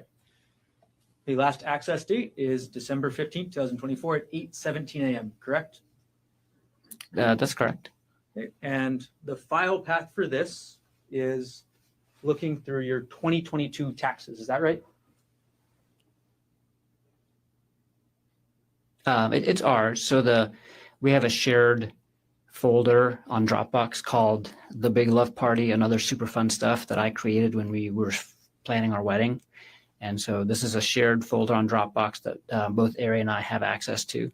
And this is in the taxes folder within the shared, because I put all of our shared financial information in the shared drive that she has access to, and she put things that she wanted to share with me in it as well. And so this is in our shared taxes folder, and it's in specifically a subfolder that's for her pay stubs. And so you wanted to look up Ariel's pay stub from January 2022, and you wanted to look that up on December 15th, 2024. Yeah, that seems more. The only information more contained in this plausible. document is about Ariel's pay from 1 month. Is that right? That's correct. Okay, it's simply just a pay stub telling you how much she got paid, right? Yes. Do you want me to go to the pay stub so you can see? No. We'll take the exhibit down. And you're looking at this pay stub the day after you're looking at this document from your prior divorce. Isn't that right? No, 'cause I don't recall looking at that Amex statement. So you just don't recall again? I don't recall looking at that Amex statement at all. Tell me when there's a convenient break, Mr. Garner. Okay, we're getting close. All right, we're going to keep going forward in time.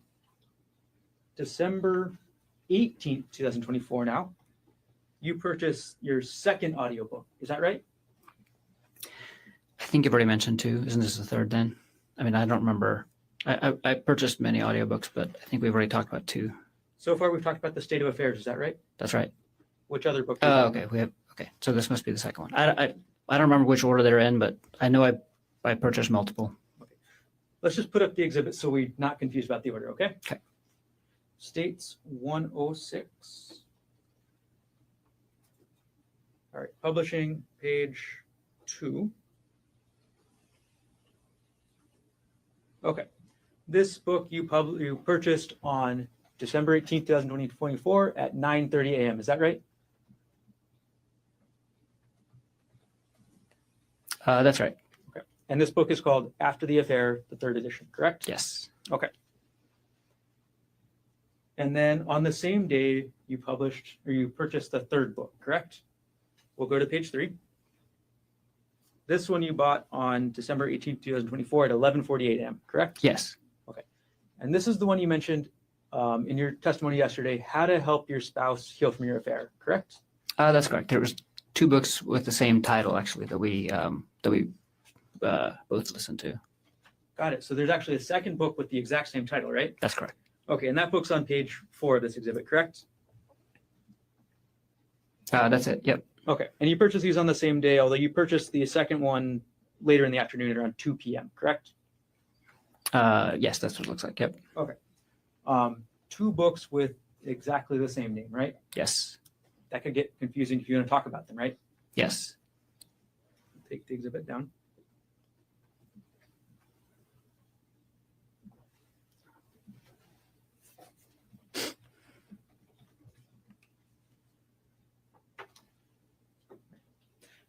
This book, How to Help Your Spouse Heal from Your Affair. That's directed at the wayward partner, correct? Yes. It's directions on the cheating person that they have to follow, correct? Well, I mean, it goes into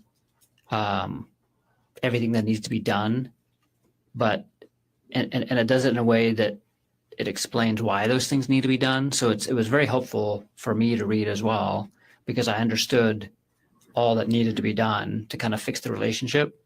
And it does talk about some things that the other spouse has to do as well, but it's primarily focused on what the cheating spouse has to do. So in your mind, this book is primarily geared towards Ariel, but you just wanted to read it too, correct? No, like I said, the book describes very well what needs to happen after an affair, and the vast majority of what needs to be done in the initial stages is by the cheating spouse, but it does go into what the other person has to do, and it's geared for both partners. The title is How to Help Your Spouse Heal from the Affair, but the contents of the book is for both parties. And this book is where you got these terms or these things you told us yesterday that you believed Ariel needed to do, correct? This is one of the books that I used. Yeah. This is where you, I guess you had the idea that she should quit her job before you read this book, right? That's right. Okay. But this book supported that idea for you, correct? Yes, absolutely. And this book, again, as you just talked about, is the one that got that idea that the cheating spouse needs to put in work, right? I'm sorry, can you ask that again? This book also helped you with that idea that the cheating spouse needs to put in work. Is that right? Yes. And this is, again, the book that supports your idea that the cheating spouse needs to give up their privacy, right? Proactively give up privacy as part of the healing process for a period of time. Yes. All right. We move forward a couple of days, so now would be a good time for recess. Ladies and gentlemen, let's take a 10-minute recess. Come back at 11:40. We'll go until 12:30. All right.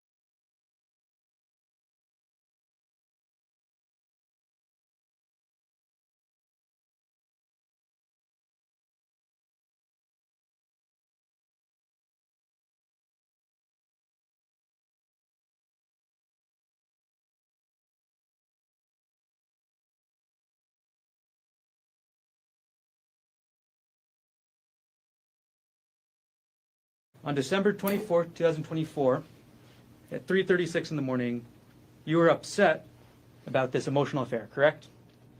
No. You were I was thinking probably sleeping. you were thinking that you paid for Ariel's education and this is how she repays you, right? No.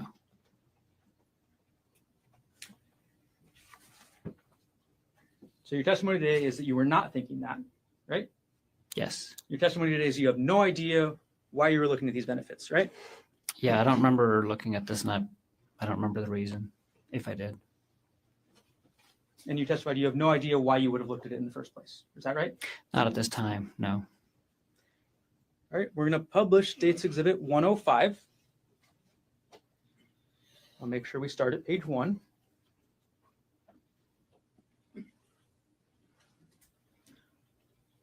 All right, publishing States 105 at page 1. This exhibit is your Reddit internet history, correct, Dr. Konig?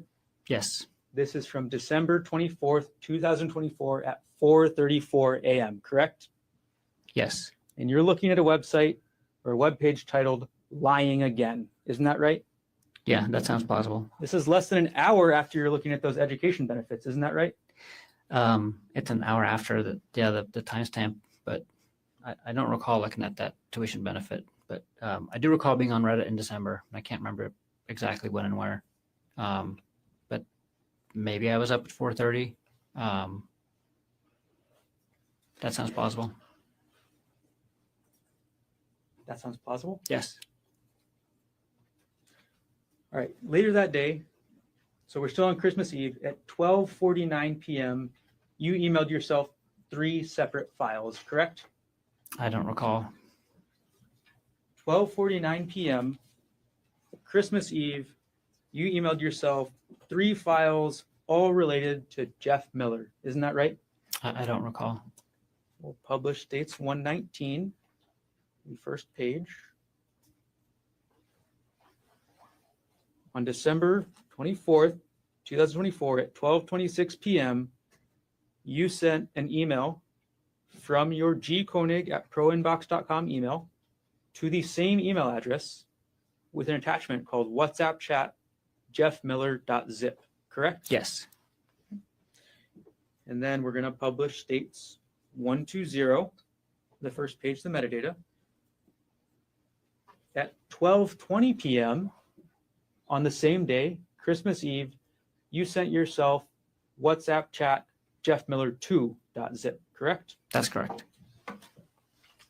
And States 121 with the metadata page, the first page.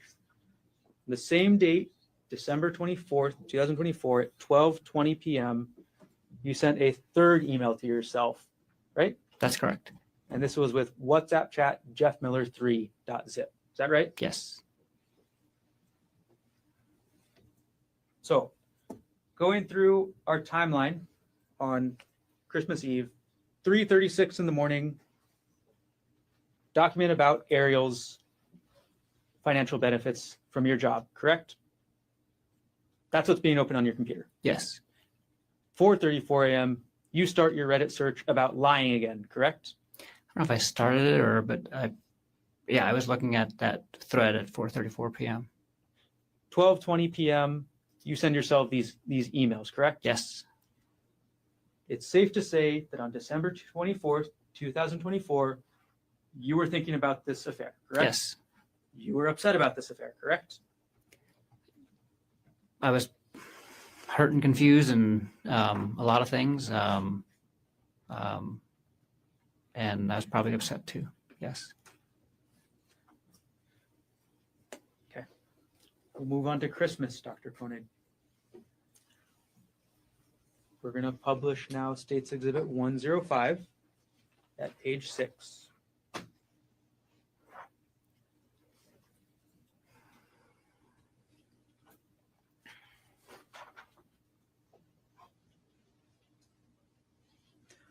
Okay, now it's on the screen. At 3:23 a.m. on December 25th, 2024, you go back to that Reddit website, correct? Yes. This is Christmas now, right? Yes. Christmas Day, 3:23 a.m., you're on Reddit, right? Yes. And you look at Reddit around that time, 3:30 a.m., for a couple different posts, right? I don't remember, but that sounds possible, yeah. And then later in the day, the afternoon now at 2:16 p.m., you go back and look at another Reddit post on the same subreddit, correct? I don't recall that exact date and time, but that sounds plausible, yes. On December 25th, 2024, at 2:19 p.m., you went to a Reddit page with a post titled, "Can't have physical relationship with WP anymore." Isn't that correct? I don't recall, but it sounds plausible.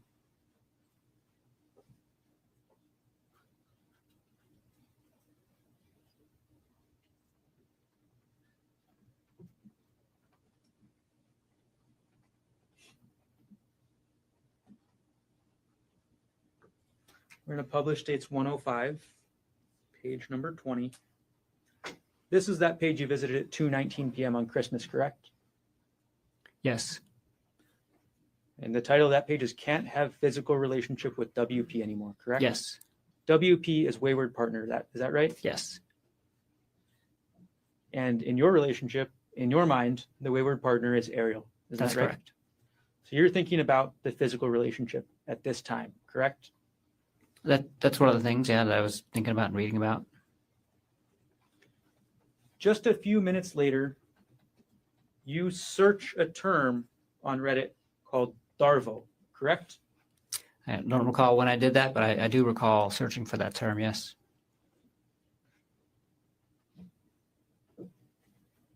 We'll publish 105 at page 24. This is that search, isn't that right, doctor? Yes. Okay. And this is not a specific post about the word Darvo. This is actually a search for information about the word Darvo, correct? That's correct. And you know what that acronym means, right? Yes. The D stands for deny, right? Yes. The A stands for attack, correct? Yes. And the RVO are all connected together, and they mean reverse, victim, and offender. Is that right? That's right. So in order to use that strategy first, the accused will deny the accusation, correct?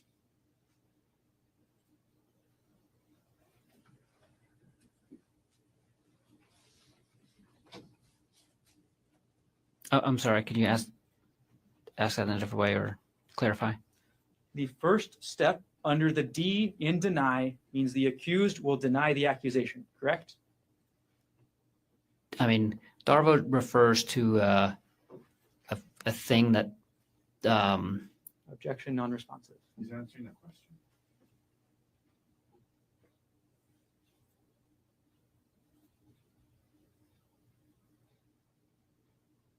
Objection sustained. Can you ask the question one more time? The D in Darvo Stands for deny. and the first step is, or that means that the person accused will deny the accusation, correct? That's correct. The A stands for attack, right? Right? And that step is the person accused will attack the accuser's credibility. Is that right? It stands for attacking the accuser in many different ways, not just their credibility, but that's one of the ways in which they could be attacked. Yes. So you can attack credibility, right? Yes. You can attack them in other ways, correct? That's right. You can attack them with irrelevant information, right? Lots of different things. Lots of different ways you can do the attack, right? That's correct. And the last section of Darvo, the RVO, again stands for reverse, victim, and offender. Right. Yes. And that's when the perpetrator portrays themselves as the victim, correct? That's right. Darvo is a tactic used by individuals or institutions to deflect blame and responsibility for harmful actions, correct? Yes. Okay. We're going to move on to the next day, doctor.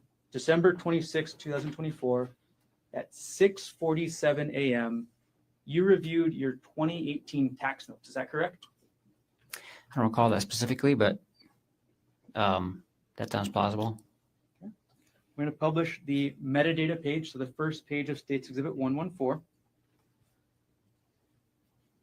Okay, you can look at the screen, Doctor.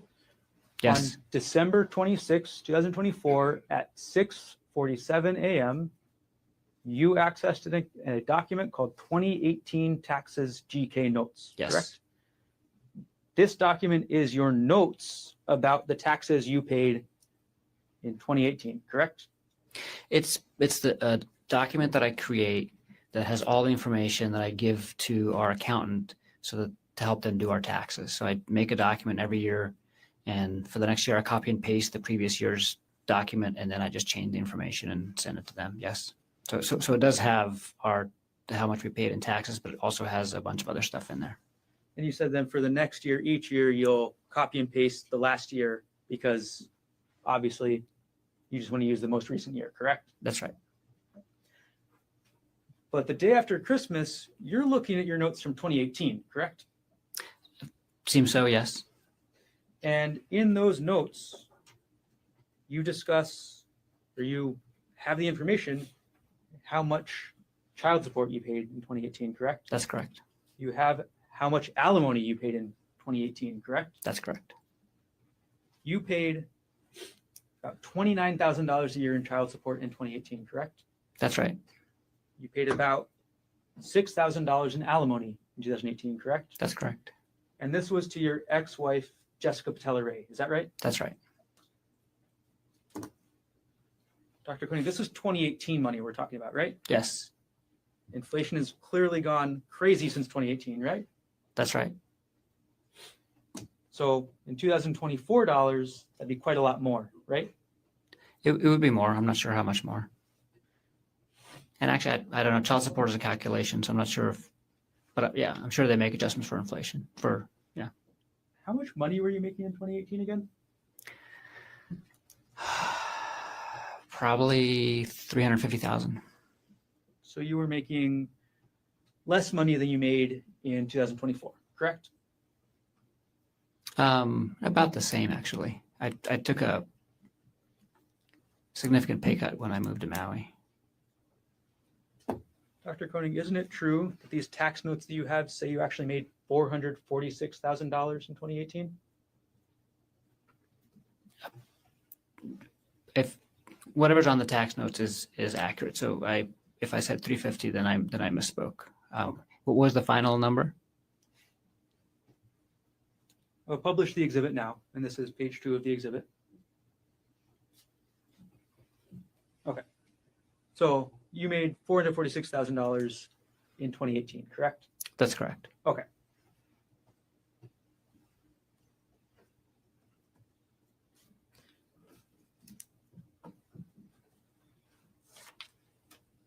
While we're talking about December 26th, I do need to follow up, Dr. Konig, because you mentioned that you had a big fight with Ariel on that day, correct? That's correct. The same day you're looking up your tax documents with your alimony and child support, you get into a fight with Ariel. Is that right? Same day that I look at the tax documents that has a lot of information on it, including the alimony and child support, I get into a fight with Ariel. That's correct. And given the fact that you looked at these tax documents at 6:47 a.m., the fight was after that, correct? Yes. The fight was during the daytime, correct? It was at night. So the night of December 26th, you get into this fight with Ariel, correct? That's correct. And this is the second time in this fight that you tell Ariel to move out, right? It's the second time that I ask her to move out if she doesn't take accountability for the affair. That's correct. It's the second time that you ask Ariel to leave her 18-month-old, right? That's correct. It's the second time that you ask her to leave her 4-year-old, right? Well, that's not correct. I wasn't asking her to leave the children. She would move 200 yards down the street to her parents' house and see the children as often as she wanted to, but she would not be physically living in our house anymore. So that is not correct. I did not ask her to leave the children. So you have this fight with Ariel on the night of December 26th, correct? Yes. And then on the morning of December 27th at 6:34 a.m., you look at Ariel's pay stub again, correct? I don't recall that specifically, but it's the end of the year. I was probably looking at a bunch of tax documents and financial things. And I always get up early because I have to get up early for work. So that sounds very plausible. It was the end of the year and you wanted to look at tax documents. Is that what you just said? That's all I can think of why I was looking at these documents then is end of year finances. So it's 2024, right? Yes, The end of 2024, you want to start preparing your taxes for the year, right? that's correct. And you decide that the best way to prepare for your taxes of the year 2024, we're going to publish dates 125 at page 10. The best way to prepare for your taxes in 2024 is to look at how much money Ariel made in the month of January 2022. I'm sorry, what's the question? This document has nothing to do with how much money you'd pay in taxes in 2024, correct? That's correct.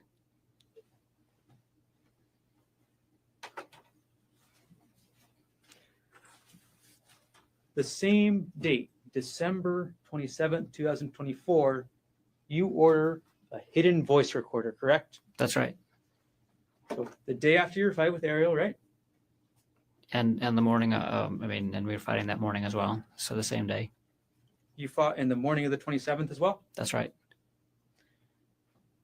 The same day that happens, you buy this hidden voice recorder, correct? That's right.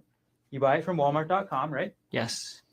And the device was advertised as a, quote, hidden voice recorder, correct? Yes. It was also advertised as a spy device, right? Yes. The recorder had a magnet on the back, correct? Yes. And that magnet made it so it'd be easier to hide, right? Magnet made it so you can attach it to magnetic objects. You could put it underneath the desk if the desk was metal, right? You could do that. You could put it behind a fridge if you wanted to, right? If it's the right metal, yes. And you testified yesterday that your purpose with this device was to secretly record Ariel, correct? That's correct. This device would also work just as well to leave in her home office. Isn't that correct? You could, yeah, you could leave it. You could leave it wherever you want to leave it. You could leave it in her home office to test out whether she was still talking to Jeff Miller, correct? You could. On the same day, December 27th at 9:15 a.m., you looked into the WhatsApp login portal on your laptop. Is that right? I'm sorry, can you, what time did you say? 9:15 a.m. You logged into the WhatsApp login portal from your laptop, correct? That sounds plausible, yes. So as you're having this fight with Ariel in the morning, 9:15 around then, you log into WhatsApp, right? Yes. You want to find out who she's been talking to, what she's been saying, right? No. I was logging into my WhatsApp. You want to find at that out point if in Ariel's time, still... Sorry. At that point in time, I was not logged into her WhatsApp on my computer any longer. And I was using WhatsApp for my work, and I was logging into my WhatsApp. So your testimony is that immediately after having this fight, after same day you're ordering this recorder to spy on Ariel, that you're logging into WhatsApp for other purposes. Yes. And on December 27, 2024, you order another audiobook. Is that correct? I don't recall. You order an audiobook called Getting the Love You Want, right? Oh, yes, I do. Yes. Okay. Walk us through December 27th again, Doctor. In the morning, 6:47 a.m. Sorry, let me get the time correct. In the morning at 6:34 a.m., you look at Ariel's January 2022 pay stub, correct? Asked and answered. Going through it again. Yes. Yes. Is that the answer to my question? I'm sorry. Can you ask the question again? Okay, we're going to review this December 27th, 2024, okay? So 6:34 a.m., you look at Ariel's old tax document. Or her Asked old, and answered. He didn't answer. About 8 minutes ago, we went through this. He's answered no. Yes. okay. You looked at her, or You also got into a fight with her that morning. We continued an argument from the previous night. Same day you order the hidden voice recorder? Yes. Same day you log into WhatsApp? Yes. That's an answer. And same day you order this next audiobook, correct? Yes.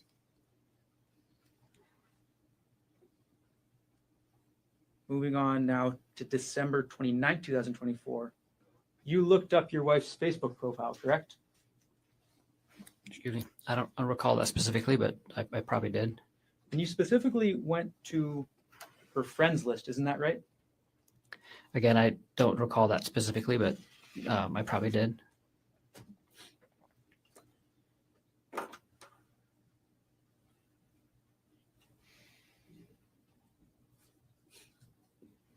Now, on December 30th, 2024, we're moving closer to New Year's, right? Yes. And on December 30th, 2024, you searched LinkedIn again for Andrea Miller, correct? I don't recall doing that. You don't Not recall? a specific day, but I do recall looking her up again later in December.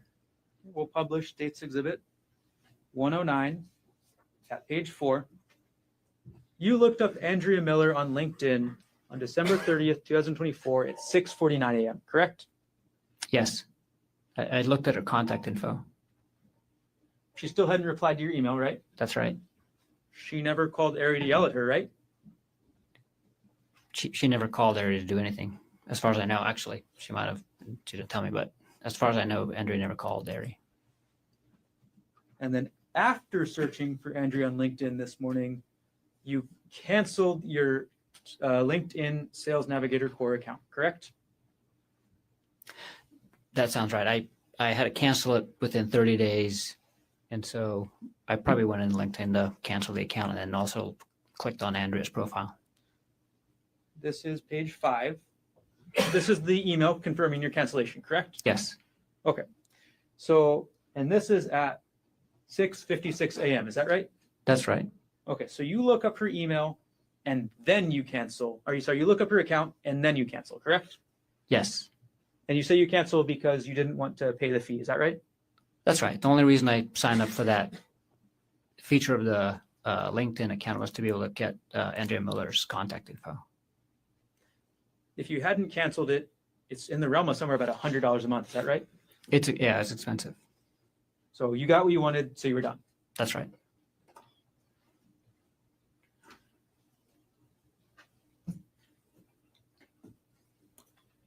And on that same day, December 30th, you also purchased a new audiobook. Is that right?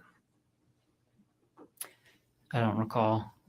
You purchased an audiobook called Not Just Friends on December 30th, 2024. Is that right? I do recall purchasing that book. I'm not sure of the exact date, but that sounds like the right time frame, yes.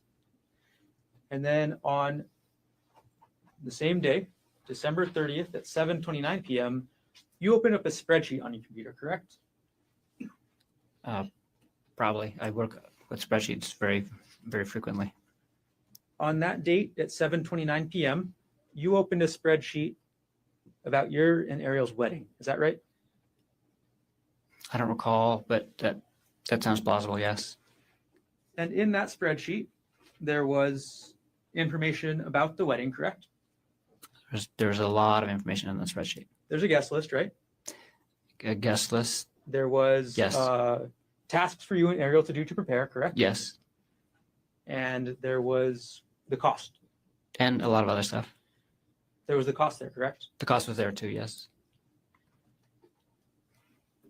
Okay. Oh, sorry. Moving on now to December 31st. December 31st is Christmas Eve, right? I'm sorry, New Year's Eve. Yes. Okay, New Year's Eve, 8:38 p.m., you accessed a PDF file on your computer from that JPR divorce folder. Is that correct? I don't recall doing that at all. You don't recall? No. We'll go to States 113.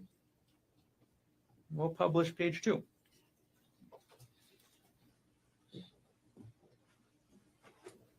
So on December 31st, 2024, you can see the exhibit, right, Doctor? Yeah. Okay. On December 31st, 2024 at 8:38 p.m., on your computer, this document was opened up, correct? Again, I don't recall opening up this document. I can't think of a reason why I would have opened up this document. Again, it's a credit card statement from 2016 that was part of the hearing on the divorce, but it's not even actually it's not even the document for the divorce hearing. It's just one of the credit card statements. And I have no recollection of opening this document at that time and don't know why I did that. Or if I did it. And that's what I'm saying, because it says file system last access. Like, so does that get triggered when something other than just opening the document happens? Because I don't recall opening up this document at all. You said a lot of words there, but at the end of the day, you don't recall, correct? That's correct. That's correct. This document is in that same folder we talked about earlier, correct? Yes. This is supportive documents for your 2016 divorce hearing, correct? That's correct. And these are the kind of documents that you want to have to present in the hearing, correct? That's correct. They're financial documents that are relevant to a divorce, right? That's right. And this one's actually a bank statement about not yourself, correct?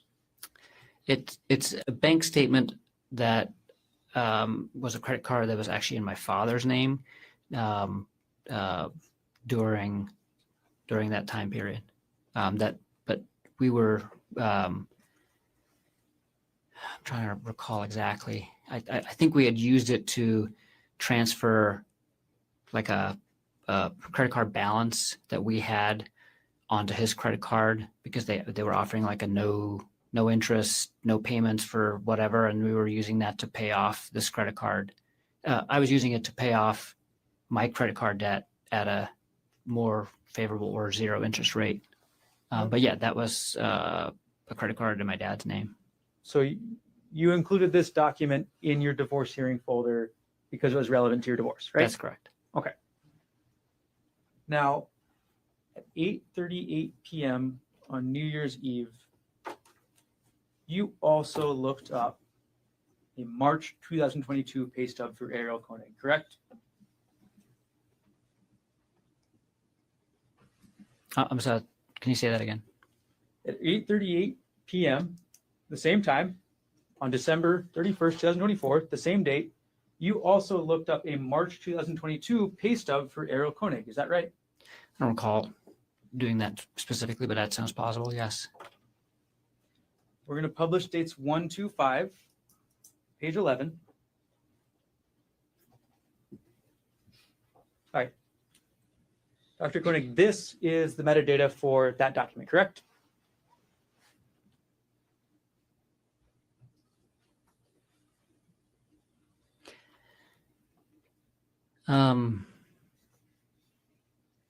Yes, this is the data for that document. Yes. Okay. And the last access date and time is December 31st, 2024 at 8:38 p.m., correct? That's correct. And this document is not in the taxes folder, is that right? Right, which is, it just makes no sense that I access this document out of that folder. Dr. Konig, that's not the question. Yes. What was the question?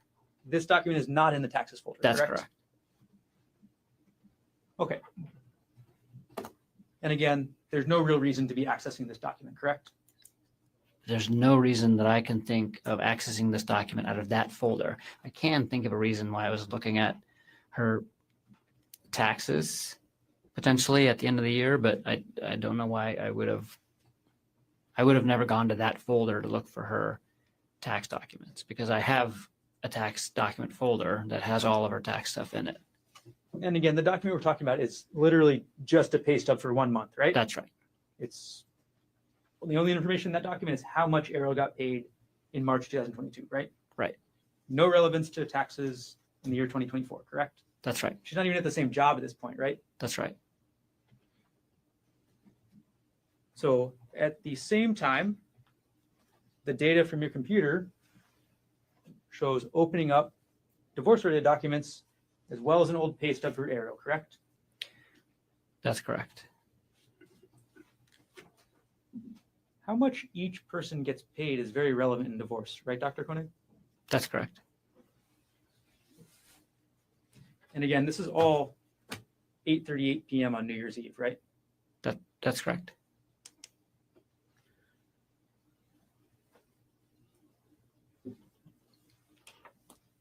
Now, January 3rd, 2025, moving forward a couple days, you save a file on your computer with an Excel spreadsheet that has the chats between Ariel Konig and Jeff Miller. Is that right? I don't remember the exact date and time, but I did have a spreadsheet like that, yes. You had a spreadsheet that was essentially the entire chats that they had, correct? Yes. And you saved that in January 2025, correct? I don't remember the exact date. I thought I did that in December. I know I created the file in December. Okay, we'll publish dates 139, and you created the file on December 24th, 2024, correct? That sounds more reasonable. Okay. You accessed the file on January 3rd, 2025, correct? It looks like it, yes. So it's safe to say that on January 3rd, you're still thinking about these messages, right? Oh, absolutely. They're still in your mind a lot, right? Definitely. You're still upset? I'm still thinking about the affair. It's hard to get off your mind, right? I'm still thinking about the affair. You're thinking about it a lot, right? I'm thinking about it often, yes. It's hard to stop thinking about it, isn't it? No, at that point in time, I could stop thinking about it and I was functioning just fine. So you say that in January 2025, you were okay to stop thinking about it when you needed to, right? Absolutely. Okay.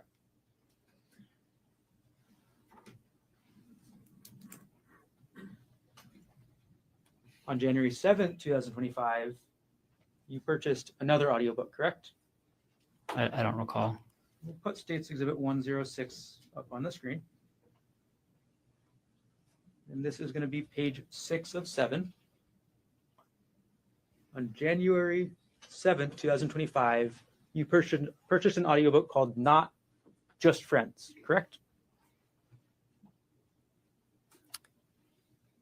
I thought we said that I purchased that on the 30th.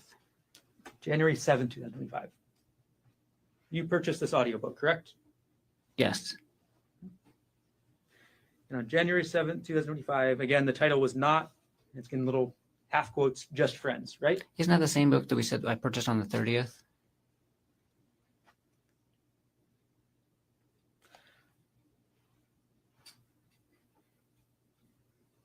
Dr. Konig, you weren't asked about any books on the 30th of December, were you? I'm sorry. We've been talking about a lot of books and a lot of dates, but I agree. I purchased that book on the 7th. Okay. So you agree you purchased this book on January 7th, 2025, correct? Yes. And obviously, when you purchased this book, you were still thinking about the affair, right? Yes. It was still on your mind, right? Yes. And you actually purchased this book, I'll zoom in on the email time, at 4:32 a.m., correct? Yes. So at 4:32 a.m., January 7th, you're still thinking about this, right? Yes.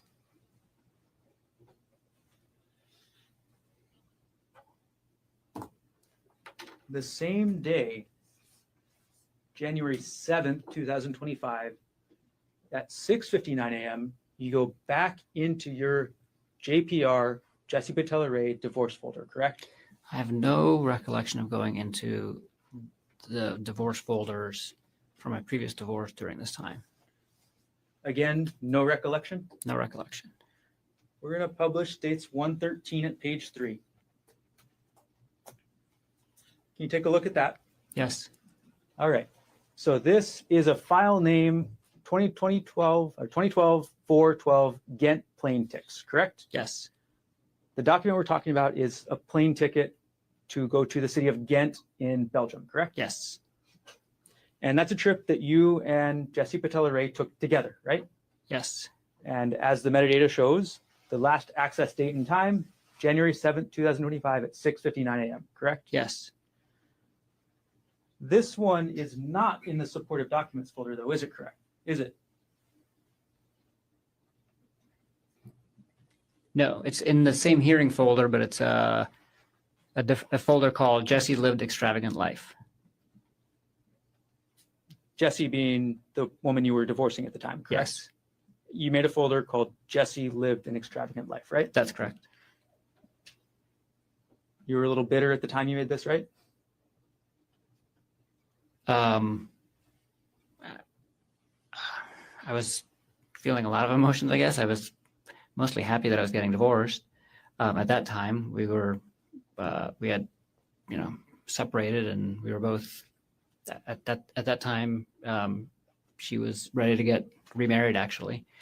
And I was moving on, and I wasn't really feeling better, but the folder name is descriptive of what's in it, not of my feelings at the time, I guess I would say. Okay. You made the name on the folder, right? Yes. And you say it's descriptive of the documents inside, correct? That's correct. So that means the documents inside are your evidence of how extravagant your ex-wife's life was, correct? That's correct. Dr. Konig, isn't it true that this trip in 2012 to Ghent, you went with Ms. Patelere? Yes. You guys went on that trip together, right? Yes. And it's in the Jesse Lived Extravagant Life folder, correct? Yes. Before I move on to the next date, do you want to take the break or no? Of course. We can go up until 12:30 if you just want to like to take the break, unless we should take it now. The next group has quite a lot. Okay. We'll take a break now. Ladies and gentlemen, we'll come back at 1:30. Continue on. Leave your notebooks on the chair. Don't talk to anybody about this case. Keep an open mind. Do not try to learn about this case outside. Have a good night. All right.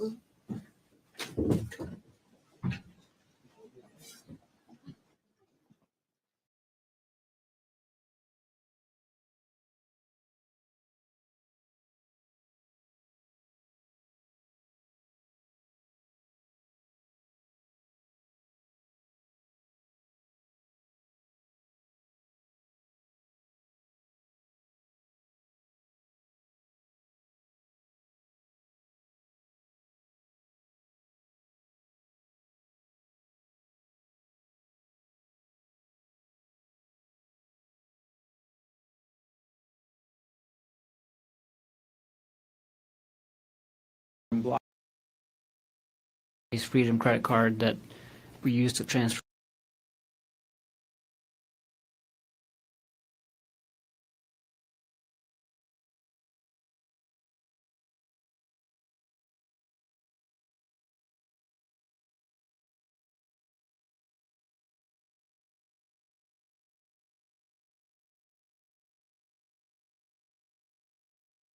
Thank you to all our super fans for your Cash App and Super Chat support.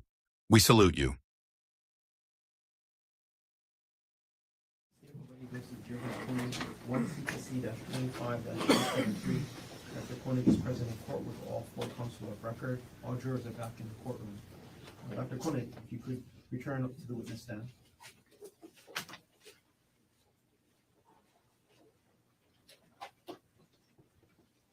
You're still under oath. And Mr. Garner, you may continue on with your cross-examination.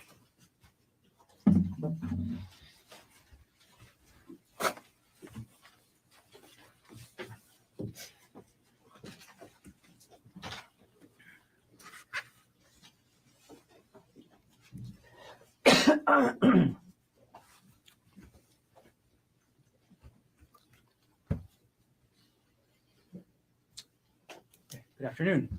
Good afternoon. I'm going to publish State's Exhibit 115, page 1. All right, Dr. Konig, isn't it true that on January 9, 2025, at 9:10 p.m., you used the Microsoft Edge browser to log into Ariel's computer backup?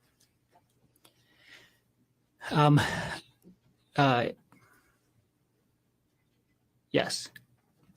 So what you're logging into that this exhibit shows is a backup of Ariel's hard drive created in 2011, correct? No. It's a portable hard drive that she had that had old documents on it. Okay. And you wanted to go into Ariel's old hard drive to look at the documents, right? That's right. And again, January 9, 2025, 9 p.m., correct? Yes. 9:10 p.m., correct? Yes. Okay. So, and this is through a program called Memio, right? I don't know what Memio is. All right. Well, regardless, you go in and you look at your documents, correct? Yeah, I just go in and look at the documents. I don't know what Memio is. All right. So you go into the folder for ARI, correct? Yes. Then you go into the documents folder, right? Yes. And you go into the divorce folder, correct? Yes. And in that folder, you open a document called notes. Is that right? Yes. Okay. Moving on to page 2 of the exhibit. This is the same folder, correct? Yes. Okay, the ARI folder. I'm sorry, this is a different folder. This is the ARI folder and then the downloads folder, correct? Yes. And the document you're looking at 9:14 p.m. on January 9, 2025 is called Complaint for Absolute Divorce. Is that right? Yes. And page 3 of the exhibit, this is also in the downloads folder, correct? That's correct. And the document you're viewing at 9:15 p.m. is called Rosen-Divorce, correct? Yes.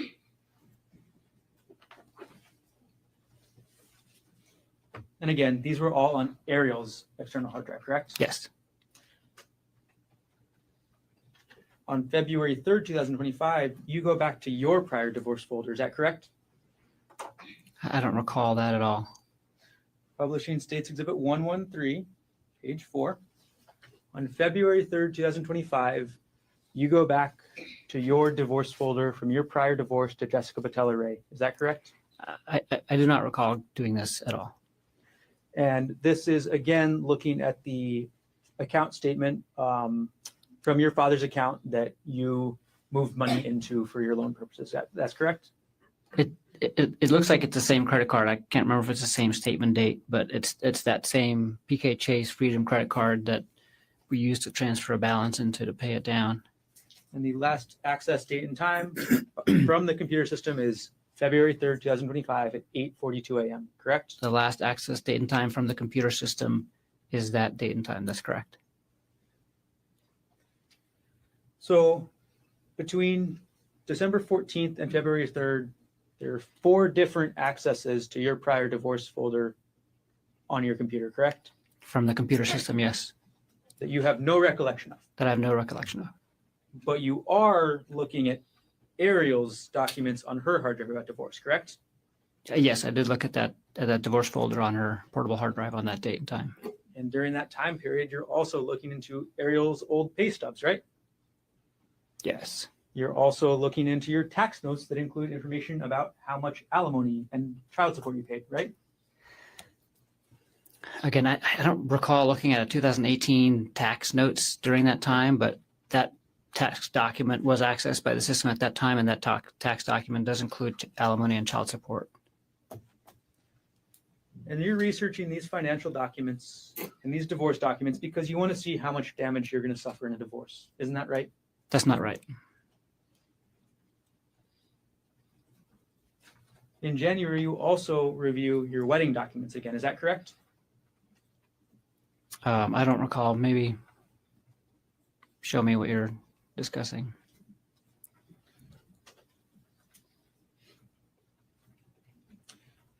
On January 22nd, 2025, you access your wedding spreadsheet again, correct? I might have. I don't specifically recall. Published dates 124, page 11. The access date is January 22nd, 2025, correct? That's correct. And this is another spreadsheet with the same material we talked about earlier, correct? Yeah, that's another guest list, right? Version of the wedding spreadsheet, yes. It's got your guest list on it, yes? Yes. It's got your task that each of you have to do. Yes. It's got the financials, right? Yes.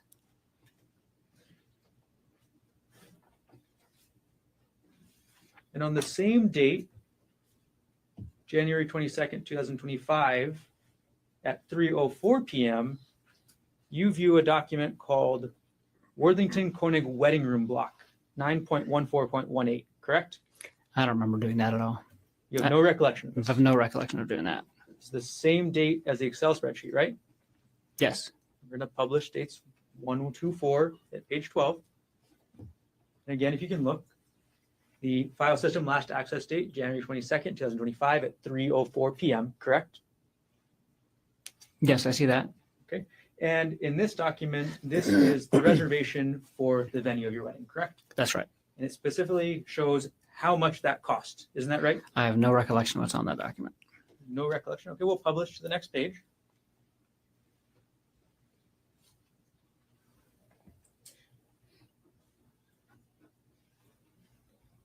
There's a table in the middle right here, isn't there? Yeah, and that's the guest room block. So that shows if our guests decide to stay at that hotel, what they would pay under the wedding rate for those 3 different rooms. Move on to the next page. This is basically rules that you have to follow, or what you have to decide. Sure. What the rules are.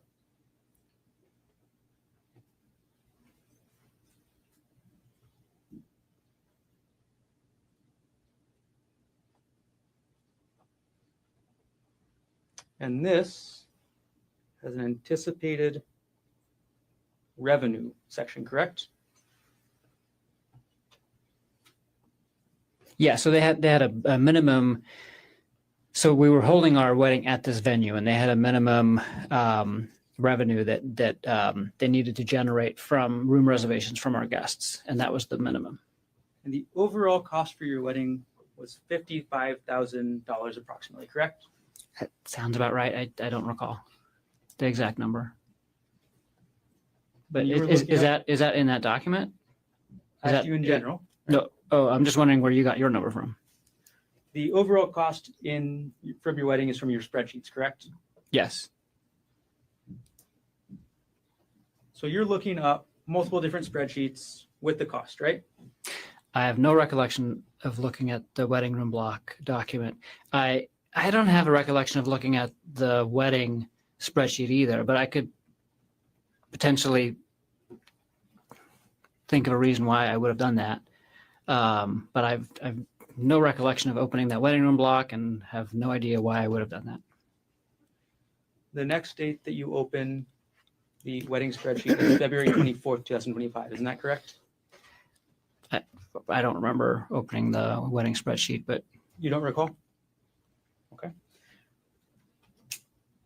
You also open a document called Final Floral Proposal on March 14th, 2025. Isn't that correct? No, I don't think I did. I don't remember doing that. And if that's related to the wedding, I certainly did not look at the floral contract or whatever. What is it called? You're saying you did not look at the floral contract? No. Or the final floral proposal, is that right? I 100% did not look at the final floral proposal for our wedding in March. The published states 124 at page 21. The document that we're looking at has a file name of Final Floral Proposal, correct? That's correct.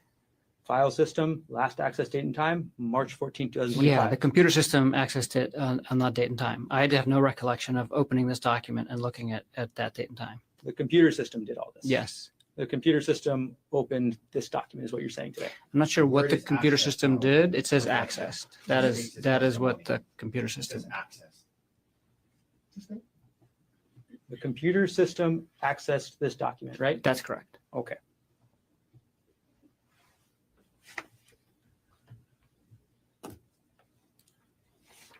On January 22nd, 2025, you viewed a UBS portfolio detailing your and your wife's retirement accounts, correct? That's correct. And that was a statement from December 2004, correct? 2004? 2024, correct? Yes.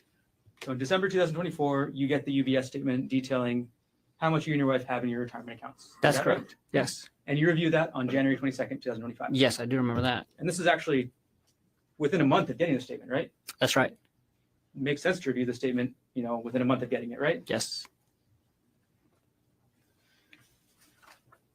Do you remember the figures in the statement? I do not. Would it help if we go through them together? Yes. Okay. States 126. We'll publish starting with the first page. This is just the metadata again that shows you you accessed this on January 22nd, 2025, correct? Yes. And again, statements from December 2024, right? Yes. Okay. We're going to look at a page detailing your Roth IRA your Roth IRA next, okay? Okay, here's a summary page, correct? Yes. All right, and Gerhardt Konig, you have in this UBS account an Roth IRA value of $8,066.95, correct? That's correct. Ariel Konig has a Roth valued at $74,974, correct? That's correct. Ariel Konig has a second IRA valued at $164,500.76, correct? That's correct. For your account, that's a little over $8,000. Ariel is the sole beneficiary. Is that right? That's right. Anything happens to you, she gets 100%, right? That's right. For Ariel's Roth, the one that's about $75,000, you are the sole beneficiary, right? That's right. Anything happens to Ariel, that money goes to you, correct? That's correct. For Ariel's IRA, valued at $164,000 approximately, you are also the sole beneficiary, correct? That's correct. Anything happens to Ariel, that $164,000 goes to you. Is that That's right? right.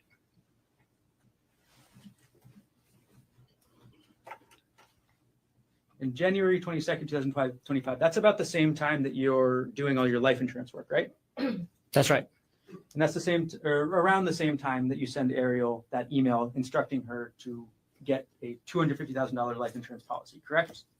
I did not instruct her to get that. It was a discussion that we had together, and the email was a summary of the product and the person to talk to after I contacted AAA. So I wasn't telling her to get life insurance. It was here, contact this guy and ask for this product to get the life insurance that we discussed. And you sent that on January 21st, is that correct? I don't recall the exact date, but that sounds like it's the right date. On February 4th, 2025, you viewed a May 2022 pay stub for Ariel, isn't that correct? I'm sorry, say that again? On February 4th, 2025 at 2:29 p.m., you viewed a May 2022 pay stub for Ariel, correct? I have no recollection of that.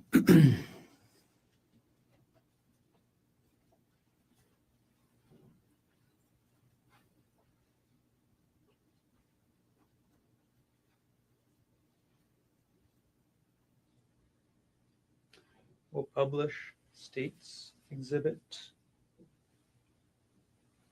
125 at page 22. This is the metadata, correct, Dr. Konig? Yes, And again, the document we're looking at is a pay stub, correct? that's right. That's one pay stub from 2022 at the end of May. And this is in your taxes folder on your computer, right? Yes, that's in the shared drive in the taxes folder. That's correct. Your testimony today is you have no recollection of looking at this. I have no recollection of looking at this. And the information contained in this pay stub is only the amount Ariel got paid that 1 month, For right? that 1 month, correct. Yeah, it doesn't make any sense that I would have looked at 1 month of pay stub data from 2 years ago at that Wouldn't make time. any sense, right? It would not.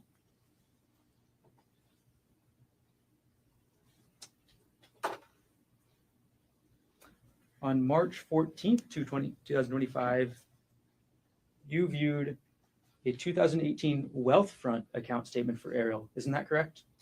I don't have any recollection of that.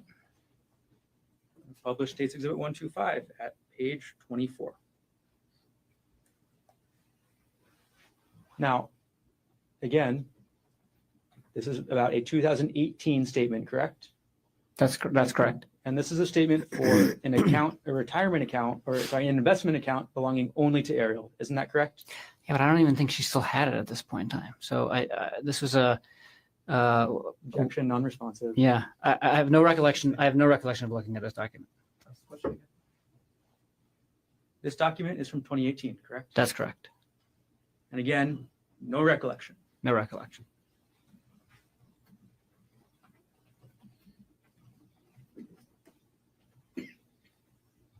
On March 16th, 2025, you viewed a document, again, about Ariel's retirement accounts, correct?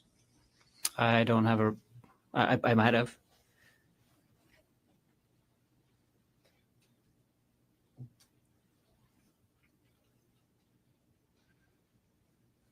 And a published States Exhibit 125 at page 36. On March 16th, 2025, you accessed a document that belongs or that is about Ariel's financials, correct?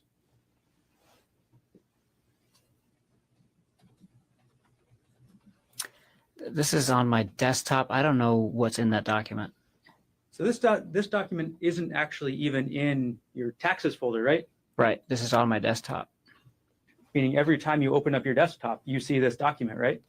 No, I have probably 3 dozen different random documents that just tend to collect on my desktop. If I copy something and email it, sometimes I put it on my desktop for, during that time. I was not aware that this was on my desktop. I'm sure it was. That's the location of it, and I don't remember. I don't remember what this document is at all. This document is again from 2022, right? That's correct. And this is showing how much Ariel had in her Westinghouse retirement account in 2022. Is that right? I can't answer that unless I can look at the document. We'll publish the next page. This is a similar document to one that we viewed this morning, right? Yes. Okay, and it tells you in the top right, which I'll zoom in on, how much Ariel had in her retirement account as of a certain date, correct?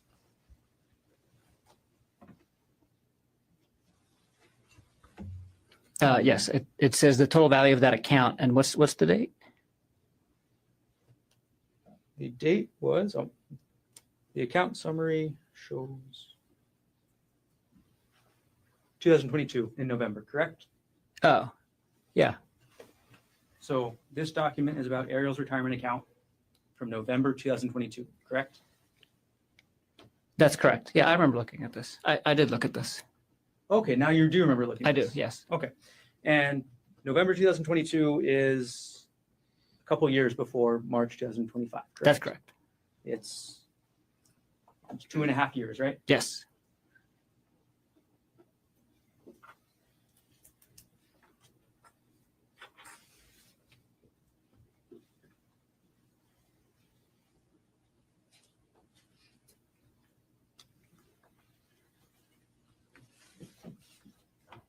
Now, you've been asked about your research into hiking, is that right?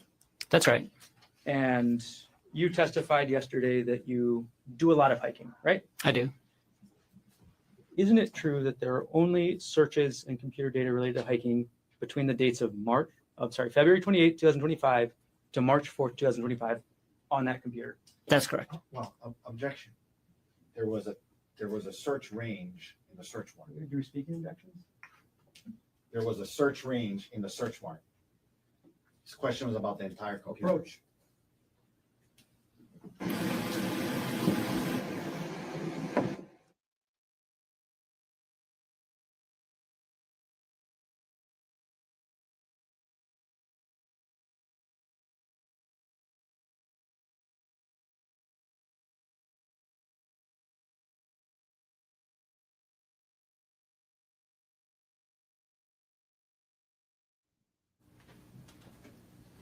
Let's limit the time frame, Dr. Konig.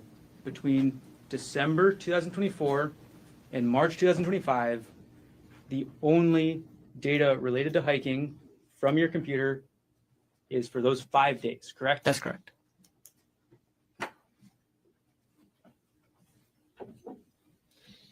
And in January 2025, you actually treated a woman in the course of your work for having a rock fall on her at a waterfall. Is that right? That's right.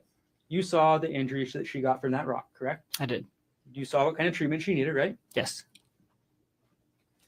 And in February, at the end of February, that's when you started researching hikes, correct? That's correct. Published states 111. Publishing states 111 at page 1.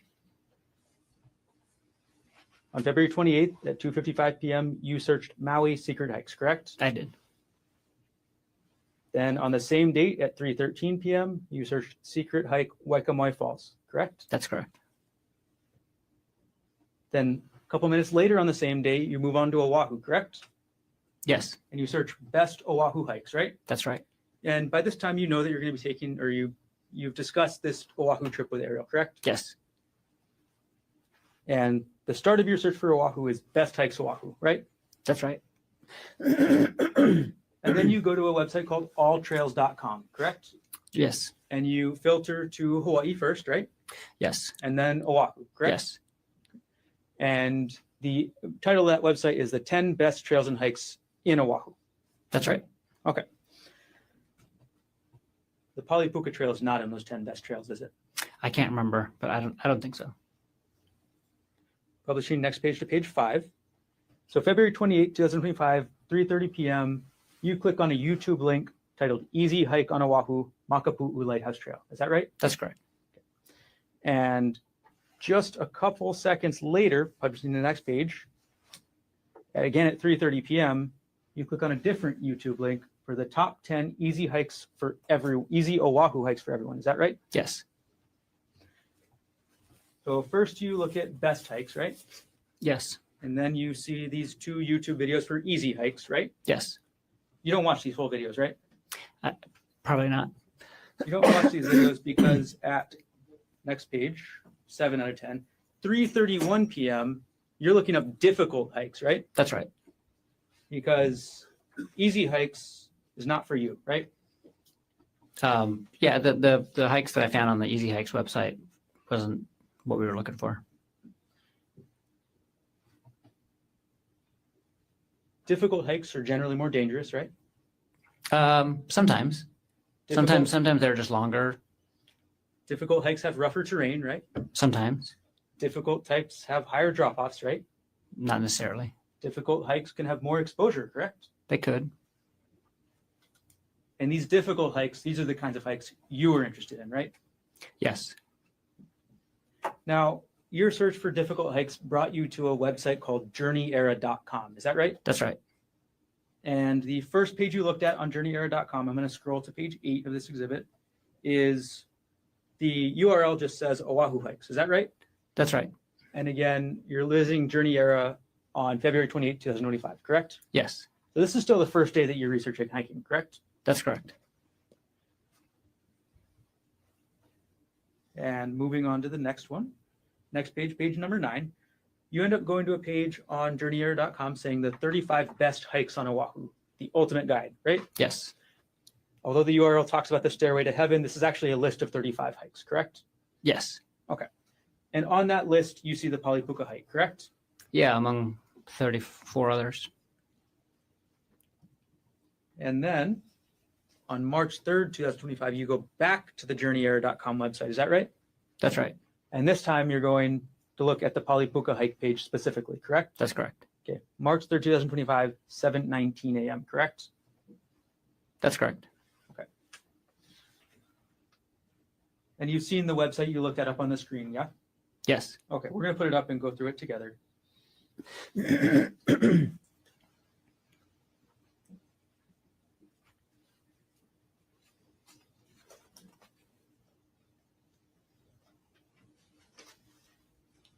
All right, this is the front page of the website, right? Yes. All right, we're going to go to page 2. When you read this, you saw that sentence that says, the Pali Lookout itself is a popular tourist spot, but 99% of visitors to the lookout don't hike. They just look over the valley. You saw that sentence, right? I'm sure I did. Yeah. And then you saw the page that describes the hike. Isn't that right? That's right. You read the description? Yes. So you read the description that says, the hike isn't necessarily dangerous, but much of the path is on the edge of a huge drop-off. You read that, right? I'm sure I did. And you read the sentence that says, does that make it dangerous? You decide. I'm sure I did. I remember reading this whole article. So you remember reading the whole article? Yes. You remember reading the part that says that the hike spits you out on the edge of a cliff with a huge drop-off? If it says that, then I read that. You remember looking at this picture of the hike, right? Yes. And you see this picture, and this is what you want to do. Yes. This is the hike you want to take Ariel on, right? Yes. Next page.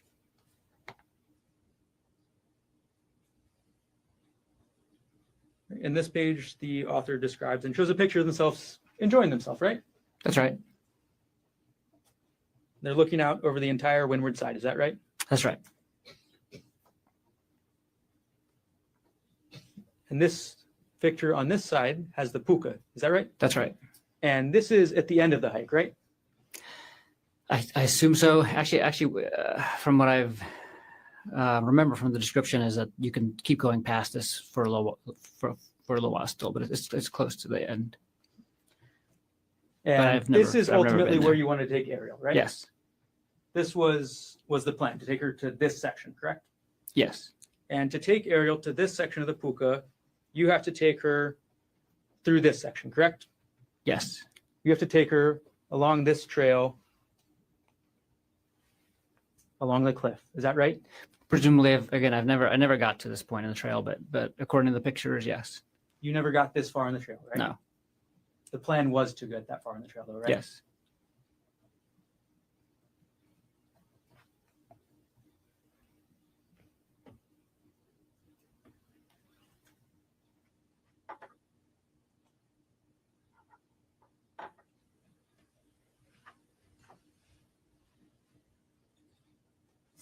And then you saw the end of the article. Sorry, I'll put it back up. You saw the end of the article where it gives you advice, right?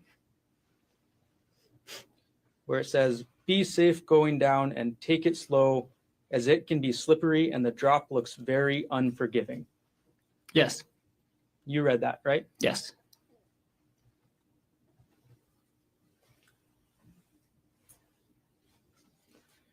Now, while this is all going on, you've also been working on updating the insurance, correct? Yeah, so we applied at the end of January, and this was March 4th. Yeah, by this time, I think Aries policy had already gone through, and either one, and maybe one of my policies did, but not both. Your insurance policy doesn't go through partially until March 12th and then completely on March 24th. Is that correct? That sounds right. On March 17th, you actually search up Ariel's profile on Facebook again. Is that correct? I don't have a specific recollection of that, but I probably did. And on March 4th, 2025, you were also looking at WhatsApp again, correct? Probably. I was using WhatsApp every day. You were using WhatsApp every day? For work. Now,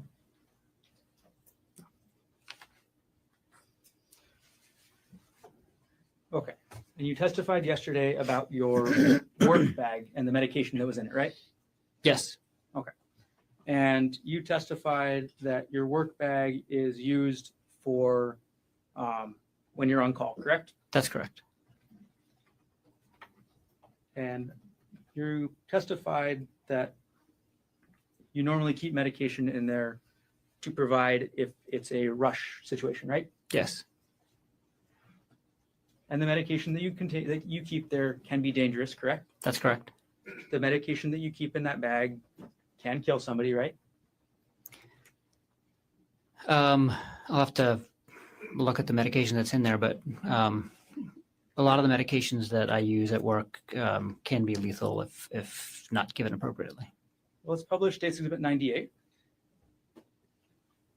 Can you see the vial on the bottom right of this bag? Yes, I can. Do you need me to zoom in so you can read the label? No, I know what that is. The trade name of this drug is called Diprivan. Is that correct? That's correct. The actual name of the drug or the scientific name is called propofol, correct? That's correct. Propofol is one of the main drugs that actually, I'll use a non-scientific word, puts you to sleep during anesthesia, correct? It's a very common drug that we use to initiate and sometimes maintain anesthesia. Propofol is rather famous, right? Yes. Propofol is the drug that killed Michael Jackson. Is that right? That's right. You've heard of that story, of course? Yes. Okay. It is not a controlled substance. That's correct? That's correct. Okay. And you actually have a controlled substance license yourself too, right? I do. So you can carry more dangerous drugs than propofol, correct? Yeah, I don't think I can. I think because my controlled substance license doesn't allow me to dispense. It just allows me to administer. And so all of our controlled substances are controlled at all of the locations where we work. And so we have to check them out and check them back in and then document all of the vials that we used during the day. I've never taken controlled substances home. I would never. It's not something I want to get into. So I don't even know if it's allowed under my license, but I can administer it.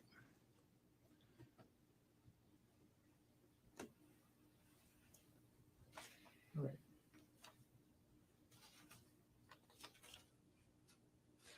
Now, let's take this exhibit down. And let's talk about March 24th, 2025. It was a normal morning, right? Yes. You and Ariel weren't fighting when you woke up at the hotel, correct? No. You gave her that birthday card, right? Yes. And then you and Ariel go to the bakery and get breakfast, correct? No, we went and got breakfast in the hotel. Got it. And then you go to the bakery to get coffee, right? Coffee and pastries, yeah. And then you and Ariel head out in your rental car up to the Poly Puka. Is that right? That's right. You drive up the Poly Highway, right? Yes. And you park in the parking lot at the Poly Lookout, correct? That's right. Okay. And you knew from your research into this hike that 99% of the people up at that lookout would not be going on the trail, correct? Yeah, I didn't know the actual amount, but I knew the lookout was popular and the hike was less popular. And that actually said 99% versus 1%, right? Where did what say? The the Journey Ear article. Oh yeah, that did say that.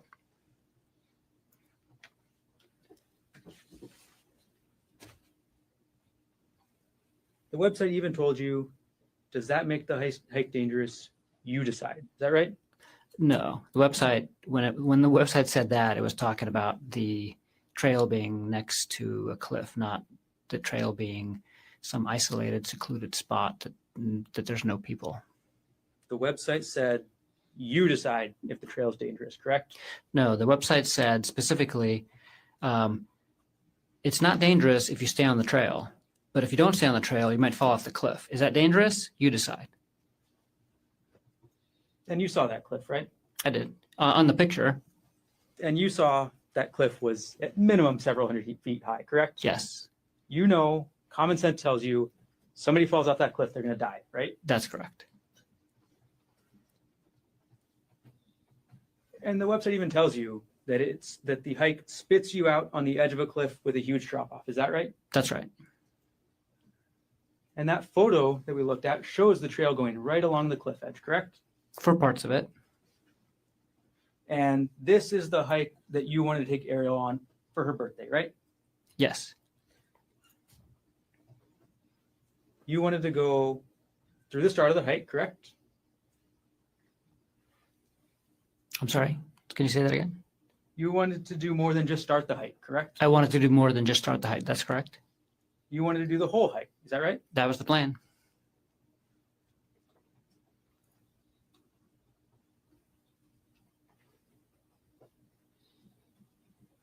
You wanted to take Ariel through that cliffside path that we saw in that photo, correct? Yeah, I wanted to take her on the hike and go with her on the hike and make it all the way to the puka. That was the plan. Publishing States Exhibit 122. You wanted to take Ariel along this path, right? That's right. Wouldn't you agree that that path is right on the edge of the cliff? Yeah, it's very, very close to the edge of the cliff. It's a narrow path, right? It's a narrow path, and then there's a little narrow strip of grass and rocks, and then there's the cliff. An empty void, right? Yes. Nothing to hold on to, right? For this part of the trail, not much. I mean, there's some brush on the other side, but you have to really watch your step. But Ariel didn't go that far on the trail that day, did she? No. So Ariel didn't want to hike anymore, right? Yeah, there came a point in time where Ariel did not want to hike anymore. Ariel deviated from your plan to go up this part of the trail, right? I wouldn't characterize it like that. Well, you planned to go up this part of the trail, correct? That's correct. And Ariel didn't follow through with that part of the plan, right? Yeah. And at some point, you actually continue up the trail yourself, right? That's right. Without Ariel. That's right. On her birthday. That's right. But she didn't follow you, correct? No. She didn't follow you up to this narrow trail with this massive cliff, correct? That's correct.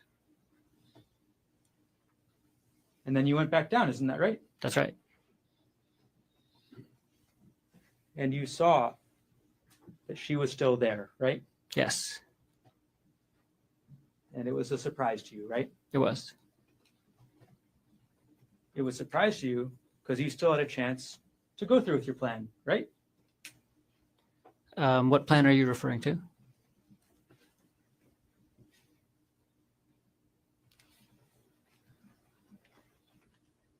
It was a surprise because you still had a chance to go through with your plan to push Ariel off the cliff. Isn't that right? That is not right at all. The area where you and Ariel ended up still had a massive cliff next to it, correct? Yes, The area where you took the selfie had a massive cliff behind it, correct? that's correct. It would work just as well as the area in this photo to push somebody off, correct? It would work just as well to push somebody off. What do you, like, I don't understand the question. Somebody would be just as dead if they fell off this part or if they fell off the part where you guys ended up. Absolutely. Yes? They would be as dead falling anywhere along this trail because the cliff is extremely high. I'm going to take these a bit down.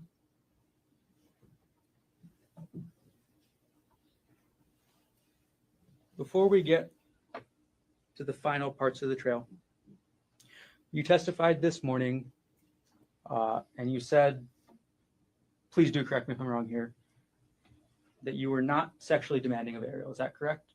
That's correct. That is your testimony. Yes, You and Ariel went to couples counseling, isn't that correct? that's correct. And when you went to couples counseling, you testified about the counseling yesterday, right? Yes. And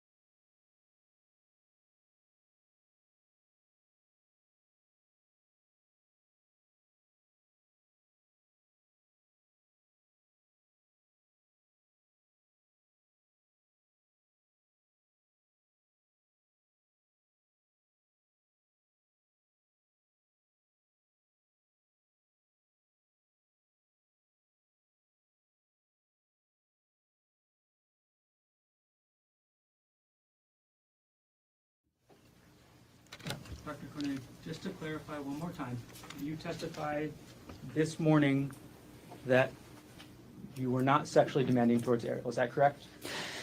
I think the question was if I ever demanded sex of Ari, and I've never demanded sex of Ari. So you never demanded it, right? That's right. How often did you want to have sex with Ariel? There was no specific number of times. It was up to every other day, right? Was what up to every other day? You wanted to have sex with Ariel and of an amount up to every other day. Isn't that correct? At some points in our relationship, we had sex, I'm sure, every other day for, that period of time, but there was never a point in our relationship where what's the question? So in December 2024, okay, after you confronted Ariel about this relationship, you yes, still wanted to have sex with her every other day. That is not true. We had sex for a portion of December, and it was not every other day. And I never demanded to have sex with her every other day in December or at any point in time in our relationship. And after December 24th, she did not have sex with you again, correct? After December 24th, we did not have sex again. And you testified yesterday that you went to couples counseling, correct? That's correct. And you testified that there were other issues, right? That's right. And one of those issues was an intimacy issue, correct? That's correct. Okay. And the couples therapist you saw, at least one of them was named Gemma Cannon, correct? That's right. And she had a meeting with you in December 2024, right? She met with both of us on December 27th. December 27th. So this is the same day as you've had this continued fight with Ariel, right? We had, I would say, two arguments, two big arguments in December, and one was around the middle of the month, and the other one was on the night of December 26th, and then we argued about it again on the morning of December 27th, right before counseling. That's correct. So you went to counseling with both you and Ariel, correct? That's right. And you both told the counselor what your problems were, right? Yes. And the counselor, Miss Cannon. Objection. Hearsay if we're getting to what somebody else said. Something's not coming in. Overrule. Excuse me? No. It's not substantive. Overrule. Okay, so you and Ariel both told the counselor what your problems were, right? Yes. Your problem was the same problem you've talked about a lot already, right? The emotional affair. The main issue that I wanted to address was the aftermath of the emotional affair, which included a lot of different issues in our relationship. It wasn't just one thing. It was a big kind of, And Ariel also stated what her problems were, right? That's right. And the counselor listened to both of you and came up with a plan. That's right? That's right. And the counselor's plan was to deal with the intimacy issues first, correct? The counselor's plan was to deal with the issues that Ariel brought up first. Yes. That was the intimacy issues? Yeah, part of it. And then she would deal with the affair afterwards, right? Yes. And not afterwards, but because again, these are not just like things you check off, off of a to-do list. The affair was causing a lot of issues in our relationship, and addressing those issues were going to take probably years. And the issues that Ari brought up similarly was also not just going to be a check off the box thing, and it's probably going to take some time. And the counselor said that she's going to start off with the other issues, and not start off with the affair issues. But it wasn't just like we were going to finish the one, check it off the box, and move on to the next. There's overlapping issues, and it's all to do with the relationship. And so it's not fair to characterize it like we were going to finish one and then move on to the other. But we were definitely going to. She said, we're going to basically let's prioritize talking about the issues that she brought up first. Gerhardt, are you okay with waiting to address a lot of the issues to do with the affair until later in therapy? And I said, absolutely. And you testified yesterday that those issues about the affair were never really resolved. Is that right? No. Yes, that's right. So talked about Ariel's issues, and the issues you brought up were never resolved, correct? I'm sorry, ask that again. The first priority was Ariel's issues, the intimacy issues, correct? The first priority was Ariel's issues, and intimacy was one of them. And then your issue, the emotional affair, was never addressed, correct? And our issue, the affair, wasn't adequately addressed ever either. And neither were the emotional issues. And I have to say, part of the affair and the aftermath of the affair, I had emotional issues, intimacy issues as well with her. So the intimacy issues went both ways. And when we... Just I'm going to ask my next question. Go ahead, sorry.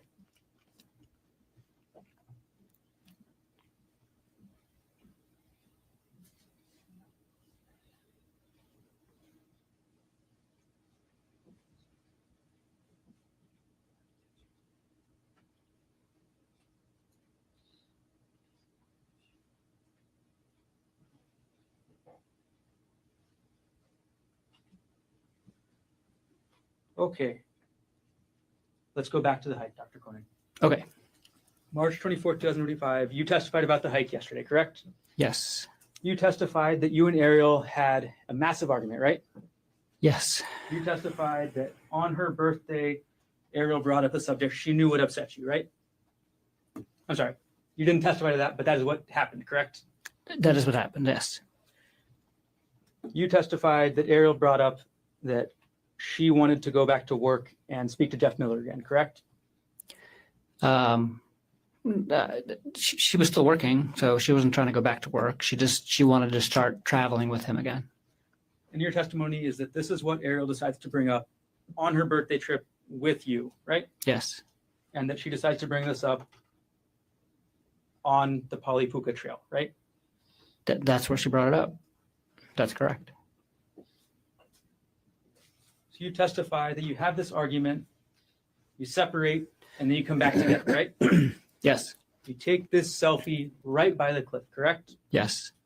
And then you testified that Ariel pushed you, right? Yes. And you testified that you could barely hold on, right? I almost went off the cliff. And then you turned around and you testified that Ariel was 5 to 10 feet away, right? By the time I turned around, she had backed away and she was not. And yeah, that was part of why I was concerned that that was a shove and not a accidental thing. And then you approached her, you went towards her. I did. So you think you about get pushed off a cliff, and then you go 5 or 10 feet to get to Ariel, right? I moved towards her, that's correct. And then you say that Ariel pulled you onto the ground, right? That's correct. You're bigger than Ariel, right? Yes. You had at least 20 pounds on her, right? Yeah, roughly 20 pounds. You're stronger than her, right? Probably. You're a doctor, so you know that men generally are stronger than women, correct? Yes. It's just a scientific matter of testosterone, right? That's true. But you testify that Ariel managed to pull you to the ground and she pulled you on top of her, right? That's correct. Okay. Then you testified that Ariel wouldn't let you go from on top of her, right? That's correct. You testified that she wrapped her legs around you, right? She wrapped at least one leg around me, yes. Yesterday you said legs, right? I think I said leg. It was at least one. And you testified that she grabbed your testicles, right? She did. And that she wouldn't let go, right? That's right. All this time, you were on top of her, right? That's correct. And then you testified that Ariel took that rock. I'm going to grab Exhibit 2 right now.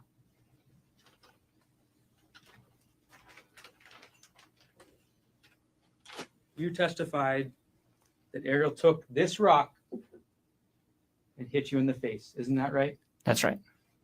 And you said the first hit, she got me kind of good, right? That's right. And you said she kept trying, right? That's right. And you testified you tried to start blocking it, right? Yes. And you testified she actually got a couple more hits in, right? Yes. So, but you don't know how many hits, right? No. One good hit to the side of your face, correct? That's right.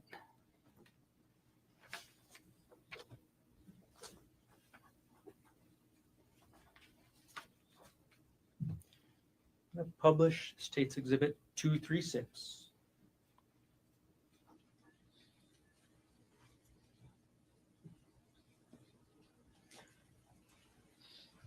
This is a photo of you from March 24th, 2025, correct? That's right. This is immediately after the police arrested you, right? That's right. This is the closest photo of you after Ariel hit you with this rock, right? That's right. Publish alongside States Exhibit 1.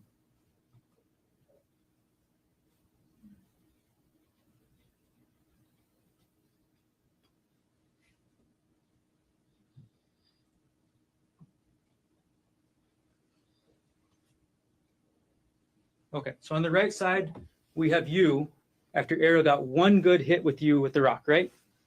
That's right. And on the right side, we have you after Ariel kept hitting you with the rock and got a couple other less good hits. Is that right? That's right. On the left side of the screen, you testified that you hit Ariel 2 times, right? That's correct. On the left side of the screen, we have the results that you say you hit her only 2 times, correct? That's correct.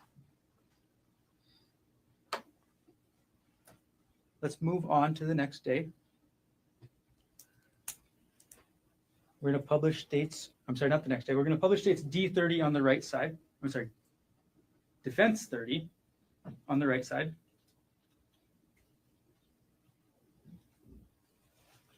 Okay, look at the right side of the screen, please. This photo on the right side of the screen is you at the hospital, correct? That's correct. You at the hospital on the night of March 24th, 2025, correct? That's correct. This is you at the hospital after Ariel got a good hit on you with this rock, correct? That's right. On the left side of the screen, we're going to put up states 23.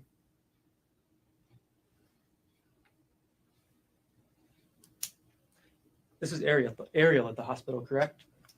That's right.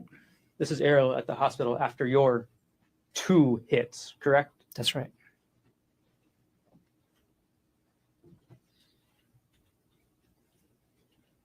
And you say only 2 hits to Ariel, right? I only hit her 2 times.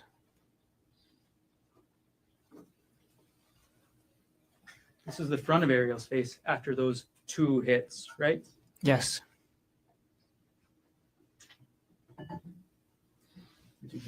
States 22. Thank you. Put up states 27. This is Ariel's hand after those. This is Ariel's hand after those 2 hits, right? Yes. And lastly, we'll put up on the left side states 1, 2, 8.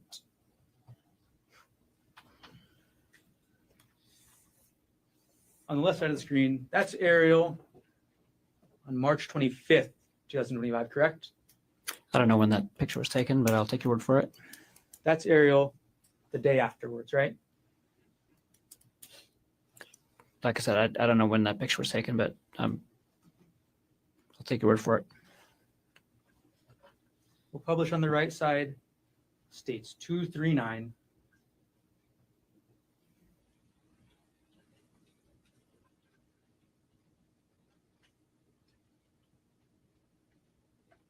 We'll flip it upside correctly. And this is you again, correct? Yes. This is you on March 25th, 2025, right? I think that was like the night of, like just after midnight, but it was after the previous picture. That's right. This is you one day after Ariel hit you really good with this rock, isn't it? That's right.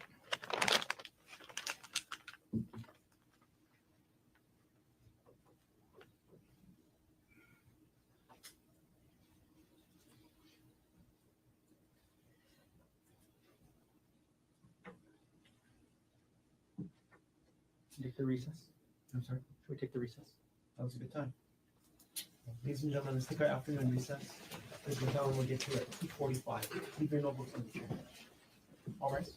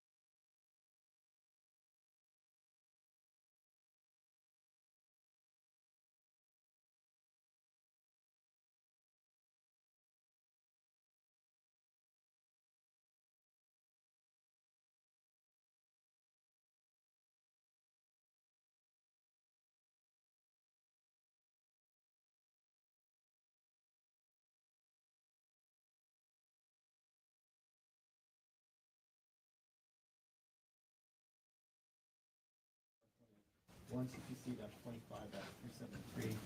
Dr. Konig is present in court on the stand and still in the oath. All full counsel of record are present.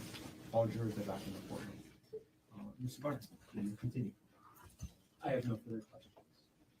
Mr. Otake, any redirect? Yes. Okay, Gerhardt, I'm gonna just try to jam through this. I know it's been a long day. You were asked about going into detective mode. Why did you go into detective mode when you saw these things and learned about what Ariel had been doing or communicating, the way she was communicating with Mr. Miller? Why did you go into detective mode? I just needed to find out details about the relationship. Okay. For you, it was something you were searching for information.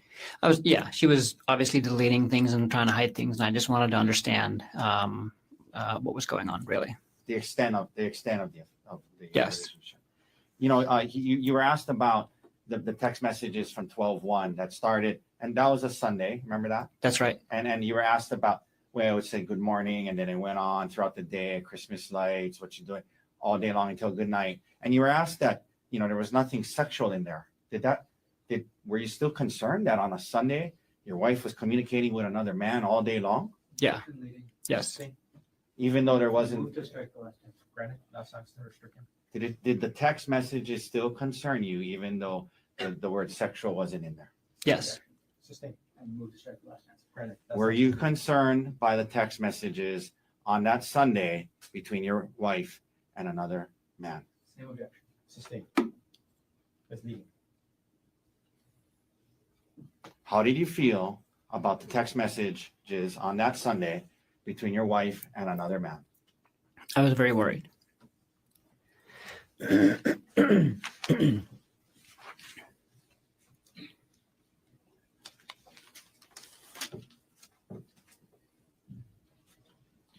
Why did you tell Bryant first?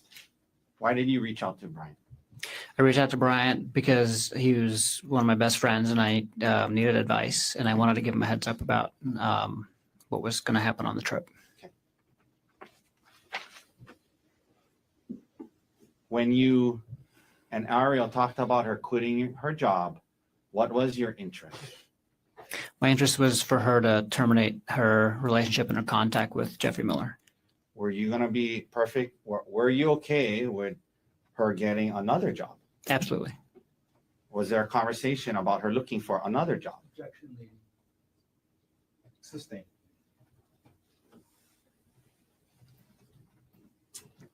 Did you and Ariel talk about what would happen if she quit her current job? Yes. And what did you guys discuss? She was going to look for another job. You were asked a lot about her move, like this conversation about her moving out and then not.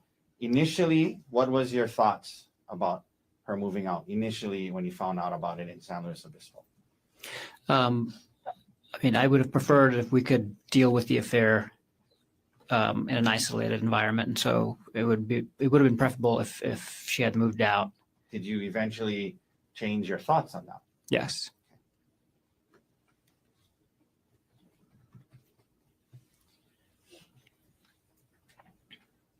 You were asked about monitoring her communications.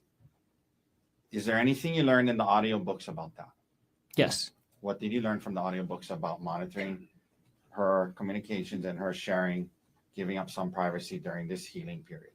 I learned that as part of rebuilding trust in a relationship after an affair, especially in the digital age, it is going to require proactive giving up of some degree of privacy by the cheating spouse. Okay. Now, you were asked about in December time period, certain things that on your computer, when they ran this access search, indicated it was accessed. Okay, so I'm going to quickly ask you, I'm not going to spend hours on it. Okay. Ask you a few questions about it. Yeah. The things about Reddit and, the audiobooks and things to do with infidelity, why were you looking up these things in late December? Because I was working on our relationship. Were you still having a hard time with it all? I was. You know, I asked Detective Inuma about how the search warrant, the computer search only pulled the terms, the relevant terms, and your name wasn't on there. Do you believe, like during this time period, you were also looking at your own financial? I most certainly was. Beyond the scope and expertise. Do you believe you were also looking at your own financials at that time? Yes, I most certainly were. But you heard Detective Inuma say that search only pulled the ones with her name, yeah? Yes, I heard that.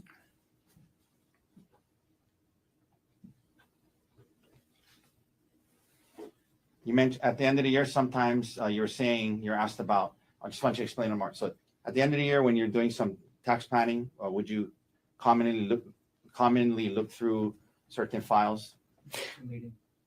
No, you can answer that.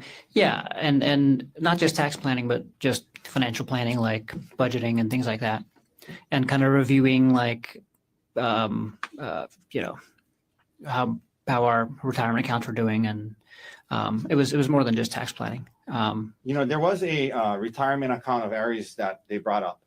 So Yes. I wanted to ask you, I think you're trying to explain, but why do you have a recollection of why you might have been looking at her retirement account? Yeah, so she had Tell the jury why. she had like almost $200,000 in her retirement, and when we purchased our house, we purchased it through UBS actually. So they actually do home loans as well, and as part of that, they convinced us to move all of her retirement into one of their accounts, which is a managed account. So they charge a fee on it, and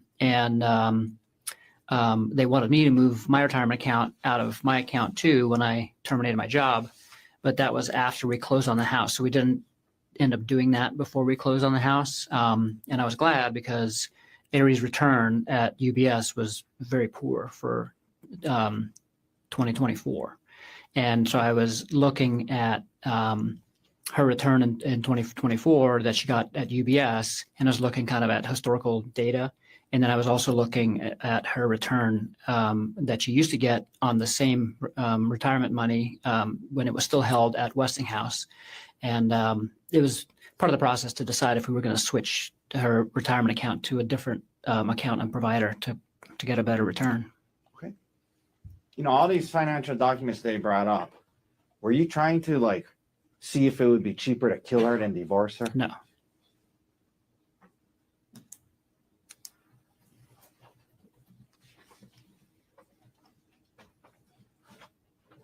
You mentioned Darvo and what that meant. Why did that term resonate with you? Oh, because so it felt like she was deflecting and then also blaming me for now the affair, and then also bringing up other things. And one of the threads that I read in Reddit talked about that idea, and then it used that acronym, and so then I was like, oh. What is this? So I looked up the acronym, and that's what it was. And so then I searched that acronym on Reddit to kind of get more information about people dealing with that specific issue. You were asked about the 2018 Word document about the 2018 taxes and about the child support and alimony. Well, we talked about this the other day, so just really quickly, what other information was on there? Oh, everything to do with our taxes. So, yeah, I don't know if you want to go into specifics, but so it wasn't just the alimony and child support. That's right.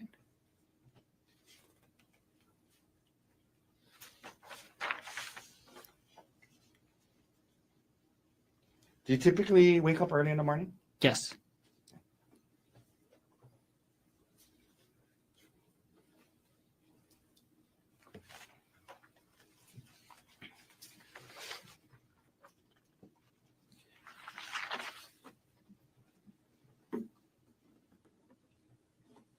You talked about this the other day, but after looking at the Palipuka on the website, what again?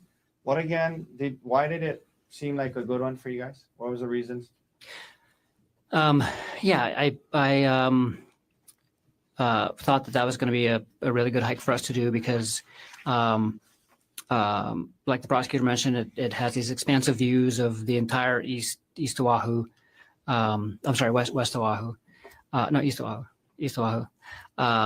And that was kind of one of our goals, is to kind of explore the island, but kind of see it, so we can get an idea of what the island looks like. It was a relatively difficult hike, which we're kind of used to, and we like hikes like that. That's like a little bit out of the ordinary. And it ended up, at this really cool spot where we could take a picture. It's close to Waikiki, and it was a short hike. Okay. Fit into our wanted schedule. to do other things that day. Yes. Okay. 1 second.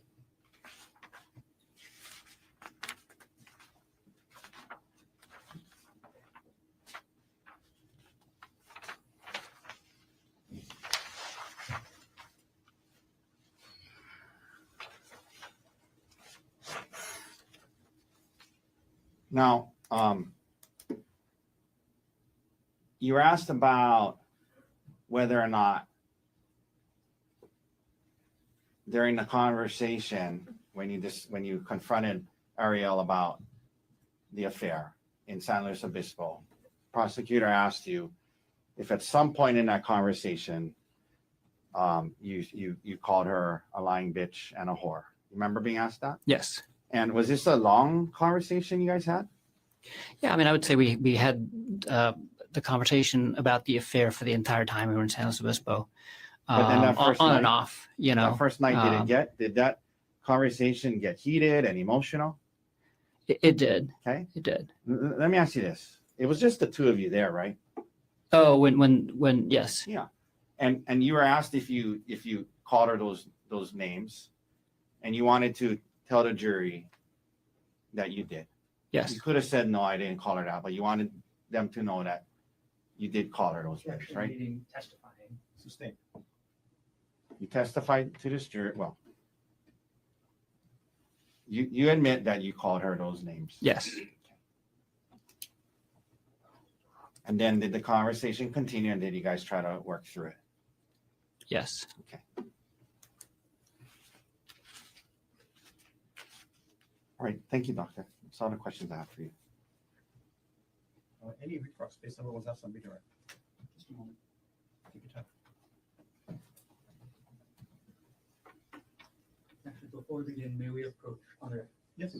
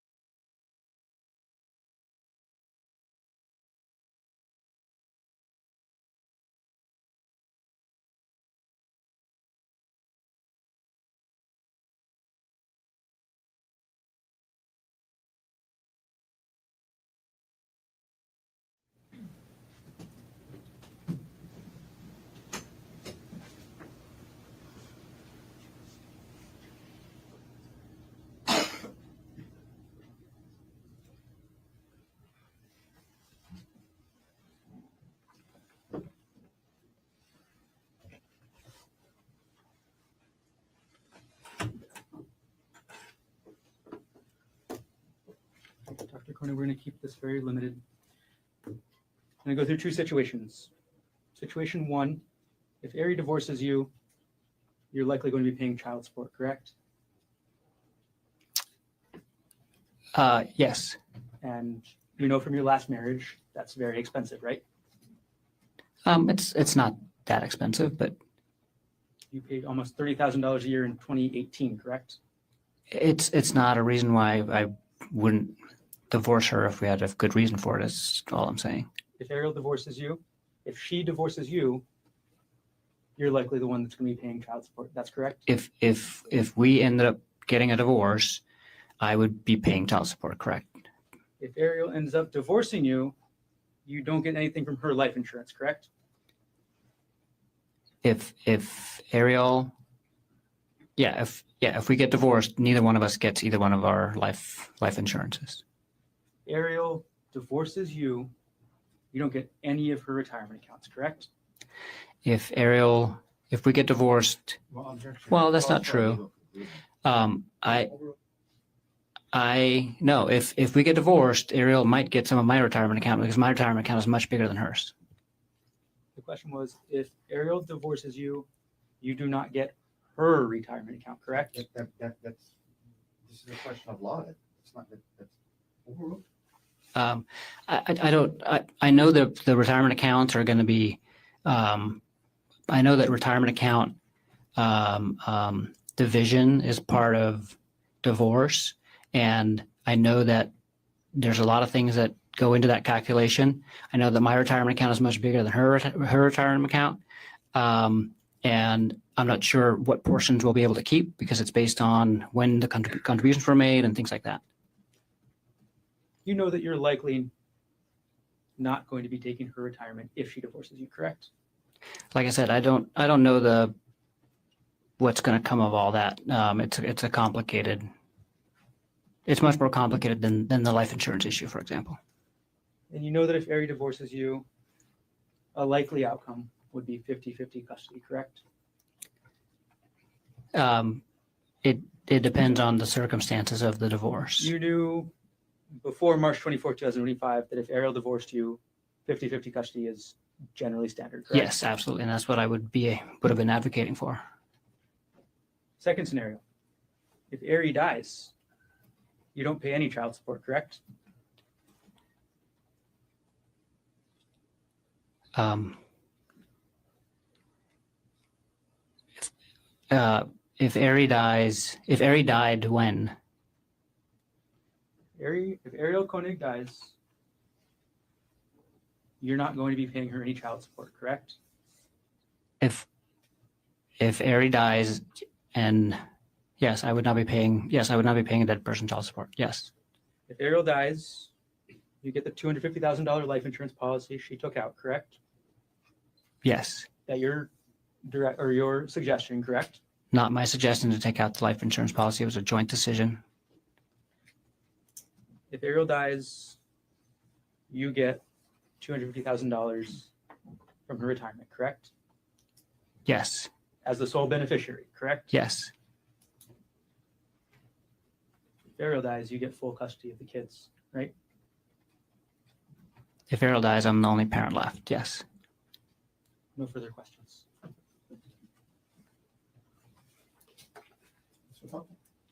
If you get convicted of this charge, Objection. she gets full custody. Approach.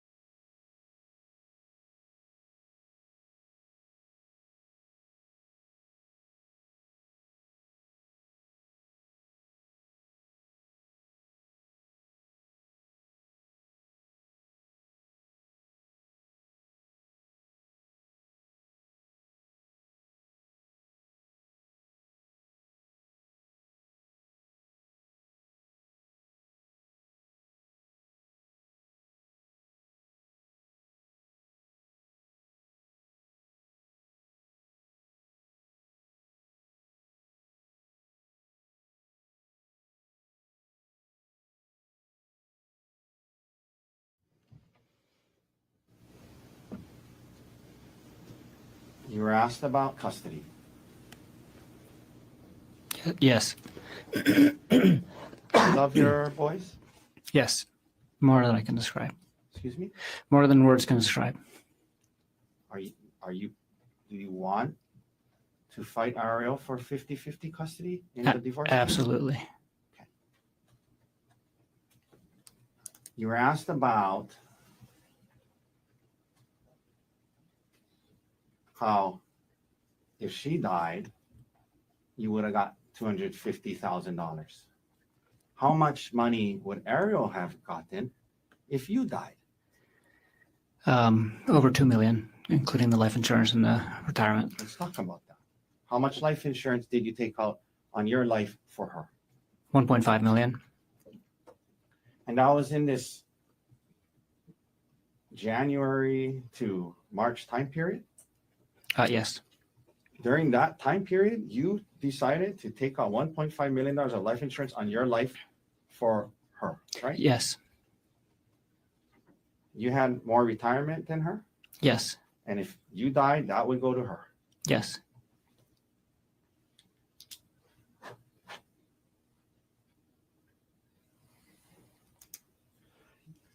They brought up child support. Throughout, when you were your two older kids, they asked you about that. After you and their mom split up, did you pay child support? Yes. Did you feel it was the right thing to do? Yes. Did you want to do that for your kids? Yes. If you and Ari got divorced, would you be willing to pay child support? Yes, absolutely. Would you do financially whatever you needed to do to make sure your kids had a good life? Yes. Thank you, Gerhardt. Any other questions? No further questions. Doctor, thank you. You can return back to council state.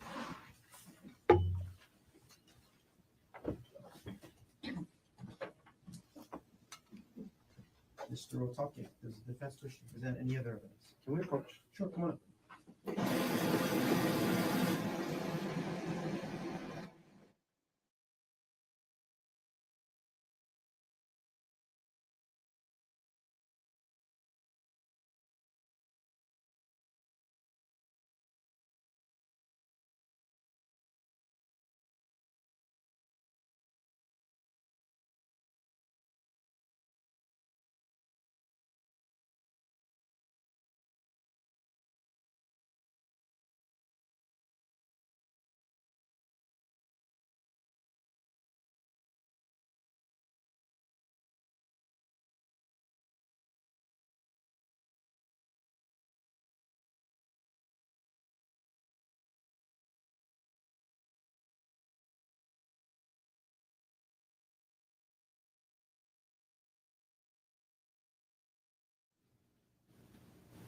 So, ladies and gentlemen, I'm going to release you for the day. It's a long weekend. I think we all could use the long weekend. I hope you get some rest this weekend. I'm going to have you come back on Tuesday. We'll start up at 9 o'clock on Tuesday. That is April 7th. And based on my discussions with the attorneys, we expect to wrap up the presentation of the evidence on Tuesday. The case will be submitted to the jury sometime on Tuesday for deliberations. So that's what we're looking at in terms of the schedule. And it feels like a long road, but we're actually ahead of schedule. So I do hope you have a good, restful weekend. Again, there's a lot of coverage. Don't watch any of the coverage. If it's on when you're having dinner, turn off the TV, walk out of the room. Again, your decision must be based on the evidence presented here in court. So the same few rules apply. Don't talk to anybody about this case. Keep an open mind. Do not try to learn about this case outside of the courtroom. All of you, have a safe drive home. Have a good long weekend. We'll see you on Tuesday. All rise.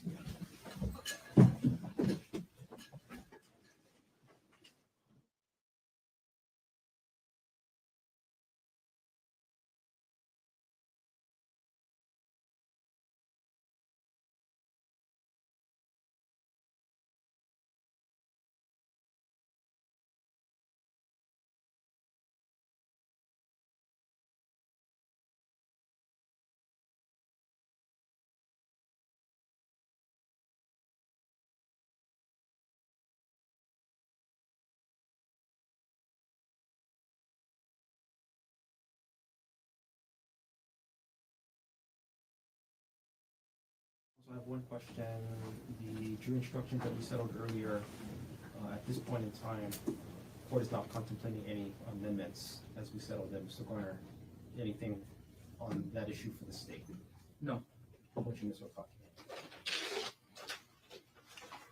Can't think of anything that happened today that would change it. Counsel, can I ask you for a favor? Because I know you're living in this case. If there is something we need to revisit, can you let me know first thing Monday morning? So it doesn't delay any of our proceedings on Tuesday. Yes, absolutely, Your Honor. Mr. Garner, anything else you want to take up on record before we adjourn for the week? I may want to revisit the tailoring issue I made in terms of closing. You want to take that up now? Sure. I mean, the cases that I'm aware of so far are Walsh and Walsh is the main one, right? Walsh is the most recent one. And that involved the prosecution essentially arguing in closing argument that the defendant can't be trusted because they've sat through and locked in contract. I understand that it's not allowed. Right, it's contrary to the instructions, right? Yes. That being said, the defendant in this case did testify to some very specific legal terms, especially regarding EMED, which I do want to be able to comment on.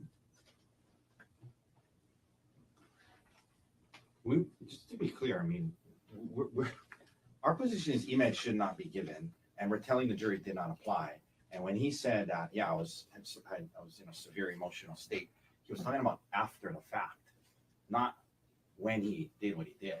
I asked him, how did you feel immediately after this? He said, I was in a severe emotional state.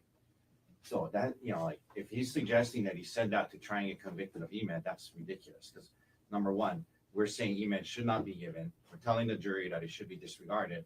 And number three, the comments he made about being in that state was after the fact. Obviously, for EMED to apply, you have to be in that state during the incident. So, And that's the only tailoring argument that you're considering, Mr. Garner? What you say, make it sound like I should be considering more, but that's the only one on my mind at the moment. I'm not suggesting you should be considering more, but because my general inclination is to keep it out at this point in time. And then so I wanted to know if you had more, because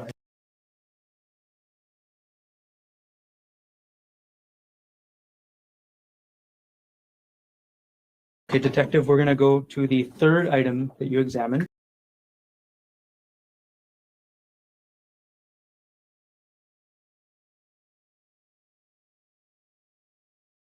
That's our program for the day. Keep watching Morning Mic Drop on at Truth Talks Live, where your voice matters. We are here daily from 6 a.m. to noon with unfiltered breaking world news coverage. Like, subscribe, and hit the notification bell for when we go live. See you tomorrow.